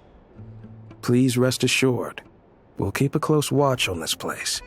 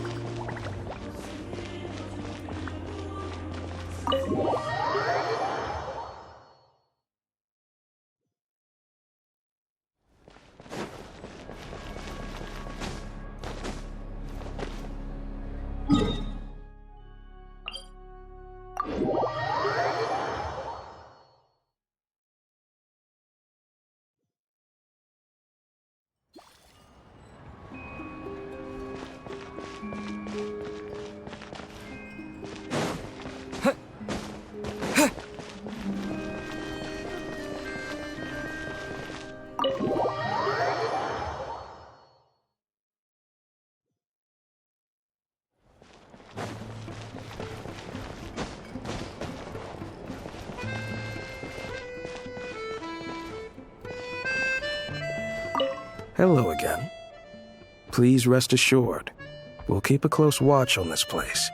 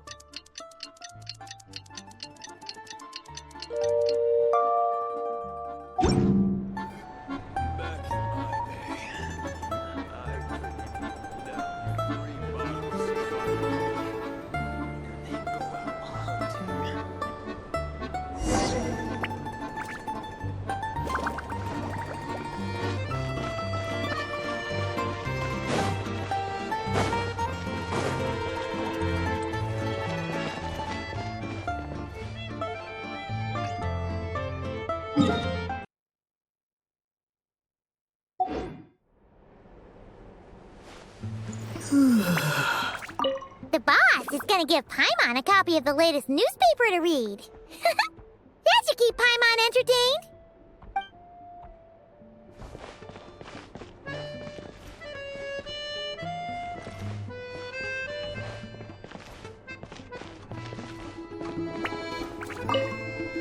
Hello again. Please rest assured, we'll keep a close watch on this place.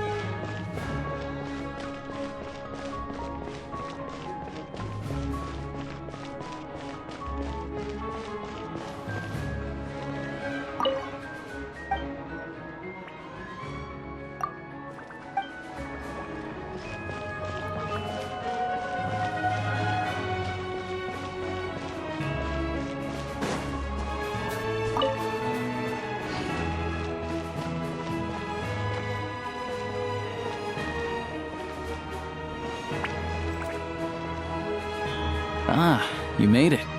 I've got some tickets, and I managed to set something up with the Rokot.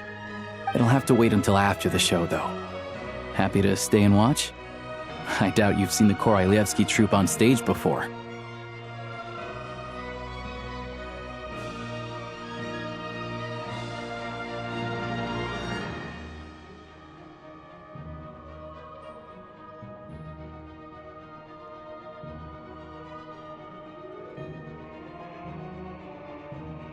Pleasure. Here, this is the way in.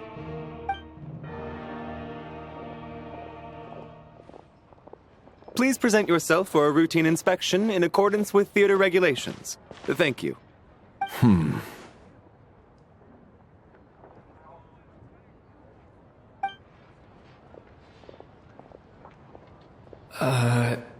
Is that guy with the Fatui? Looks like he's waiting for something. Okay, all done. Thank you for your cooperation. Please proceed through to the theater.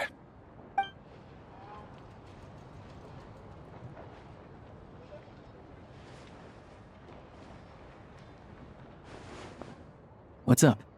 Everything okay?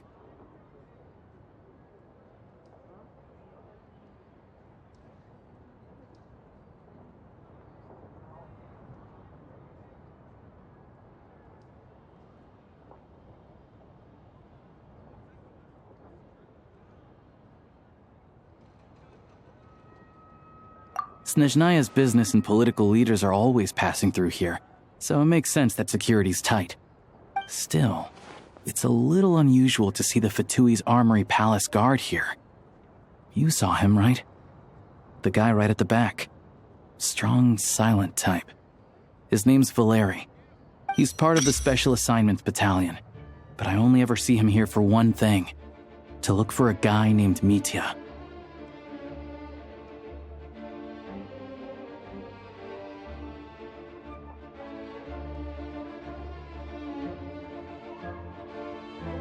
Supposedly a researcher, though he never seems to put much time in at the office.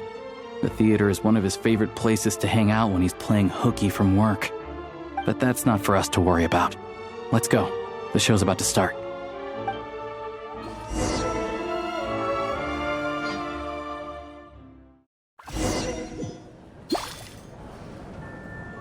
What do you think? Pretty impressive, huh?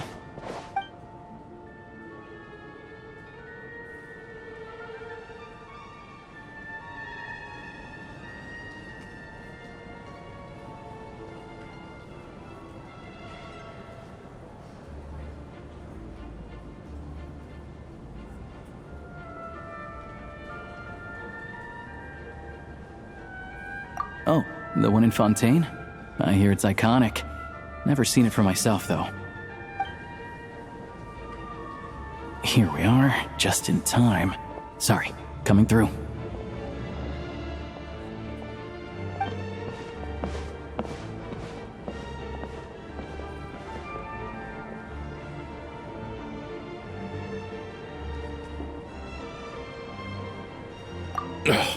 If you're gonna show up late, keep your mouth shut. What's his problem? Whatever. No point arguing with people like that. Look, there she is. That's who I'm introducing you to later. She's the lead singer of the troupe, Vodyanitsa.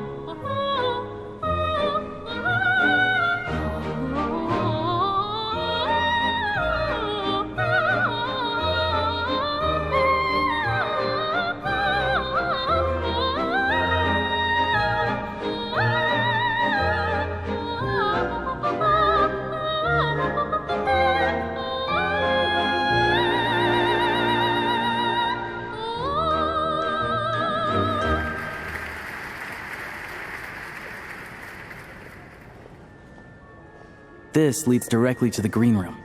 They're expecting us. Vodyanitsa will be waiting for us there.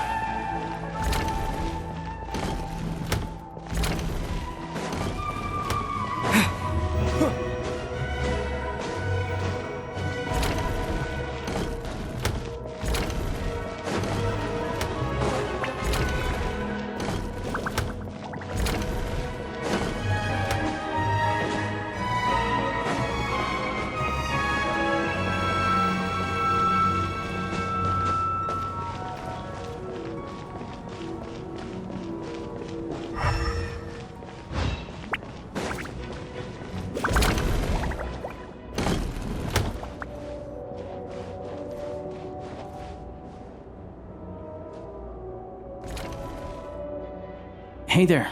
Excuse me. Ugh! Can you believe it? I am so mad right now. Come in! Oh, it's you two.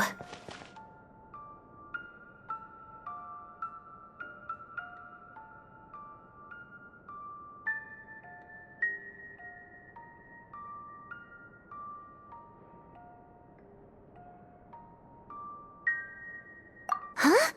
You know each other? Oh, wait. Is this who you were telling me about? The one you met yesterday and couldn't stop thinking about? I never said that. Yes, you did. Why are you denying it? It was right before I went on that rant about the moody factory owner. Oh, I remember it so clearly. Might I ask what brings you two here? Oh, I just brought him here to see the show. And when it finished, he was full of praise for Vodionitsa's performance. So I thought I'd try my luck, see if we could get the chance to chat for a bit. Maybe get an autograph? You work here. You of all people ought to know that's against the rules. It's not what the green room is there for. Oh, what's the big deal? Come on, don't be shy. I can give you an autograph. You can take a picture too if you want. Do as you please. I finished all my shows for the day. I'll leave you to chat.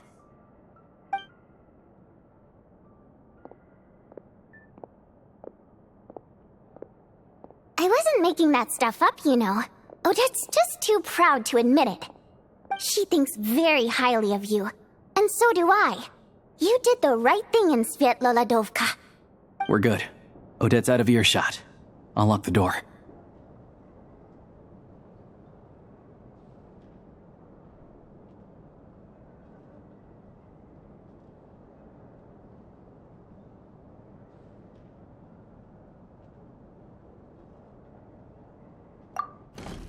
Confidentiality, of course. The Rokot is very strict on that. Whoa, Alosha! Not out loud! Not with an outsider here! Relax, I've taken care of it. Look at this. The President's reply sent this morning. Wait, so he's been approved to join?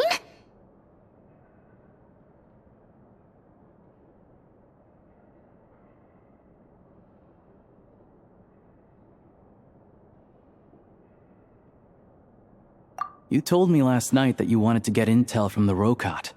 Unfortunately, Rokot intel is only available to members. But ever since you set foot in Snezhnaya, we've been working together. I've seen the way you work, your character, and your motives. Everything about you is perfectly in alignment with what we're trying to achieve in the Rokot.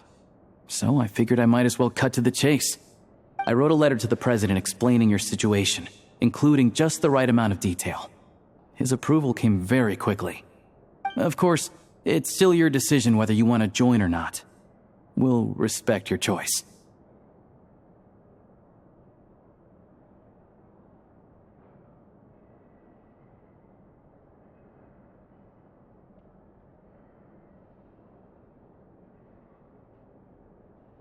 Well, assuming Odette was telling the truth and she didn't misjudge you, I guess we don't need to worry about you blowing our cover.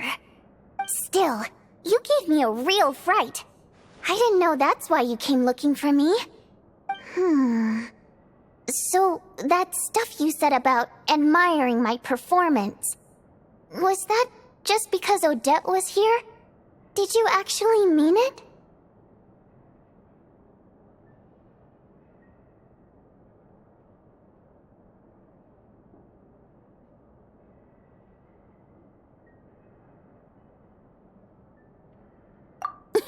Now you're talking. That's what I like to hear. Anyway, let me give you a quick rundown of how things work. Like I said, the Rokot is a covert organization, and we hide our identities. Members typically don't meet in person or even know each other's identities. This helps us maintain a high level of independence and secrecy. Because of this, members are basically free to decide their methods without constraints, so long as the outcome of any activity doesn't violate the organization's principles. After all, we don't have any ostensible contact with each other.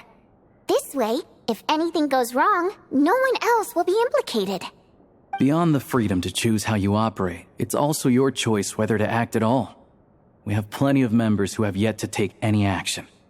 In short, joining the Rokot in and of itself won't place any restrictions on your activity in Snezhnaya. There's a code of conduct you can read if it interests you. But basically, as long as you don't plan on using your anonymity to go around doing evil, you'll be fine. I tried reading it 5 or 6 times. Never made it all the way through. Even the most lackluster script makes for more interesting reading.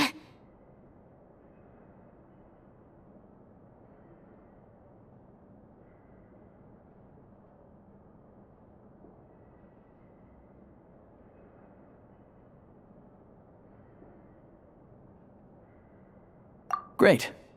Then I'll go grab an official application form. Be right back.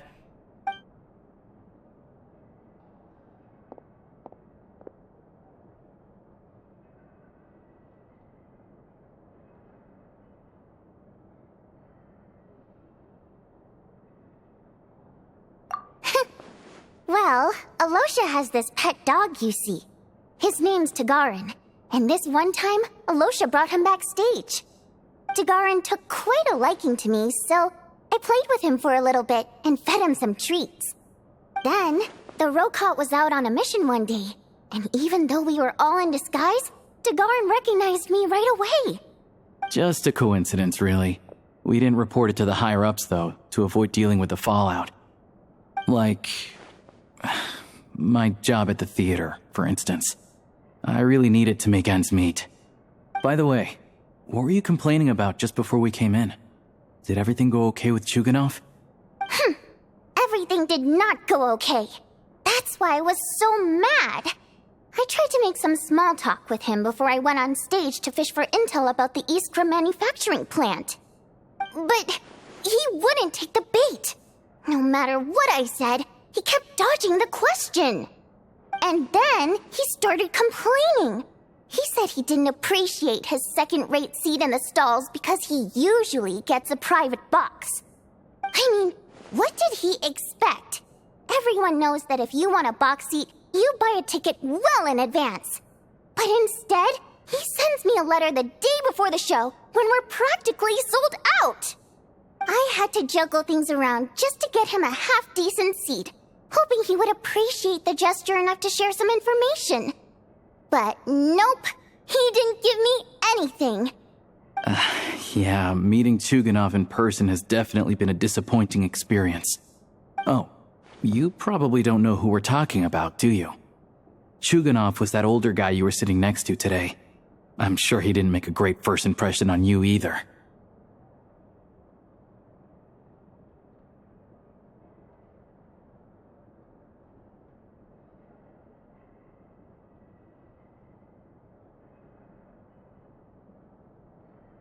To the citizenry, he's a family man and a kind boss. But our interactions with him tell a very different story.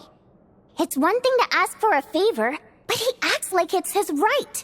He always expects special treatment.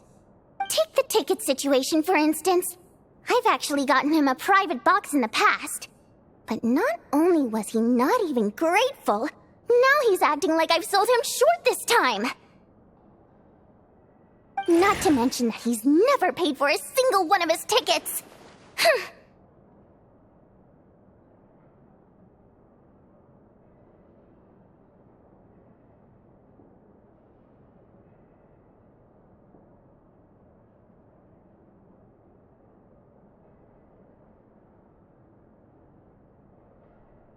And another thing, if he's such a big family man, why doesn't he bring his wife and daughter to see the show once in a while? I've never seen them here, not even once. Calm down, Vodyanitsa. If you won't do it the easy way, we'll have to try the hard way. But first things first. Here's your application form. Go ahead and fill it out.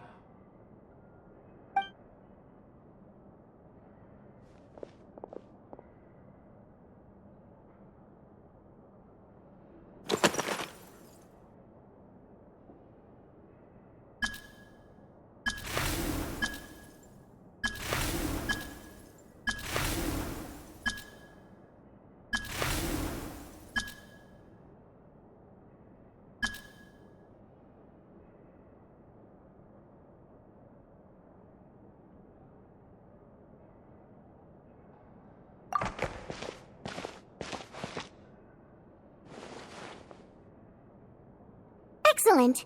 We'll hold on to this for you. All right. Now that we're officially Rokat comrades, I can tell you. Chukhanov is the target of our current operation.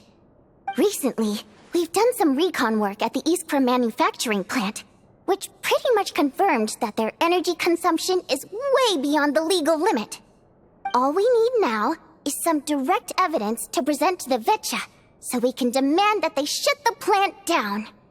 That way, the Kresnik Crystal can be allocated to where it's needed most. I was hoping he might let slip during one of our chats, but he's too tight-lipped. We'll have to find another way. I'm meeting another regular theater goer tonight, Mitya.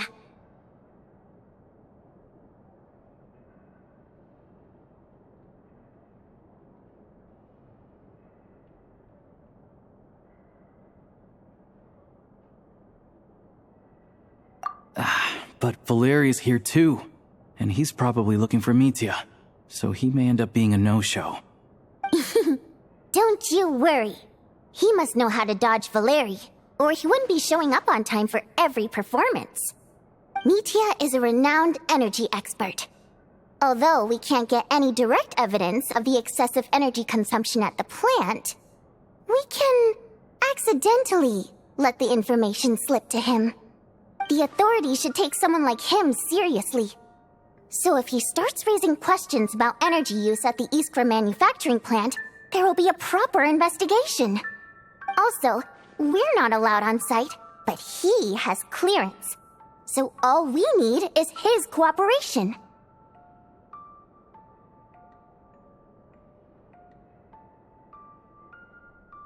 Yeah, so that's the other thing we're trying to figure out.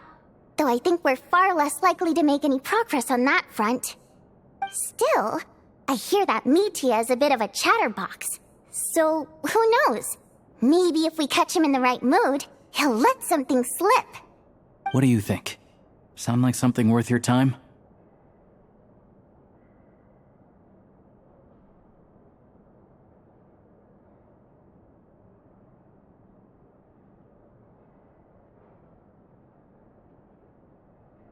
Okay, in that case, you guys find a seat somewhere nearby. Pretend you're a couple of buddies there to eat, and keep your ears peeled for useful information. He's a huge fan, so I doubt he'll have his guard up around me. But you two need to be convincing. If he suspects anything at all, he might stop talking. Sure. Don't worry. We'll make a believable pair of buddies.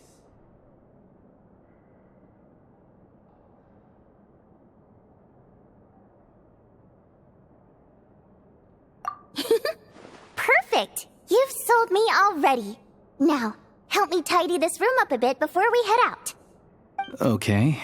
What needs tidying? Everything!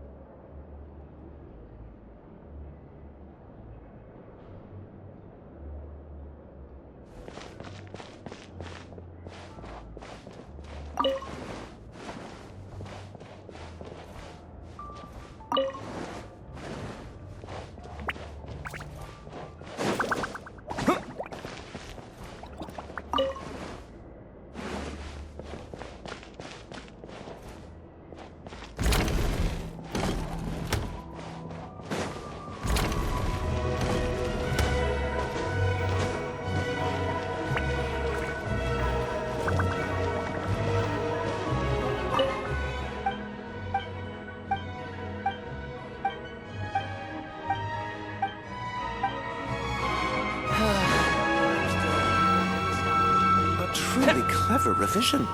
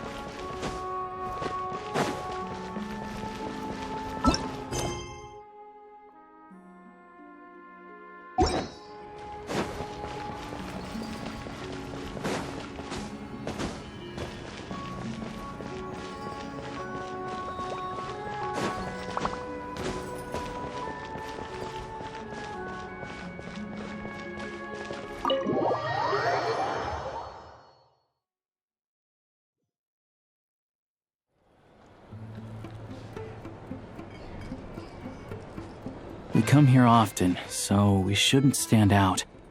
Let's sit here. Now, it's up to Vodyanica. Let's see how the conversation goes.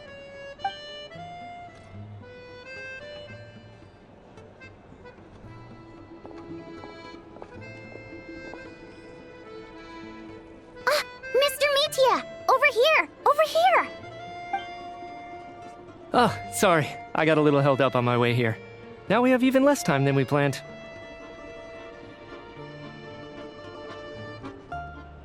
Go ahead and order some snacks and drinks. Whatever you like. Let me see. According to my schedule, we still have 25 minutes left. You're really pressed for time today, huh? I was imagining this would be a leisurely chat. If you'd prefer, we can always reschedule for another afternoon when you have more time. No need. Getting to meet the lead singer is a very precious opportunity for me. I'm not about to pass it up. I've already had to decline your invitation several times because our schedules rarely align. If I don't grab this chance while it's here, who knows when the next one will come around? Well, it's very kind of you to make time just for me.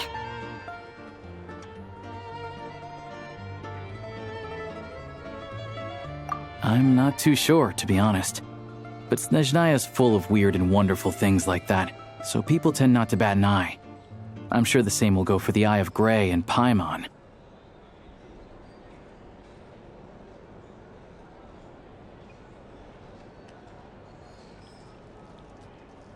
The reason I invited you out for tea and a chat today was to get some feedback from a true fan of the theater.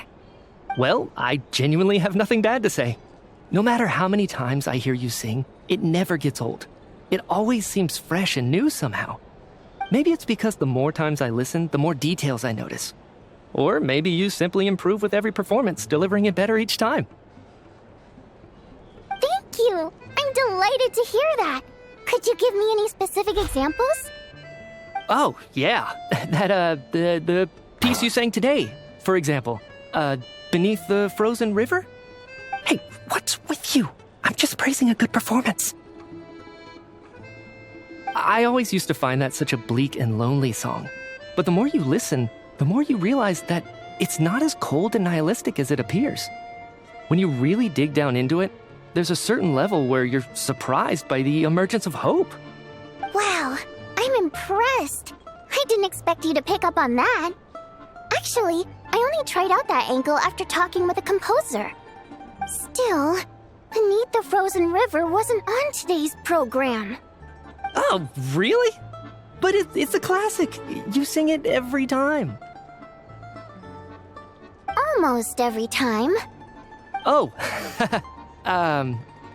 well then, let me say a few words about that other all-time classic, Flying in the Wind from the Mountain Sparrow. I didn't sing that one today either. My voice wasn't quite up to it, so I switched it out at the last minute. Oh, but, Sorry, Mr. Mitya, but you were at the theater today, yes?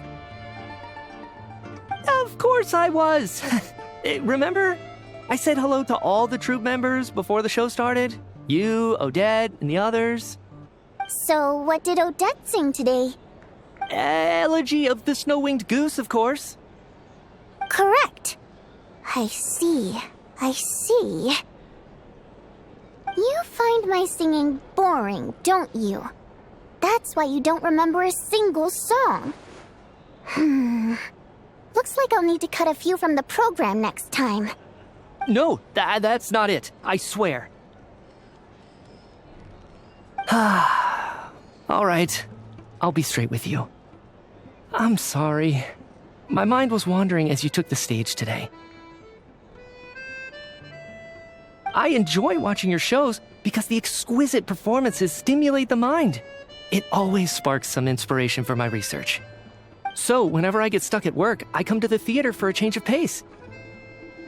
Odette's dance during the Elegy of the Snow-Winged Goose today was simply incredible. It got me wondering what she's been going through recently. That look of sheer defiance in the face of utter tragedy? It was so inspiring. I started scribbling in my notebook right away.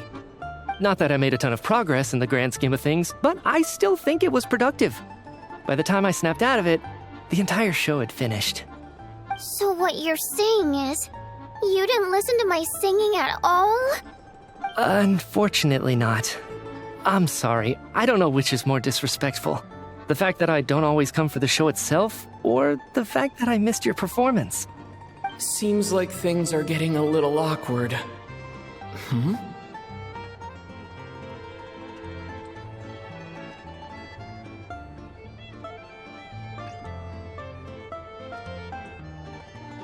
Nitya just stepped into a conversational minefield. If there's one thing Vodyanitsa doesn't like, it's people who show disrespect for her performance. This meeting was so hard to set up. Don't tell me it's already falling apart. It's fine. I suppose this is affirming in its own way. At least, it shows that our performance really touches people's hearts, right? Don't let it bother you. It certainly doesn't bother me. She's showing a lot of restraint.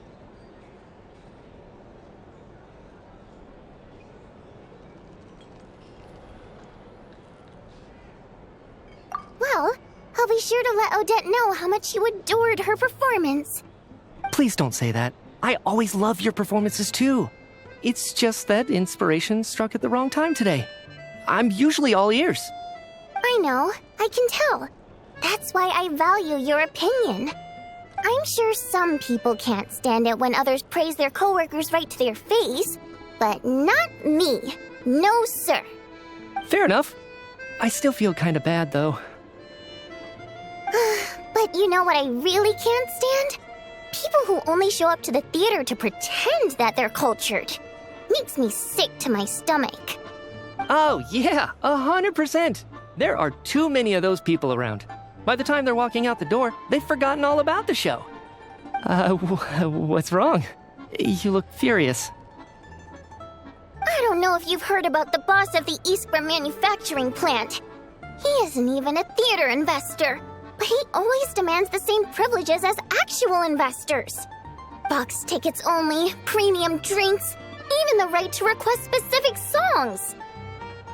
Well played, Vodyanitsa. Seems like she's harnessing her rage to steer the conversation back on track. Now that you mention it, I've interacted with that guy before. I gotta say, everyone holds him up as an example of a benevolent businessman, but I don't know. I don't see it. Yeah, he couldn't care less about what's happening on stage. He's just there to flaunt his social status. I hate that I have to prepare programs for guys like that. What's the big deal with that factory he runs anyway? I asked around a bit and heard some pretty shocking stories. Sounds like he's just another greedy capitalist. Oh, really? Yep, the things people are saying are pretty damning. Low wages, insanely long working hours, equipment running around the clock. And as if that's not bad enough, he also strictly forbids his employees from giving any kind of interview. Project Stuja has now been extended so many times, we're at the point where crystal rations for the common folk are barely enough to survive on. Yet he even wants to get his greedy hands on them just to boost his own profits. If the rumors are true, he's in serious violation of the law. Interesting. So you've heard about it too. What? So it's really true? Who knows? I've only heard the same rumors you have. But there's no smoke without fire. The Rooster's been coming down on us hard lately, demanding that we track and trace every single batch of Crystal. My coworkers in the Department of Energy have been tearing their hair out over it. The Rooster? I didn't realize he cared that much. Yeah. Even though there are no restrictions on Crystal trading, the poor will wind up freezing to death if we let the rich buy as much as they want. That's clearly unfair. Looks like we'll need to arrange an investigation into the Iskra manufacturing plant as soon as possible. I never knew you kept up with current affairs beyond the theater, Miss Vodyanitsa. You really have a heart for the common person. Most Fae in your position have long been indifferent to the plight of humans. Well, those of us who choose to live in human cities are naturally going to pay attention to any significant upheaval. Isn't the Rooster a Fae himself? I'm just surprised to learn that even someone with as much experience as him is getting so stressed out over Project Snezhnaya. What is the end goal of this project anyway? This is it. We're finally going there. I'm sure Mitya can sense on some level that she's fishing for information. But since their conversation is so relaxed, he might just let something slip. It's stressing me out too. If I'd only made better progress with my research, things wouldn't have dragged on this long. Oh, so your work is related to Project Snezhnaya? That's right. The Armory Palace needs a brand new energy source. Not the power of the Light Realm and not elemental energy. Right now, the only thing that meets the requirements is the power contained within stellar linchpins. But harnessing that power is costly. Each step of the process requires enormous amounts of Kresnik crystal, from extraction to quantification to attempts at conversion. Progress has been painfully slow, and the team is getting burned out as time goes by. Sometimes, I see people staring into space as if in a trance. Could it be that this new energy source has side effects? No, it doesn't affect us, because the energy is used for... Okay, I got it. Stop choking me. Sorry, I can't talk about that.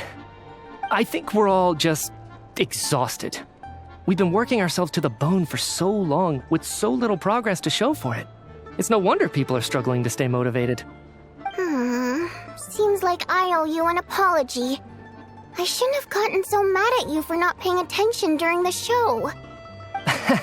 Don't worry about it. I count myself lucky, to be honest. I don't envy the people who work closely with the Tsaritsa herself. I'd much rather be in my current position. At least I don't have to shoulder any major responsibilities. So they're trying to develop a completely new kind of energy.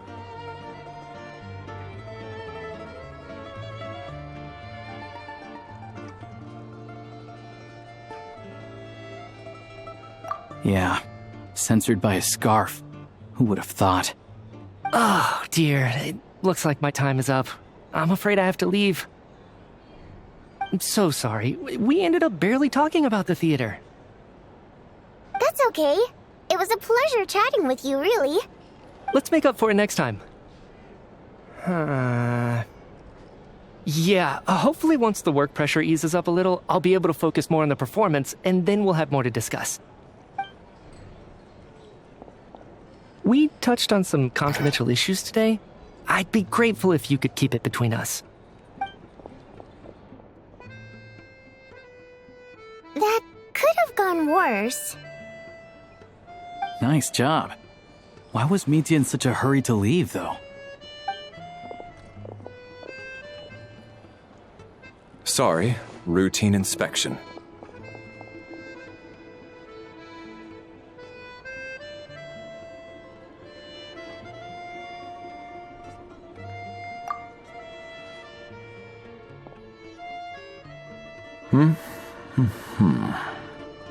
Okay, let's go. So he wasn't rushing to get back to work. He must have calculated that Valeri would find him here in exactly 25 minutes. That's frighteningly accurate. One of the main duties of the Special Assignments Battalion is to ensure that important figures stick to their schedules.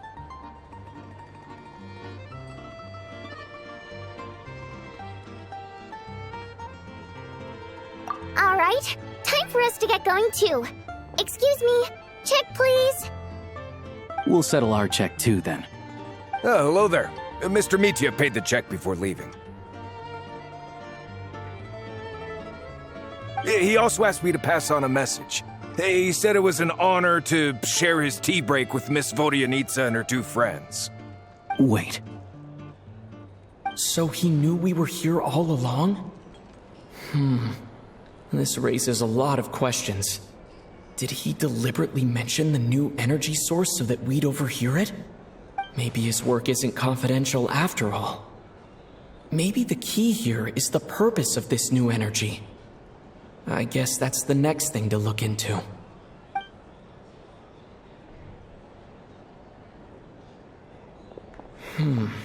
Vodyanitsa and Alosha have left. Time to head back and call it a day.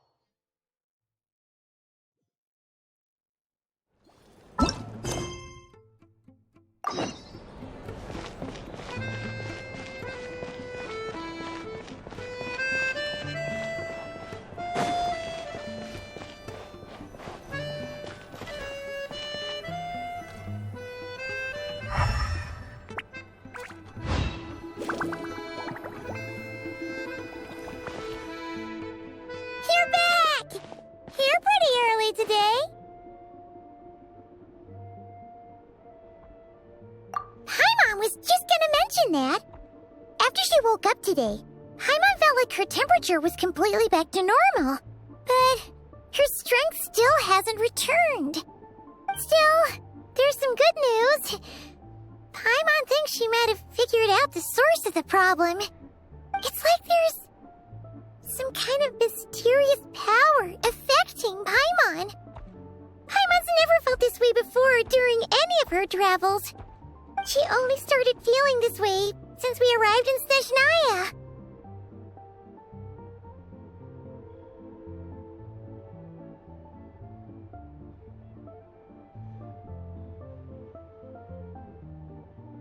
That's right. The Armory Palace needs a brand new energy source. Could that have something to do with this?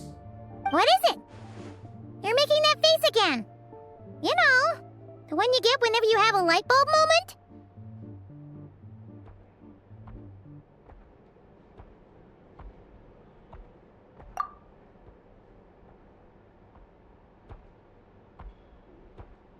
So, they're trying to develop a new energy source here? And you think that might be why Paimon's feeling unwell?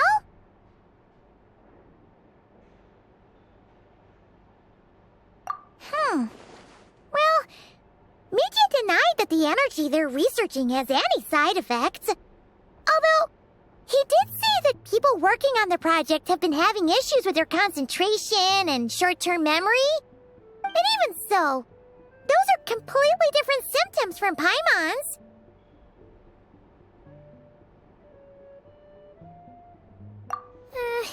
It's pretty faint, so it's kind of hard to tell.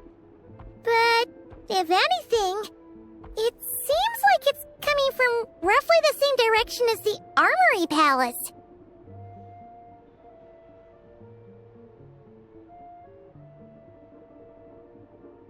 Sure, Paimon's with you there. But how, though?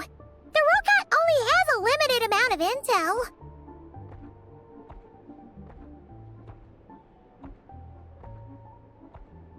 Oh, great point! They argue about Project Stusha every day.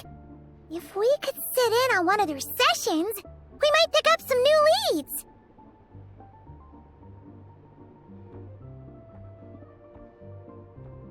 Good idea! Oh yeah, while you were out, Paimon tried all the yummiest looking desserts in the Potpourri restaurant. This one seemed right up your alley. So, Paimon saved some for you. Come try it once you finish writing your letter.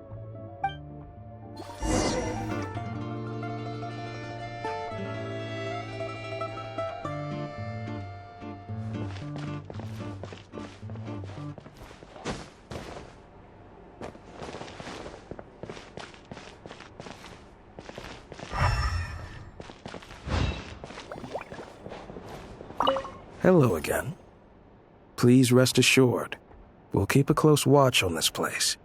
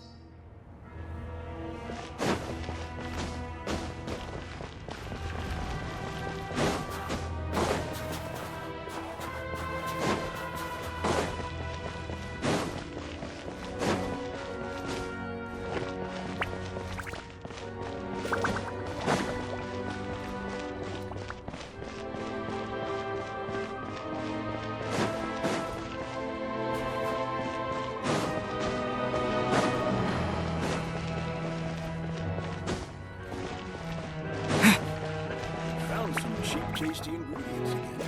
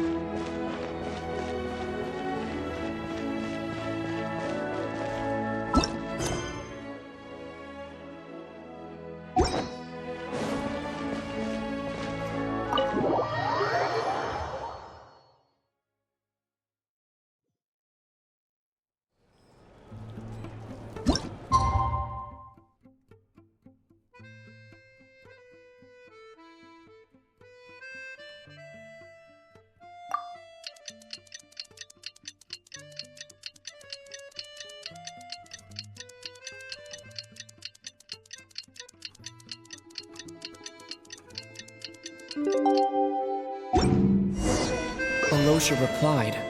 He says that we won't be able to speak at the Vetcha, but he can arrange for us to attend as visitors. Time to get ready. Then head to the Snezhnaya Vetcha.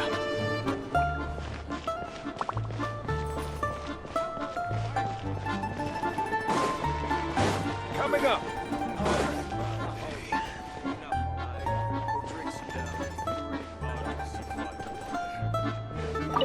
Hello again.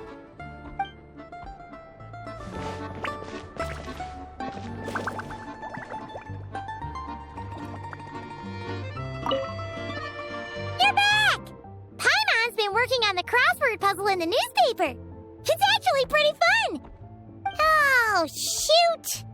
Paimon forgot the next word. Oh, she had it a moment ago.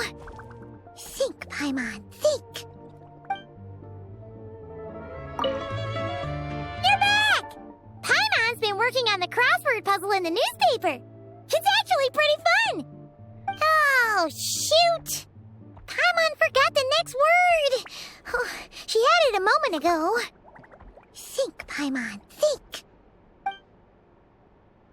You're back! Paimon's been working on the crossword puzzle in the newspaper.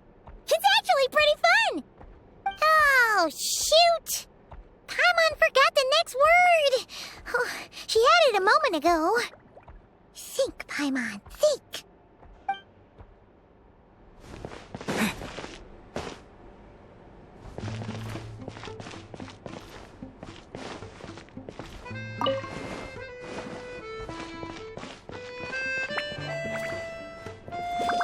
Hello again.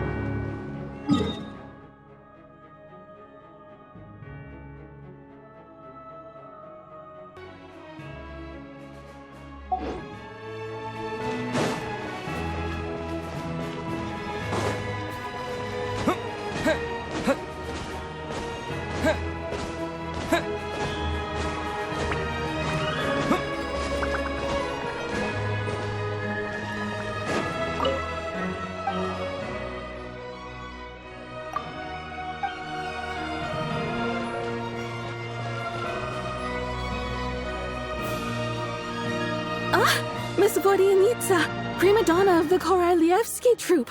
What a surprise meeting you here. Will you be sitting in on a session of the Vetcha? Sorry, I'm not taking interviews today. Oh good, you're here. The session's about to begin. Let's get inside. Please wait, Miss Vodyanitsa. Could you introduce me to your new friend?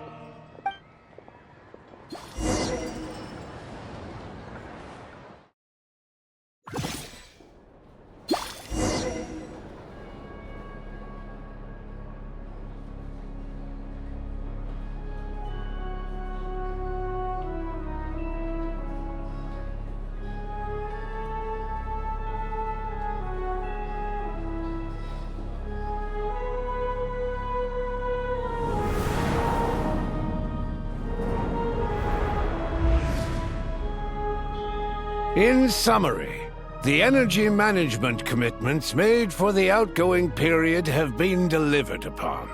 Furthermore, both the production and consumption of Kresnik Crystal show clear signs of stabilizing. The relevant agencies have assessed the present circumstances and determined that the status quo can be sustained until the next period. For detailed statistics, I would refer you to the industry reports that have been distributed to all persons present. It should also be noted that while the recent blizzards have led to a significant increase in people's energy expenses, this is strictly a short-term phenomenon associated with a remotely located monster. Her Majesty the Tsaritsa is giving her full attention to this matter. We should have every confidence that it will be dealt with swiftly and conclusively. A financial report on disaster relief is also present in this report, courtesy of Pantalone.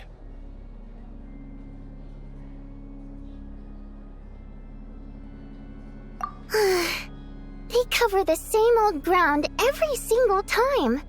The rooster never seems to mind, but everyone else is getting tired of it. There's a general lack of trust.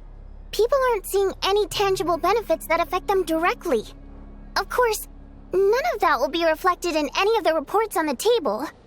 Yeah, if it weren't for these hard copy documents, I could have at least made something up.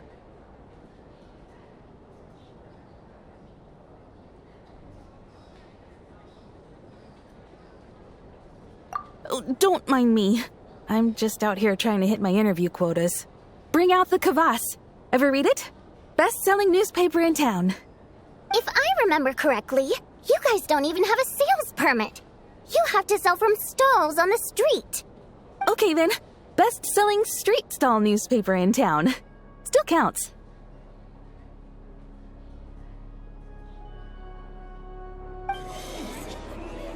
Order! We will now open the floor to the representatives. If there are no further substantive issues to discuss, we will then proceed to a vote on this motion. Snezhnaya has a long tradition of treating members of the Fatui armed forces and their dependents favorably. But recent surveys shows that Fatui families in remote areas have access to 15% less crystal than the average civilian family in Snezhnograd. It's been said many times before, but it bears repeating now. There needs to be a clear and consistent rationale behind how crystal is allocated, or we will soon face immense public backlash. Perhaps you wouldn't need to keep repeating yourself if you would hear me out for once. I say again, true consistency exists only in principle. In the real world, fairness is relative. You appear to treat resource allocation as a simple function of production and population. So what about when the equipment used in production breaks down? Have you factored that into your equation? And do you even know how long it's been since Snezhnaya last conducted a census? If I knew the answers to questions like that, I'm sure I'd be a very wealthy man. And I doubt I'd be going by child. I'd like to bring the focus back to the specific issue I raised. Or do you wish to deny that favorable treatment for Fatui dependents is our long-standing policy? It's easy to be a critic when there's no accountability. That seems to be a running theme in the anti-Project Stuja cohort. Defeat the ringleader and all other problems will magically resolve themselves. That's what they seem to think. But in case you aren't aware, not one jot in my report would change whether Project Snezhnaya continues or not. So you have no intention whatsoever of finding a solution to this problem? On the contrary, I'm the only one here who ever brings solutions. Child opened by speaking up for the armed forces. Regrator struck back with style and a war of words ensued.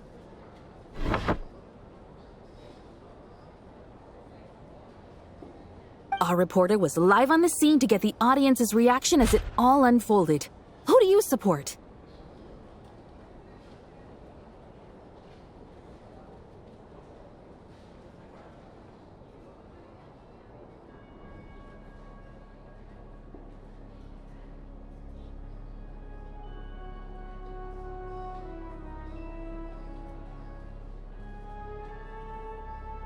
The people have spoken! Regrator delivered a deft rebuttal to Child, as we've seen so many times before. But how could Child take this lying down? Now you see why they don't have a sales permit.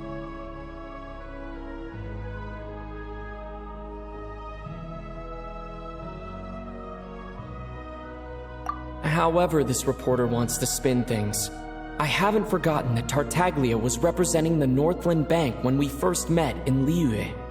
So surely, their relationship can't always have been this strained. You two are getting off topic. Let's focus on what the data is saying. Mr. Pantalone, may I speak on your behalf? Oh, please do.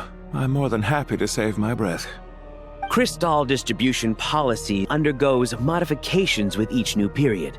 The ultimate goal being to find the most reasonable method of allocation, which I believe is what Mr. Tartaglia also seeks. But I fear many may have been misled on this topic by extremist activists. To clarify, Project Snezhnaya is not the root cause of the problem. It is merely a framework for resource distribution. The most recent reports all point to Snezhnaya's resilience and adaptability during this period of fine-tuning, and give clear indications that a distribution framework is improving with each iteration. To make drastic adjustments without first considering the risks would likely do more harm than good. It would be a waste of the hard-won experience we've gained to date. Renowned scholar of finance, Arapov spoke up to clarify the fiscal logic, clearly alluding to social organizations like the Rokot in his words. With the notorious Lelek still active to this day, should the Rokot be held responsible? No, there is someone else to blame.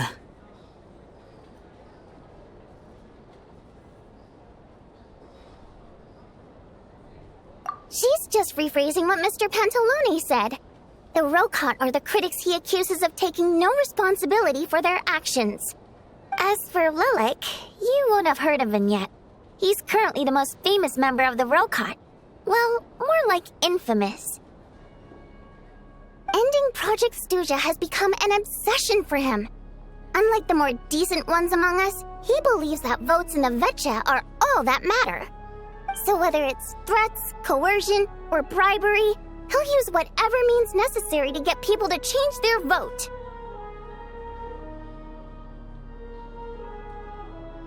And since we're already on the subject, what do you think of Lelek's methods? Are you for or against?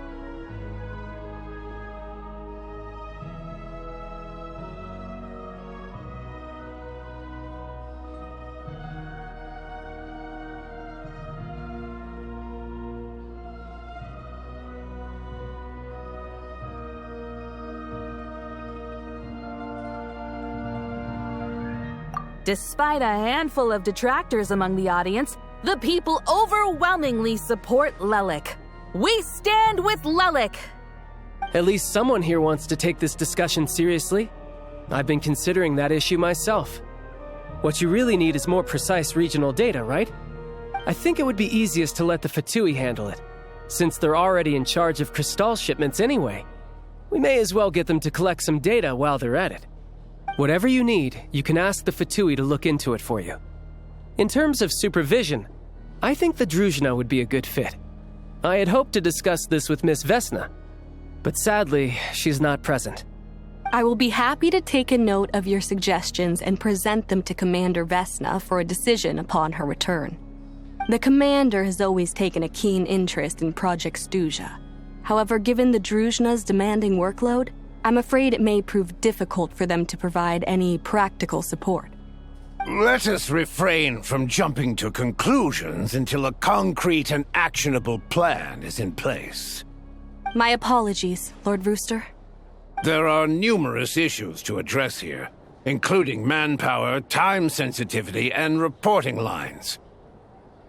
Nevertheless, I support drafting a proposal. Follow the usual procedure, and it can be raised as a new motion for all parties to evaluate at the appropriate time. In that case, I'd like to share one thought before the proposal is drafted. The issue of time sensitivity was raised just now, which I presume relates to the official reports. In fact, the Energy Commission already collects regular statistics on each urban center and its surrounding area. Would these be of any use? That's a good idea. I read every issue of Sviet Lolaidovka's report, and although my focus is mostly on the section about equipment operation, the energy consumption statistics also yield a lot of insights. Be that as it may, does no one see an issue with using local data to determine crystal quotas? In the long term, it seems like a very risky solution. Not if they are used purely for reference. So long as we have the report from the Northland Bank's headquarters to corroborate it, no one will be able to fool me. Very well, then. It appears that this arrangement is acceptable to all parties. Yeah, sounds good to me. The members reached a provisional consensus on the issue of improving treatment for Fatui soldiers.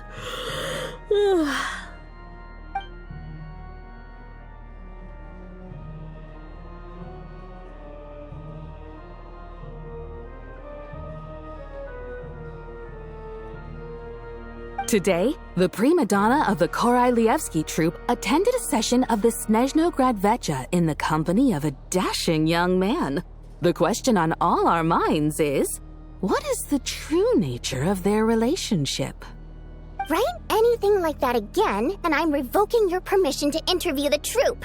Got it?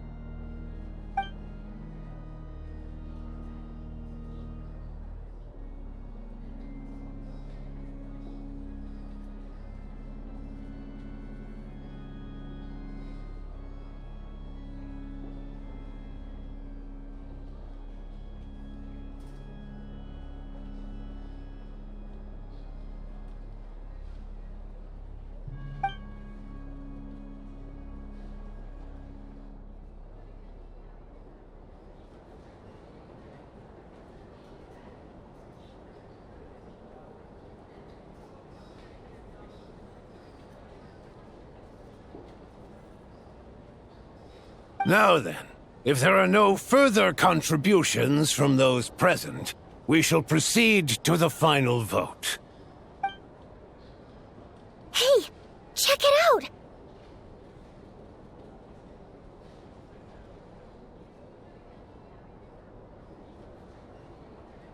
What made him vote against? Why now?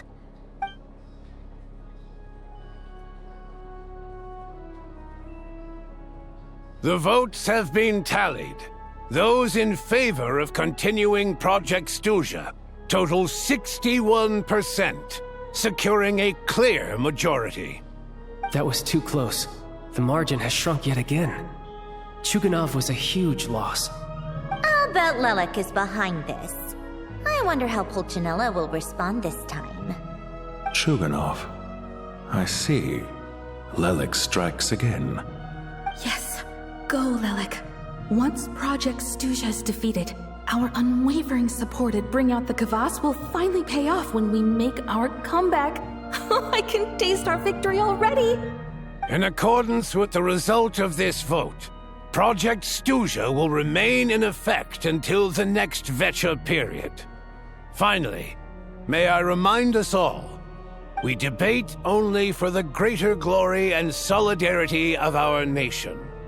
May the aurora shine ever on, and the tundra always stand firm. The session is concluded.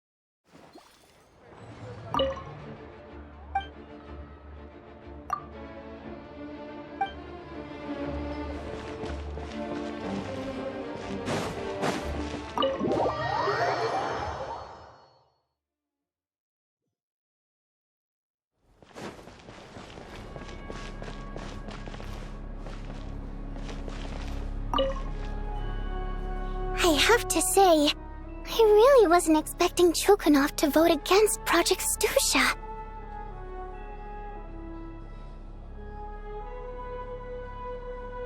Well, in principle, Snezhnaya's business and political elites ought to be the ones least likely to oppose it. As we heard, Project Stusha is basically just a resource distribution framework that requires everyone to cut back during the winter. But even if the policy got cancelled, the Tsaritsa's energy needs wouldn't suddenly go down. The extra demand from the public would have to be filled from somewhere. So logically, the factories would have to take the hit. I got a letter from Mr. Mitya just before today's session. He said he's confirmed that there are issues around overtime and excessive energy consumption at the Iskra manufacturing plant. In a situation like this, once the Rooster receives the report, he'll order the factory to halt production and submit to an investigation before issuing a penalty. But that's a week-long process, and thus didn't make it onto the Vetcha agenda this time. I don't think he suspects anything so far.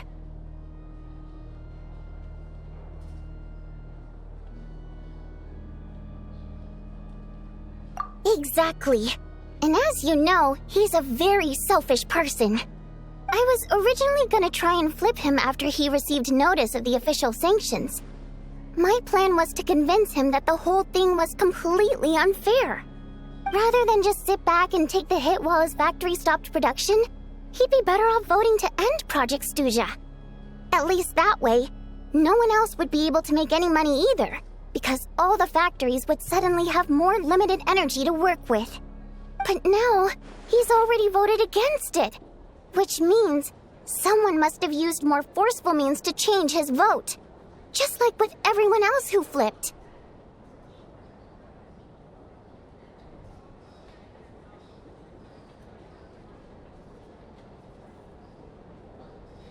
Yeah, no one knows why Lilac is so obsessed with ending Project Stusha, but by the looks of it, he's inching closer and closer to success. Lilac must have strong motivations, given how he'll stop at nothing to achieve his goal. Maybe he knows the full truth of Project Stuja. Maybe my next step should be to focus on him. Oh, right. What are your plans for the rest of the day? Shall we head out?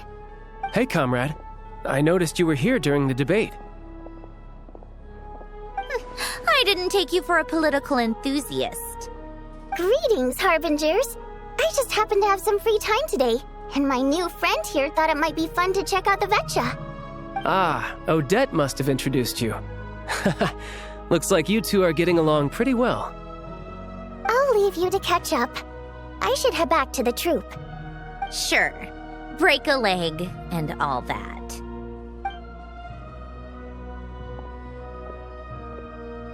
Thought it might be fun to check out the Vetcha, did you? Things are never that simple with you, Traveler. There's no way you're here for kicks and giggles. Tell me I'm wrong.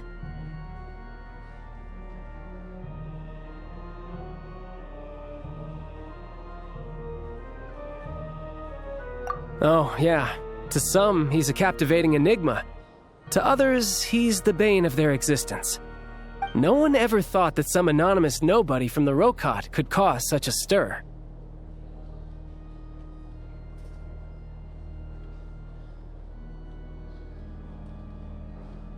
Huh? You want to look into Lelik?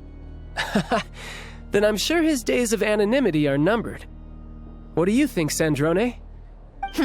Fine by me, I guess. If the Traveler actually manages to expose Lelik, it'll be doing Pulcinella a favor. In return, it seems fair to let him in on what we've learned so far. My thoughts exactly. Sharing is caring, after all. Head back to Glupov and grab the files on Lelik.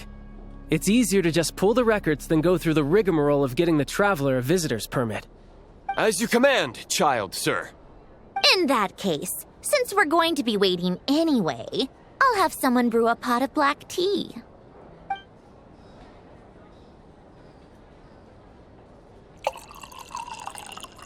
One common thread among the many incidents Lelik has been involved in is that the victims are all too scared to share any real information about him. Clearly, he must have threatened them in some way. His modus operandi is to silently infiltrate the scene and leave a threatening letter behind. But neither the letters nor the crime scenes ever yield any clues to his identity.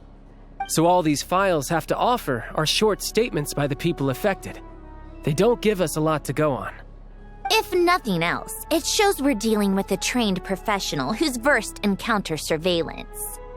Yes, and to that point, he often strikes in highly secure locations. The victims are high-ranking and influential people who take their personal security very seriously.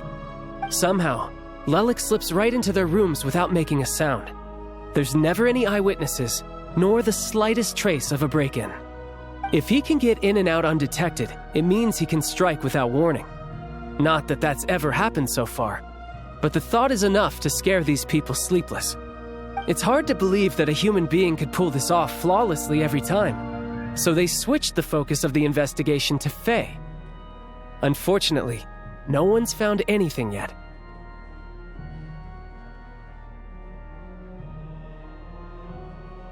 Careful, don't underestimate me. Although truth be told, I'd probably find it hard not to blow my cover. Direct confrontation is more my style. We haven't ruled out the possibility of Lelik being human. It's just, there can only be a handful of people in all of Teyvat who'd fit the profile. Faye, on the other hand, plenty would have the ability, but few would have the motive. No, not as strong as me. You'll never find the culprit with criteria like that. Let's go with a little weaker than me.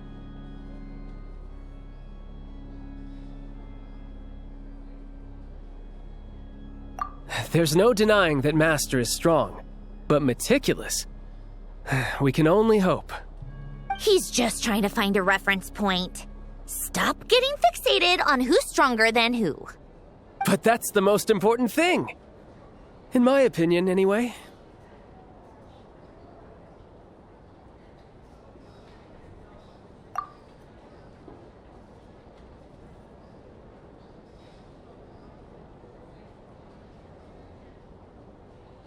Odette? Yeah, that seems about right. Her skills are solid, and she's always calm under pressure. Except she's Fatui, so the likelihood of her working against us is pretty low.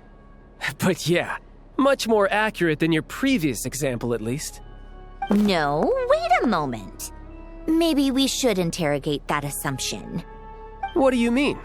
Which assumption? Her Fatui identity doesn't necessarily exonerate her. And when you think about it, the Rokot would be precisely what she needs to conceal her identity. Plus, she wouldn't need to be such a pro at covering her tracks. She'd already know where the Fatui will be and when, so she could choose the perfect time to act. Oh, yikes. I was just thinking out loud. Why is this starting to sound like such a convincing theory? Still, what reason could Odette possibly have for trying to call off Project Stuzha? Arlecchino would be the best person to ask. She knows Odette best. Unfortunately, she isn't back yet.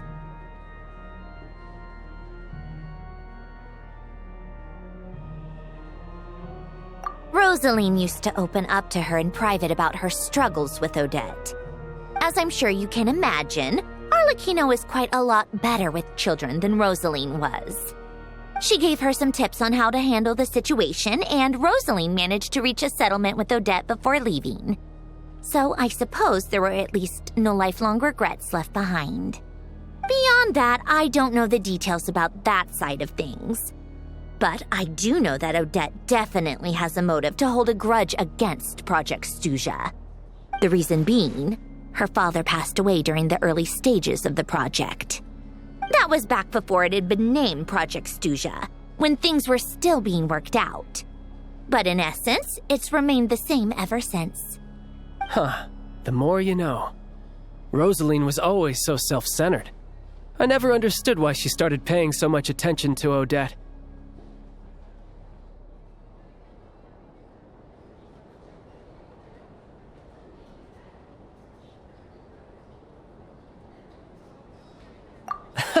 Is that such a surprise?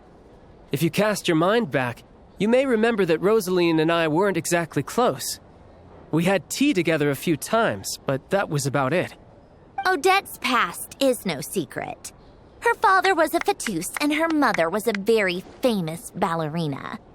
On the surface, it looks like she followed right in her parents' footsteps. But the truth is quite a different story. After her father passed away on a mission, her mother was overcome with grief.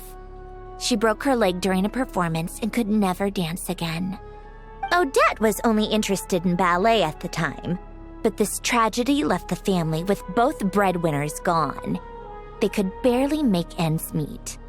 Per Capitano's policy, family members of Fatui who died in the line of duty had to be appropriately accommodated and provided with adequate assistance. So, regardless of how Rosaline may have felt about it, it fell to her to resolve the issue of Odette's family's livelihood. In the end, the solution they agreed upon was to have Odette join the Fatui. Right, because the alternative would have been a one-off compensation payment, I guess. In that sense, joining up was definitely the better option. Still, she must have had mixed feelings about it, right? If she doesn't even like the Fatui... It's just a theory, a possibility. But as a motive for Odette to become Lelik, it holds up. That said, I have no idea where Odette's head is at right now, or what her conflict with Rosaline was about. Plenty of people were on bad terms with Rosaline. I have no intention of trying to figure it all out.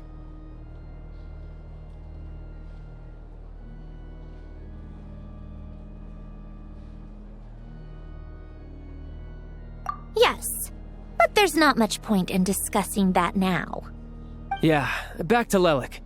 Since our investigations so far have turned up next to nothing, we've got nothing to lose by trying a new angle. Funnily enough, Tonya and I had actually made plans to go to the theater tomorrow to watch Odette's rehearsal.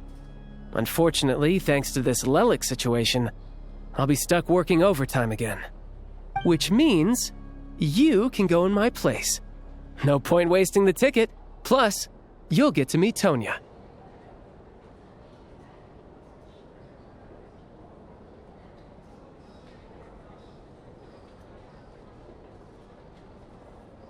Spirit Seeker. Quite the classic ballet. It was passed down through Odette's mother's family for generations, though it hasn't been performed in years. But Odette's been practicing it diligently, and it's finally ready for a return to the stage. Excitement is through the roof. Tickets for the official performance sold out long ago. Tonya's excited for it too. She's desperate to see it no matter what. Personally, it's not really my kind of thing, but since she's my little sister, I had to figure something out. I've actually seen it several times before. The story's pretty straightforward.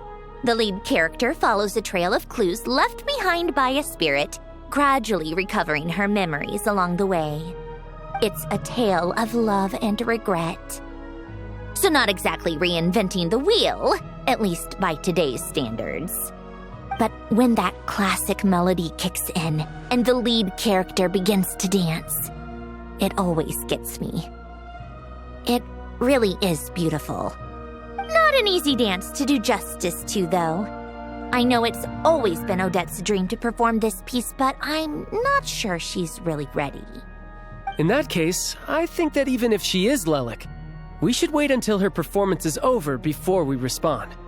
I'll let you take it from here, comrade.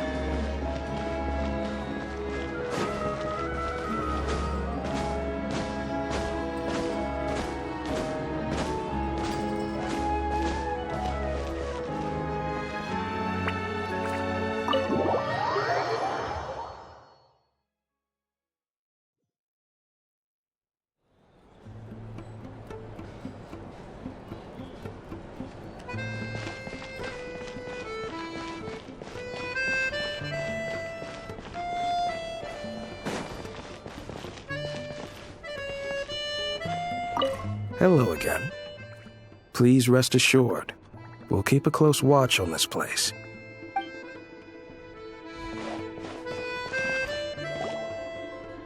Sounds like you made a ton of progress today. It's good that everything's going so smoothly. Next step is to head back to the theater and get a clear answer from Odette.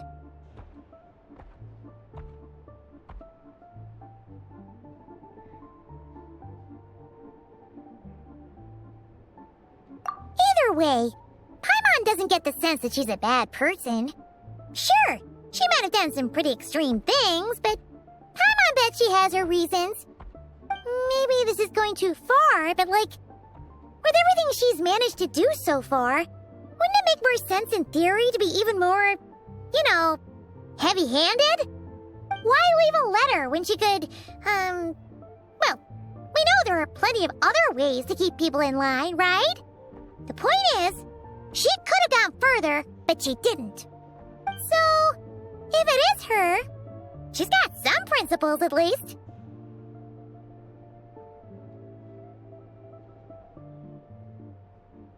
Yeah! Well, all you can do is follow the facts wherever they lead.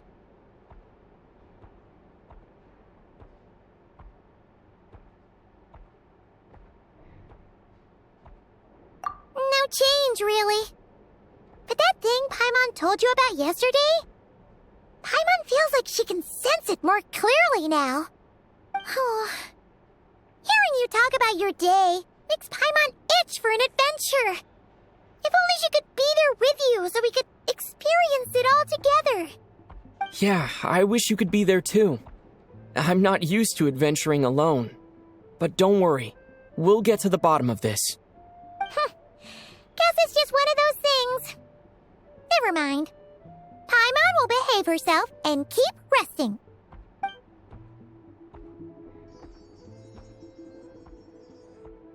If Odette is Lelik, she may well have inside information on Project Stuja. Her father was involved with the project's early implementation and tragically died in the process. Now, she's dedicated herself to bringing it to an end. It's hard to imagine she could have gotten this far without knowing anything at all about the Tsaritsa's true intentions. When she spoke to us as a member of the Fatui, how much did she let on? And how much was she hiding? Only time will tell. Maybe tomorrow, everything will be answered. Hey look! It's snowing! Could be a tough day ahead. Make sure you wrap up warm tomorrow.